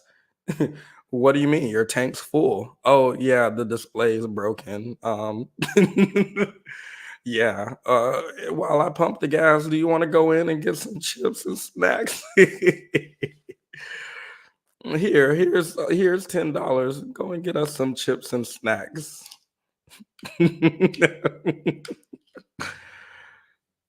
Got it. Lock this door. And I start to be so thankful that I actually peer pressured him into coming with me, because no telling what he would have did when I was gone. I have a couple more things to tell you all, but I'm gonna have to make a part 3, and that will be the last and final part.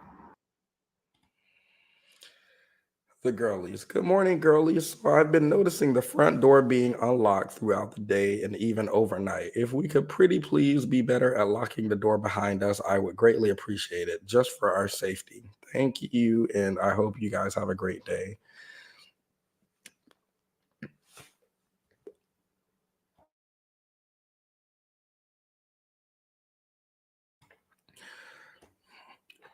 Of course, I'll be double checking. Hey, girlies, I went to heat up some water in the microwave. Interesting. And I noticed it had a lock key sign on it. So I'm guessing it's locked if this is true. Whoever locked it, would you not like anyone using your microwave anymore? Because if so, huh? What type of microwave y'all got where you can lock it? What did I miss? What technological revolution did I miss? This must have been sometime after the steam engine, but before the internet. It had to be between there. I know that much. Okay. Hello, everyone. She said she had one more part, but I feel like y'all should just watch it on her channel. Hello. Oh, this was the part I watched. The other 2 parts that we just watched, I didn't watch before. Throw your Cash App up so we can donate to your Cooties Defense Fund. My Cash App used to be TBMOTH, but I changed it because I felt like I felt like it was too petty to have that as my Cash App name. But now I feel like, does anybody really know what that means actually? Probably not. So I can change it back, right?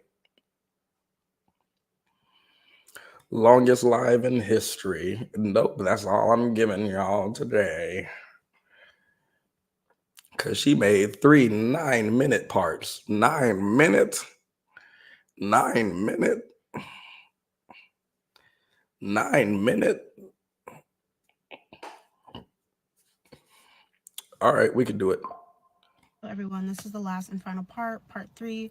I want to say I'm not bashing anyone or sending any hate to anyone. This is just me telling my experience and speaking my truth. After we get back from Thanksgiving dinner, things are awkward because I'm avoiding him. I'm not responding to text messages. I'm being super distant with him. And I still see him every day when I go out of my apartment because he's in and around the apartment. So when I'm walking to class, I see him. When I go to my car, I see him. I get a message from him and he's saying, I know you don't like me. I know what we had once before we'll never have again, but I still want to get you your money. I was wondering if we could do DoorDash or Instacart so I can get you your money. At this point, the holidays are coming up. Winter break is coming up for my college, and I do really want my money. And the money that I loaned him wasn't like a small $200 or $400. I loaned him over $2,000 for the moving and the helping with his rent. So I did want my money. What?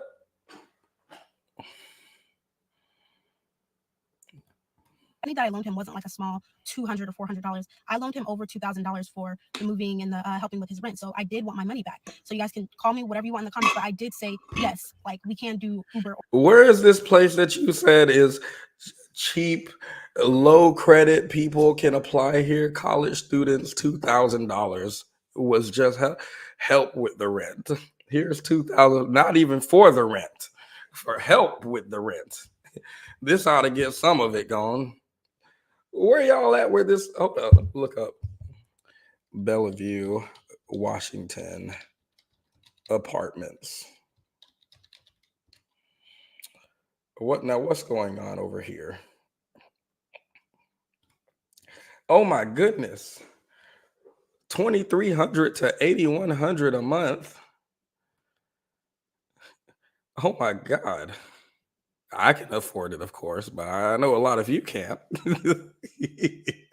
One bedroom, urban one bedroom, 2,300 to 2,600. 2,600. One bedroom A5, 26 to 28. Hold up. Because I need to see 2 bedroom are going $4,000. Where's 3 bedroom? $6,400 to $8,100. 3 bedroom, 1,800 square feet. I don't know how much that is, but I hope y'all are getting a lot.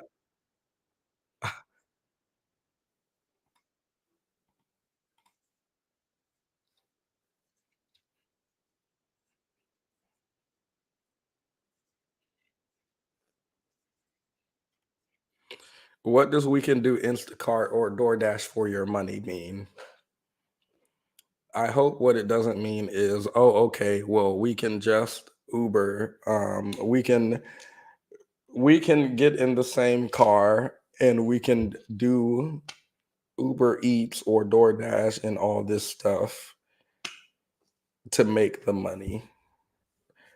Am I misunderstanding?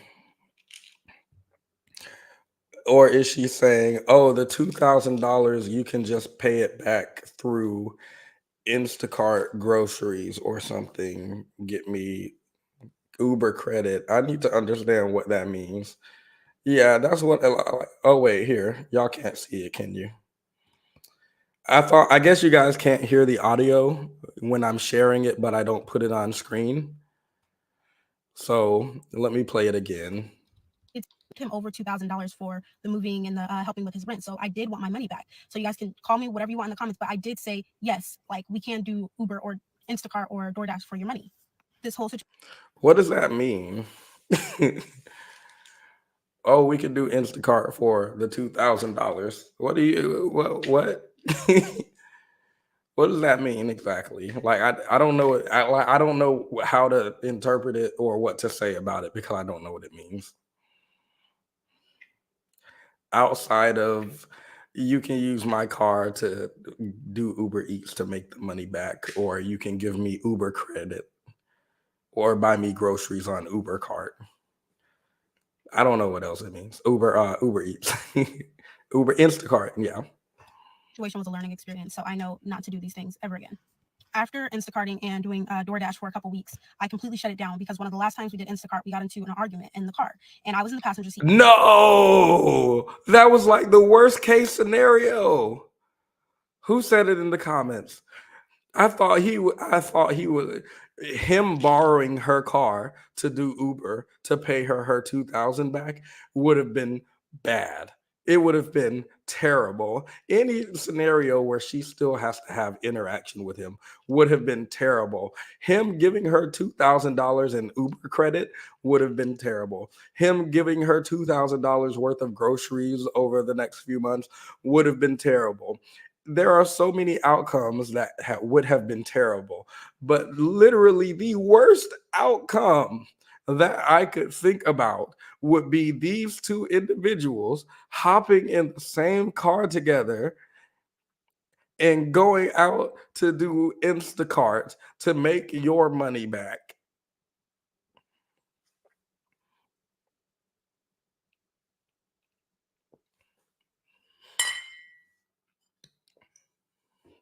Okay.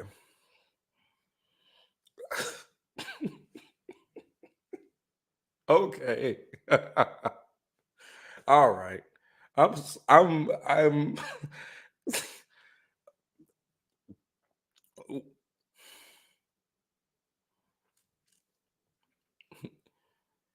You gonna give me my 2,000 or you gonna go to small claims?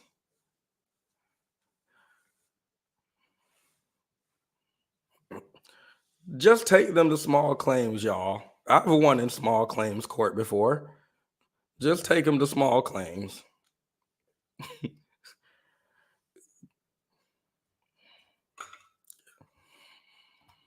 And he was driving my car on the highway. I completely shut it down because one of the last times we did Instacart, we got into an argument in the car, and I was in the passenger seat and he was driving my car on the highway, and he looked at me And he raised his voice and he said, "Keep talking to me right now so that I could flip this car and us both." And obviously I started crying and I completely stopped talking to him. And once we got back to the apartment, he went his way, I went my way, and he blocked. I'll give another trigger warning for those who are just hopping in. I think this is the point at which this becomes explicit, and he escalates from verbal to physical stuff. Blocked me on Instagram, he blocked me on TikTok, and he blocked me on every social media that he had, and I'm still blocked on those things till today. At this time, it's winter break. Mainly everybody at the apartment is gone, including all of my roommates. Anybody who knows anything about college knows when winter break comes, everybody goes home and sees their family for Christmas, New Year's, that kind of thing. My family doesn't celebrate Christmas, so I had no reason to leave. I get a message from him late December. He's asking to come over to my apartment to watch a movie, and he wants to start the new year right and just bring positive energy into the new year. And I can confidently say this is the worst mistake I ever made in my life. I'm all about accountability. I can confidently say this is the movie, and he wants to start the new year right. Everybody goes home and sees their family for Christmas, New Year's, that kind of thing. My family doesn't celebrate Christmas, so I had no reason to leave. I get a message from him late December. He's asking to come over to my apartment to watch a movie, and he wants to start the new year right and just bring positive energy into the new year.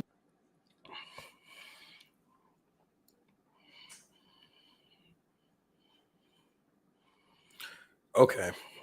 Here. And I can confidently say this is the worst mistake I ever made in my life. I'm hoping she's not about to say, "I said, sure, let's watch the movie. And you can apologize to me in person." I hope that's not what she's going to say. Life.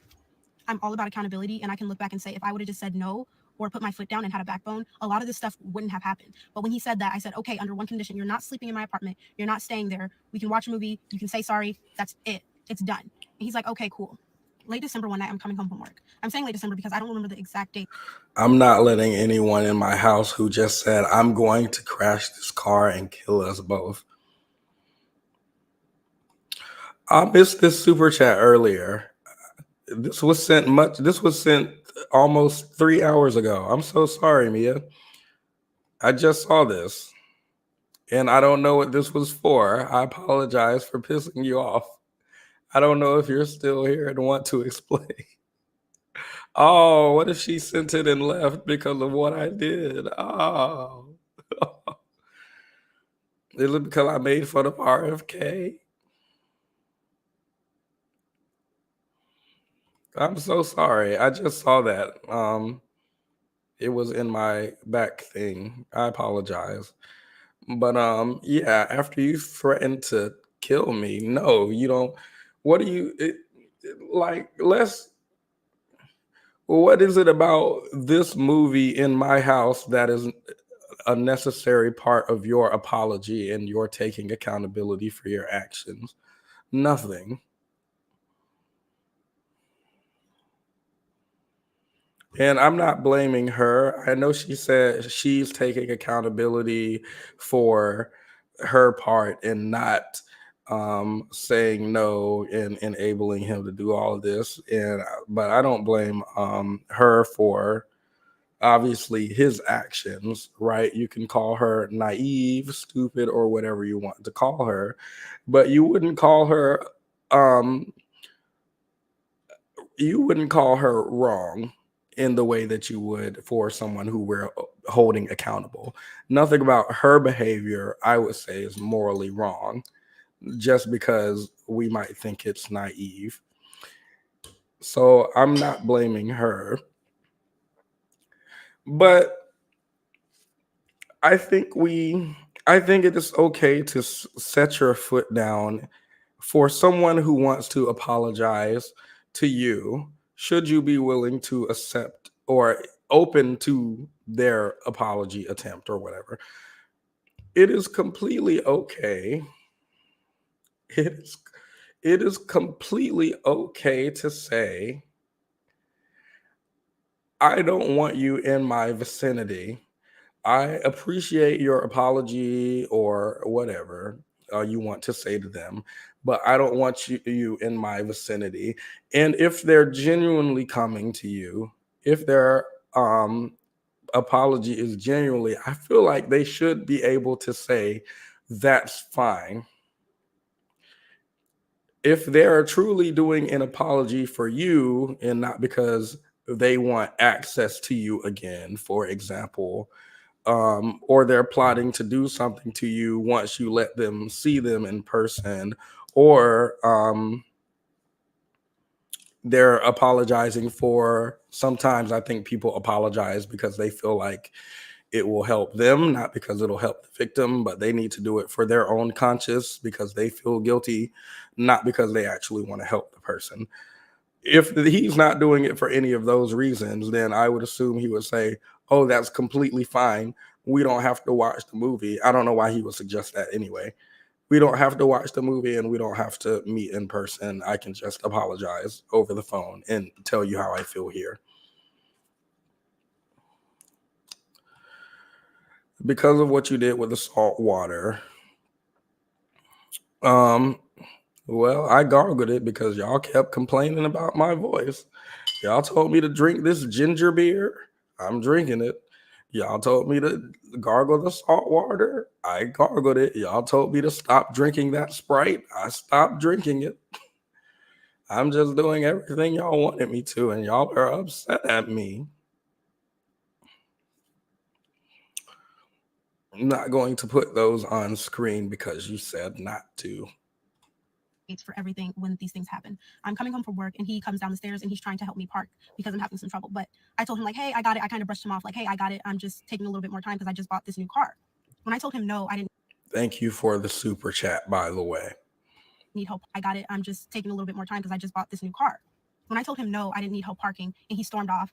I sat in my car and I thought like, no, I'm not going into the new year like this. No, I don't want an apology from him. No, I don't want to pretend to be nice to him and like him and watch a movie with him for 2 hours in my apartment. Like, no, I'm not doing it. When I get up there to my apartment, I'm going to tell him, no, we can't do anything.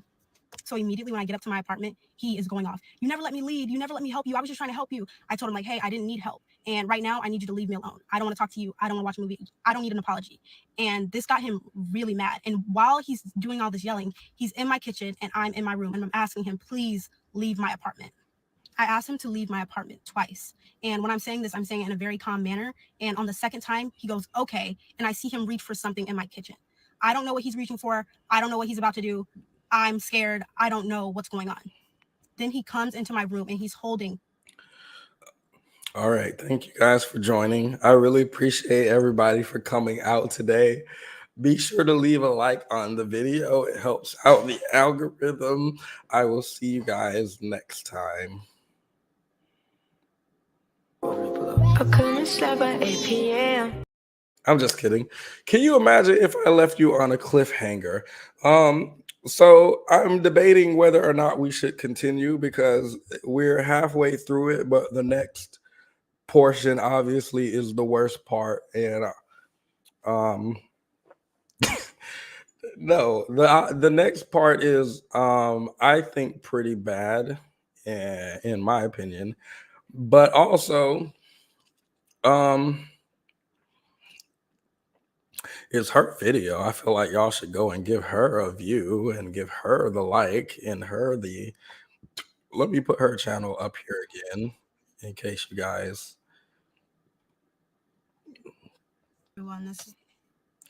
So her channel is t.isreal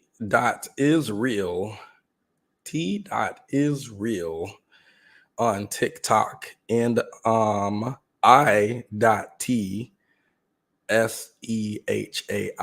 on Instagram. So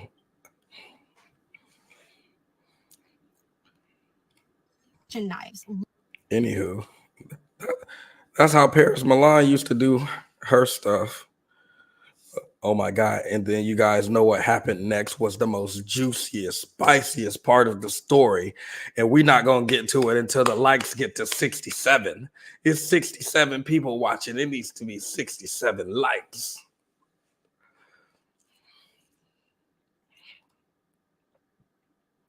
Oh, actually, wait a minute. This is actually a problem. Hold up.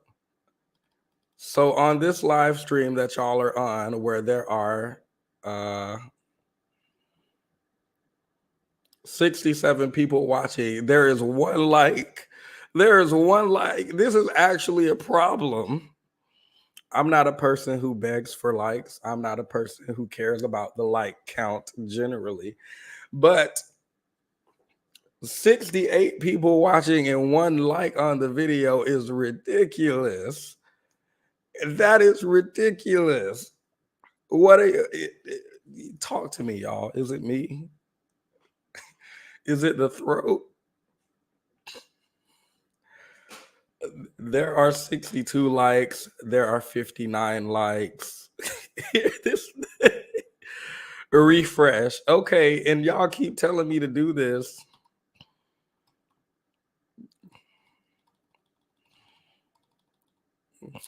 And the counter does not change. 56. So, and y'all can't get on one accord. Y'all are talking about 56 likes, 59, 62. So I feel like y'all just wanted to lie to me and tell me it's a lot of likes on the video when I can see with my own eyes that there is one like, and that like is mine. That like is mine. And y'all can't even get y'all lie on the same accord. Like, I feel like y'all should have went in the room together and said, let's all use 60. Let's all use 60. But nope, y'all threw out 59, 56. Hey, wait a minute. Hold up, guys. Don't be rash. Don't be rash. I am Harms. Wait, Petty, you are still live? Yeah, we were actually waiting for you to come back and leave your like. I can't believe you came in and watched earlier and left without liking. We were going to stream all day till you came back.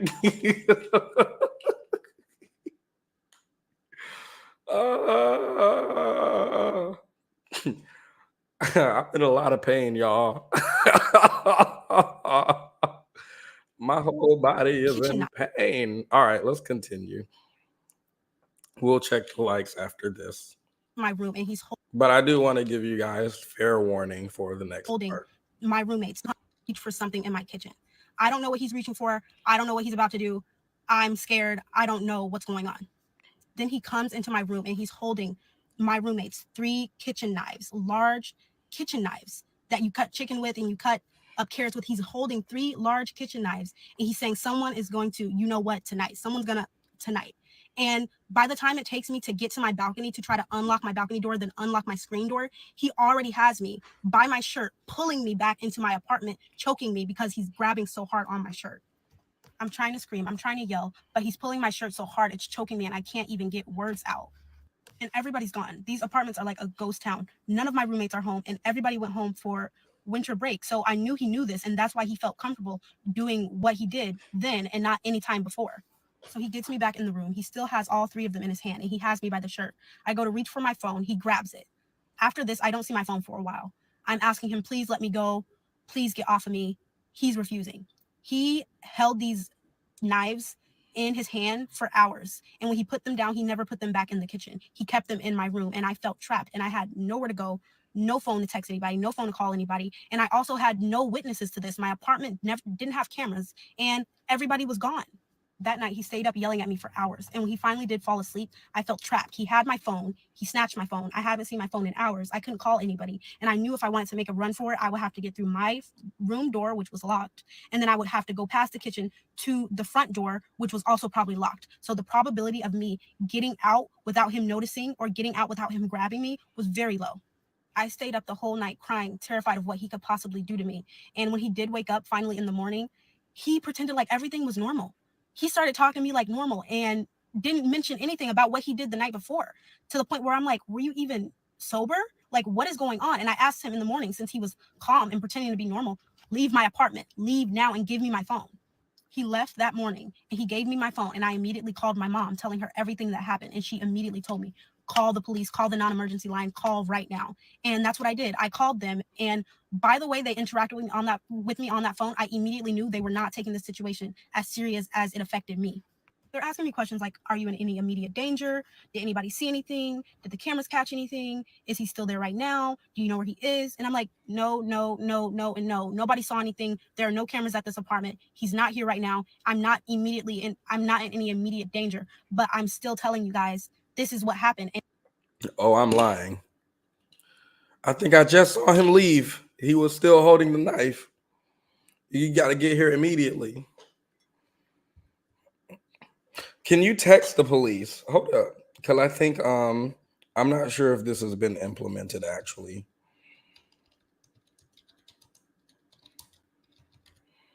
Because I know a lot of people have fears about being able to call the police while something is happening. And more specifically, when the perpetrator is still around and when calling the police might aggravate them. And you don't want to escalate things.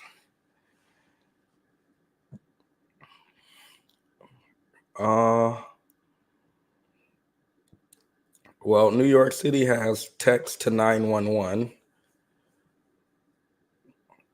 They say you should always call 911 if you can, and text only if you can't.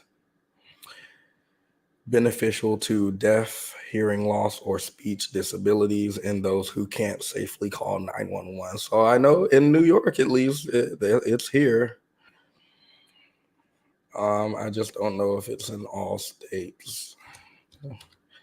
Looks like in New Jersey, it's here, Georgia, in some counties in Georgia, looks like Forsyth, Gwinnett, DeKalb County, mainly the ones around Atlanta, maybe Covington, Conyers, Macon. What about Texas? Yep. So probably in some states and in other states, maybe in specific cities, I would check with your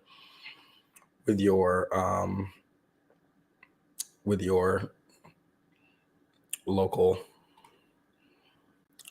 area, wherever you can find that information. But yeah, this is. I know the police don't tend to. I don't know how to describe it. I think the police have a difficult time seeing Black women as victims, even when there's like very overt abuse happening. We've already talked about this a million times. We talked about the Black guy on the subway who punched the woman, recorded it, and recorded the interaction with him, the police, and the Black woman. And the police were just upset at her for being irate, even though everything just happened right in front of them. I don't know. Well, I have suspicions about bias, but I don't know what it is where police don't tend to take Black women seriously as victims, or see them as victims. But I recommend everybody weaponize that white woman, what's it called?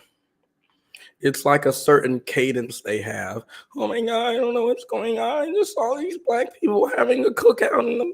Like, weaponize it to your advantage, because I do think the police otherwise will treat you terribly. And I think it's really unfortunate that this woman called with what she called with. And it seems like they kind of dismissed her.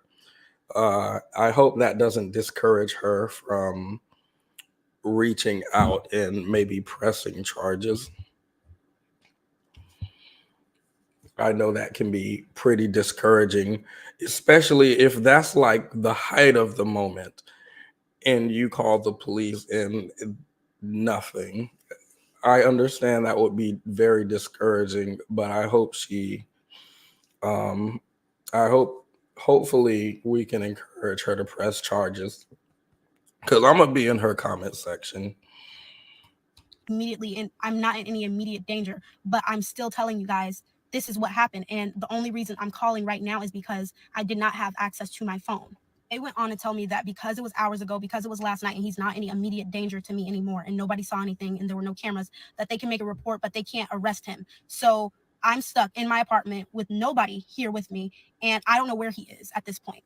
This was late. My question is, did they make the report? A name? Do you have to have the proof to press charges? Isn't the proof supposed to come during the court proceeding, or no?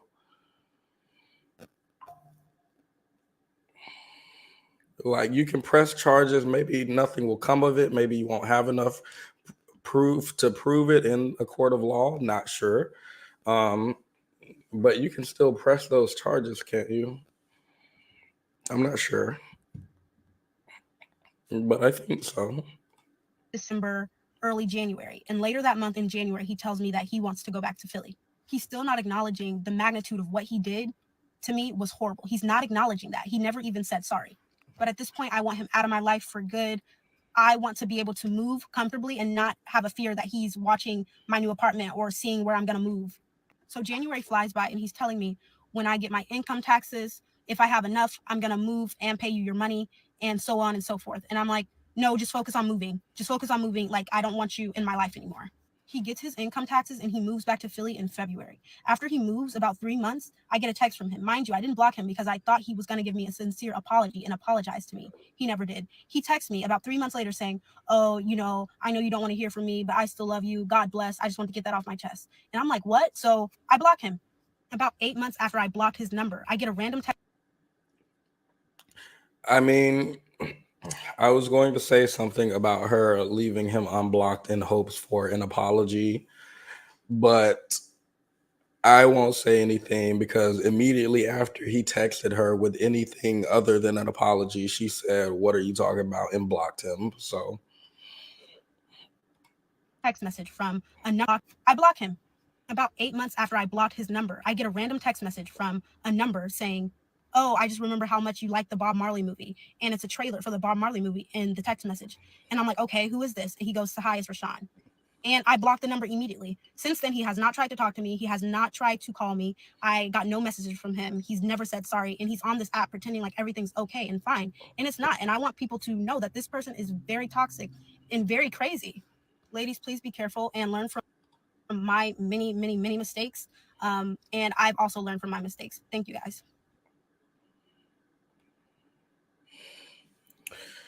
I'm probably crazy as hell to be texting you because I know you don't care. Just want to say I miss you, I love you, and I hope all is well. I just wanted to get that off my chest. Stay blessed.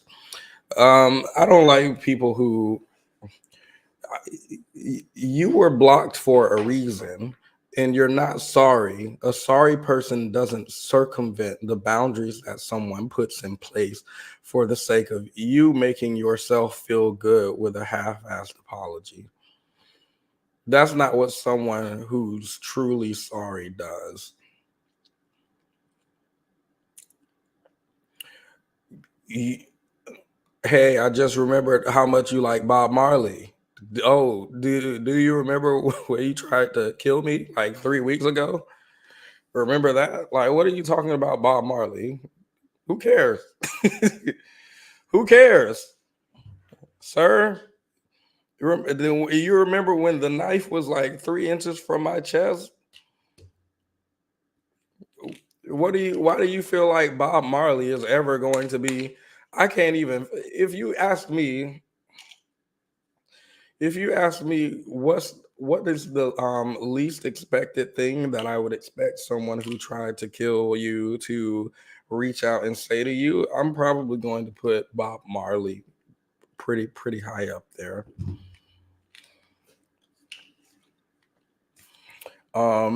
Yeah, reaching out to your victim, it does not indicate to me that you are sorry. It does not indicate to me that you have changed or that you sympathize for your victim at all.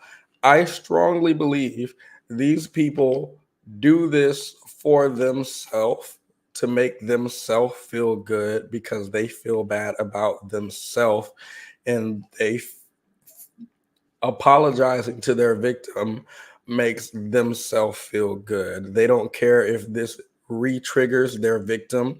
They don't care if their victim has explicitly said, don't talk to me.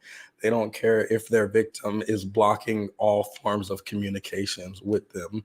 All they care about is what they want to do still, and what benefits themselves, which in this case is they want to feel better. So they throw out an apology. Someone called her weird. I don't think she's weird. I've said this before, but unfortunately, I think a lot of women are human, especially Black women. And I believe they see the humanity in people and they want to believe that people can change and that people can be better. And they want to sympathize and understand. And they can understand how, I don't know, someone's childhood or upbringing or past experiences can affect the person they become and blah, blah, blah, blah, blah. All this stuff,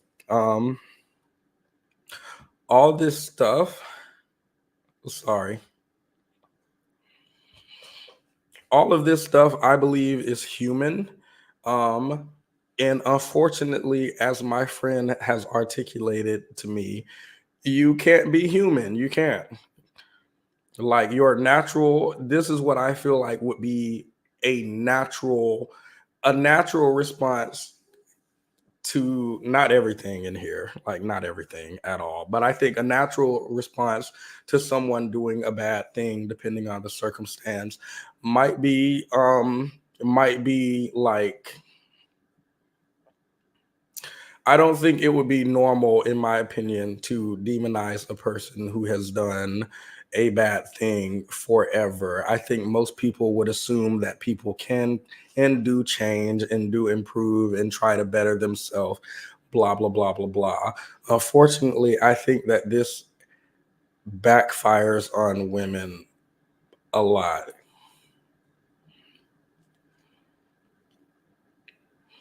Like, it would be nice if we could see a person who used to be a thief and used to steal, and they come to you and say, I'm a changed man, I'm trying to better my life. It would be nice to be able to believe in that. And I think that's what a lot of people do. And unfortunately,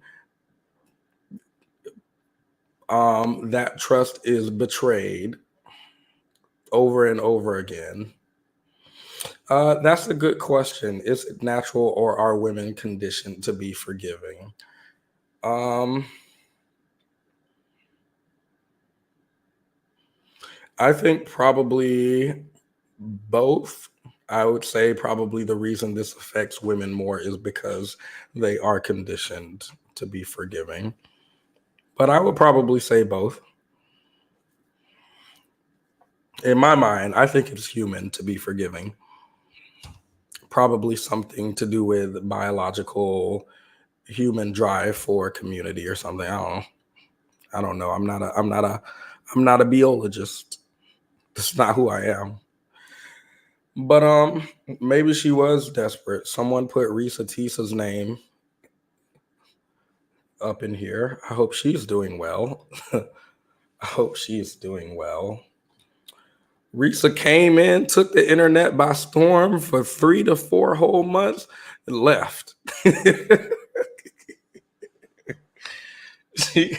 She came. Is this wake up, makeup slay? What the world?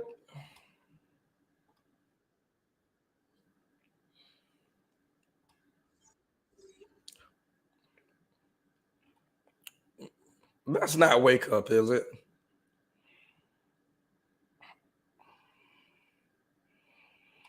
No. Hold up. Let me find out. Wake up, makeup Slade was over here with a 40-part Who the F Did I Marry series. Let me find out. That was Risa Tisa, by the way, that I just showed. Yeah, I pulled it up and I was like, that's not the Risa Tisa I remember seeing. That is not the Risa Tisa I remember seeing in that 40-part series. I still haven't watched that series, by the way, but her face has become so recognizable on the internet. Wait, they found lesion? Hold up. I've missed so much. Risa Tisa's new movie? Wait, what? Reese Tisa new movie, Legion found. Legion has video evidence of Risa cheating. I don't believe that. ADHD summary of Risa Tisa story. Y'all are bordering on ableism. Y'all are bordering on it. The rise of the multi-part. This is a big deal. Not the LA Times article. Hey, cousins, best friends, everybody in between, wherever you are. So today is August. It's been a whole year. 11th, 2024. Oh, sorry, we're not gonna get into this. We're getting off topic. My apologies. Why did I bring up Risa Tisa? I completely forgot. Dang. I lost my train of I was doing so good. No.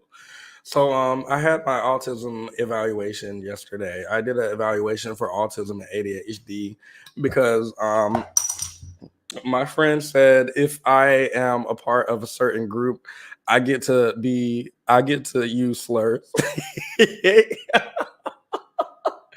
I get to use certain slurs that group can use. So I want to increase my power. I want to increase my power. And so my psychiatrist recommended me to a neurologist since she is uncomfortable diagnosing autism and ADHD. Understandable.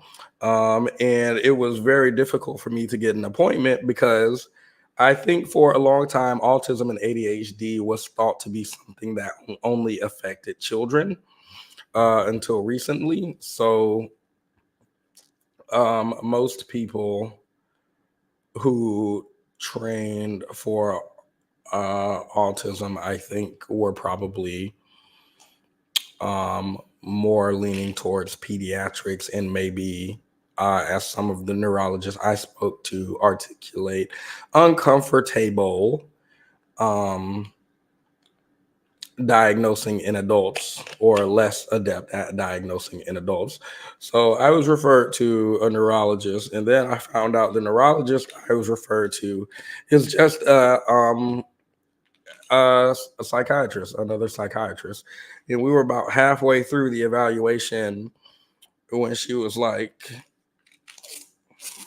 she asked me something, and I was like, yeah, these are questions that my therapist and my psychiatrist asked me. And she was like, well, why did they refer you here? Because we're just doing what they already give you at your regular stuff. And I said, oh, they referred me here so I could have my autism evaluation, my ADHD evaluation. And she said, oh, we don't do that. So yesterday was just a waste of my time. But she did refer me to someone else who can actually do that evaluation. So we're just still in limbo, but we're going to find out if we can get access to those slurs. Let me look up some of them real quick.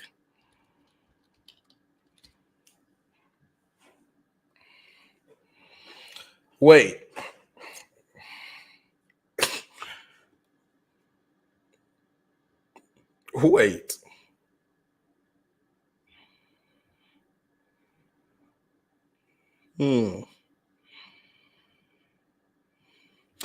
Able-bodied is a slur?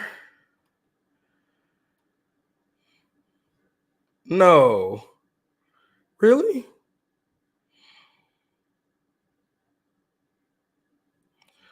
Uh-oh. Well, I didn't mean to say that. My apologies.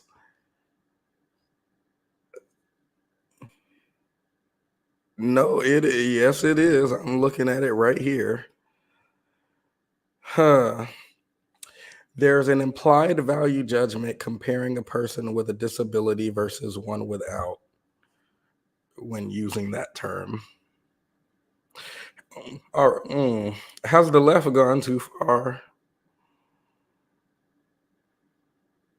Has the left gone to bonkers? Come on, what?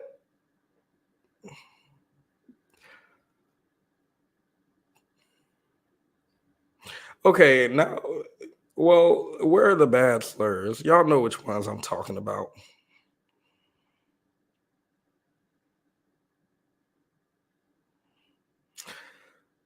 I think some of these are words that you can use as slurs. So that they can be used as a slur does not mean that it is always a slur.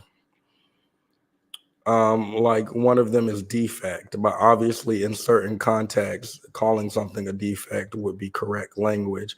But probably like if you're talking to me and you call me that, understandable why that would be seen as a slur. What else do we have here?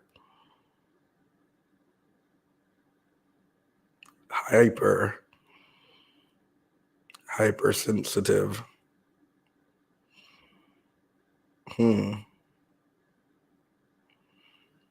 Illiterate.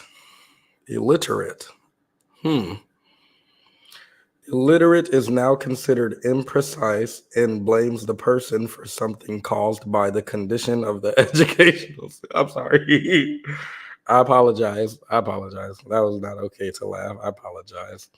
Illiterate is now considered imprecise and blames the person for something caused by the condition of the educational system. Does it though?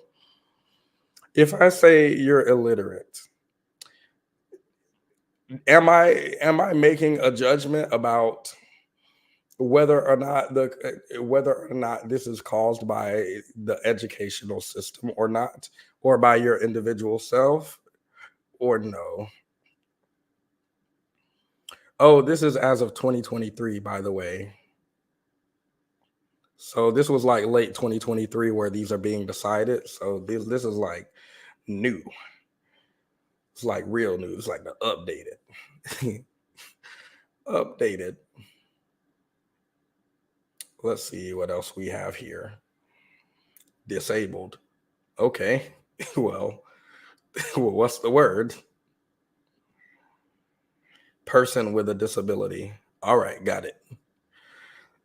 Disabled is now a slur. Y'all think I'm lying? Y'all can go right to list of disability related terms with negative connotations. So not all of them are slurs, just negative connotations. For example, Quasimodo. I don't know anybody who using that 4-syllable words to insult nobody. I've never heard of that one. Let's see. Well, the point is, guys, I just want to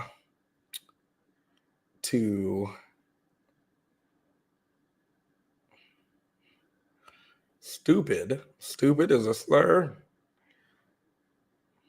Aw. Aw.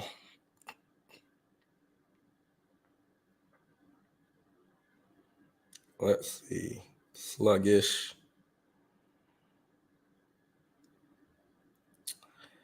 Some of these make sense.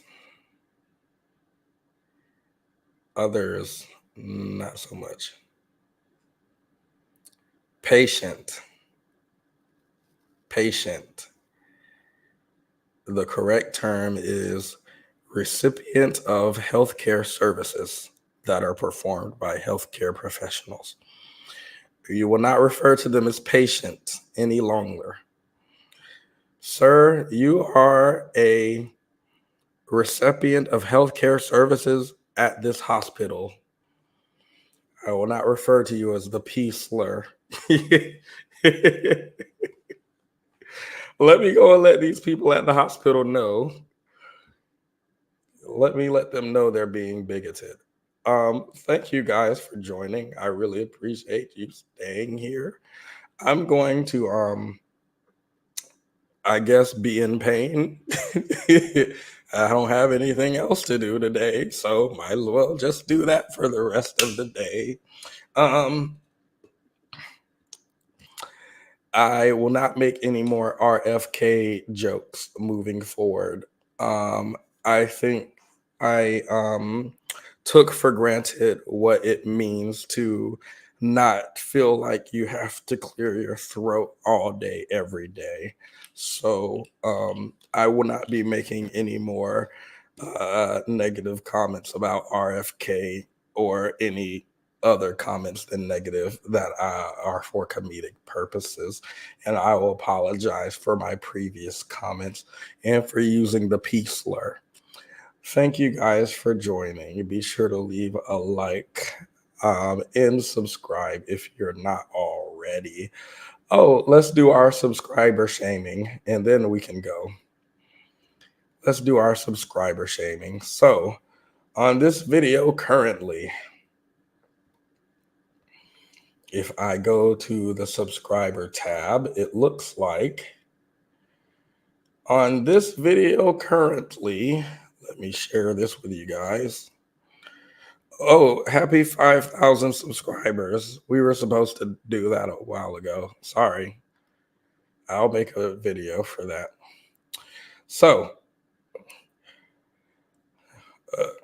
70 of you are watching this video currently.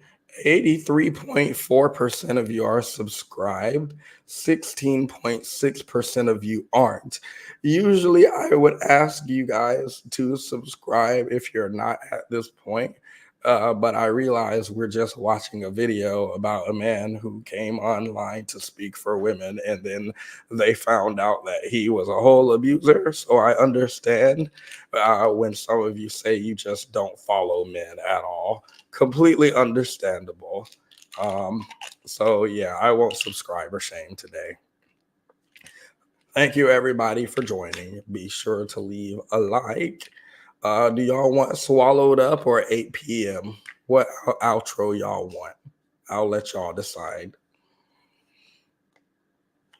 Going once. Going twice. Y'all can hear me? Y'all can hear the pill bottles? I'm struggling. I need it. It's for my pay.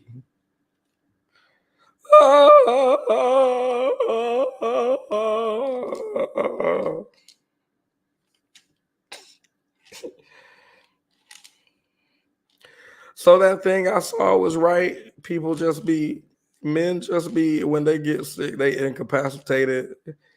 Women just go right to work.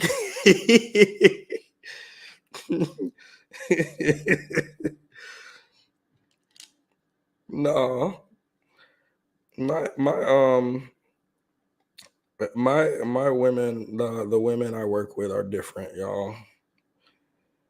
Why weren't you at work today, Petty? My arm fell off. What? Man, the last time my arm fell off, I just wrapped it up and went right to work. Like, okay, y'all a different breed. That's not fair. Y'all got different pain tolerances than men. I've seen the videos where they hook up the period cramp simulator. They hook it up to the men and women. I've seen the videos. Y'all just got a different. You can hear the sore throat. Is it noticeable? Oh no. I thought I was doing good. Thank you guys. Have a good rest of your Saturday. I will see you guys when I see you guys. I would have been swallowed up. Have you ever been swallowed up? Swallowed up. Have you ever been swallowed up? Swallowed up. Have you ever been swallowed up? Been swallowed up. Been swallowed up. Been swallowed up. Swallowed up. Have you ever been swallowed up? Swallowed up. Been swallowed up. Swallowed up. Been swallowed up. Swallowed up. Swallowed up. Swallowed. Been swallowed up. Swallowed. Swallowed up. Swallowed. Been swallowed up. I would have been swallowed up. Have you ever been swallowed up? Swallowed up. Have you ever been swallowed up? Swallowed up. Have you ever been swallowed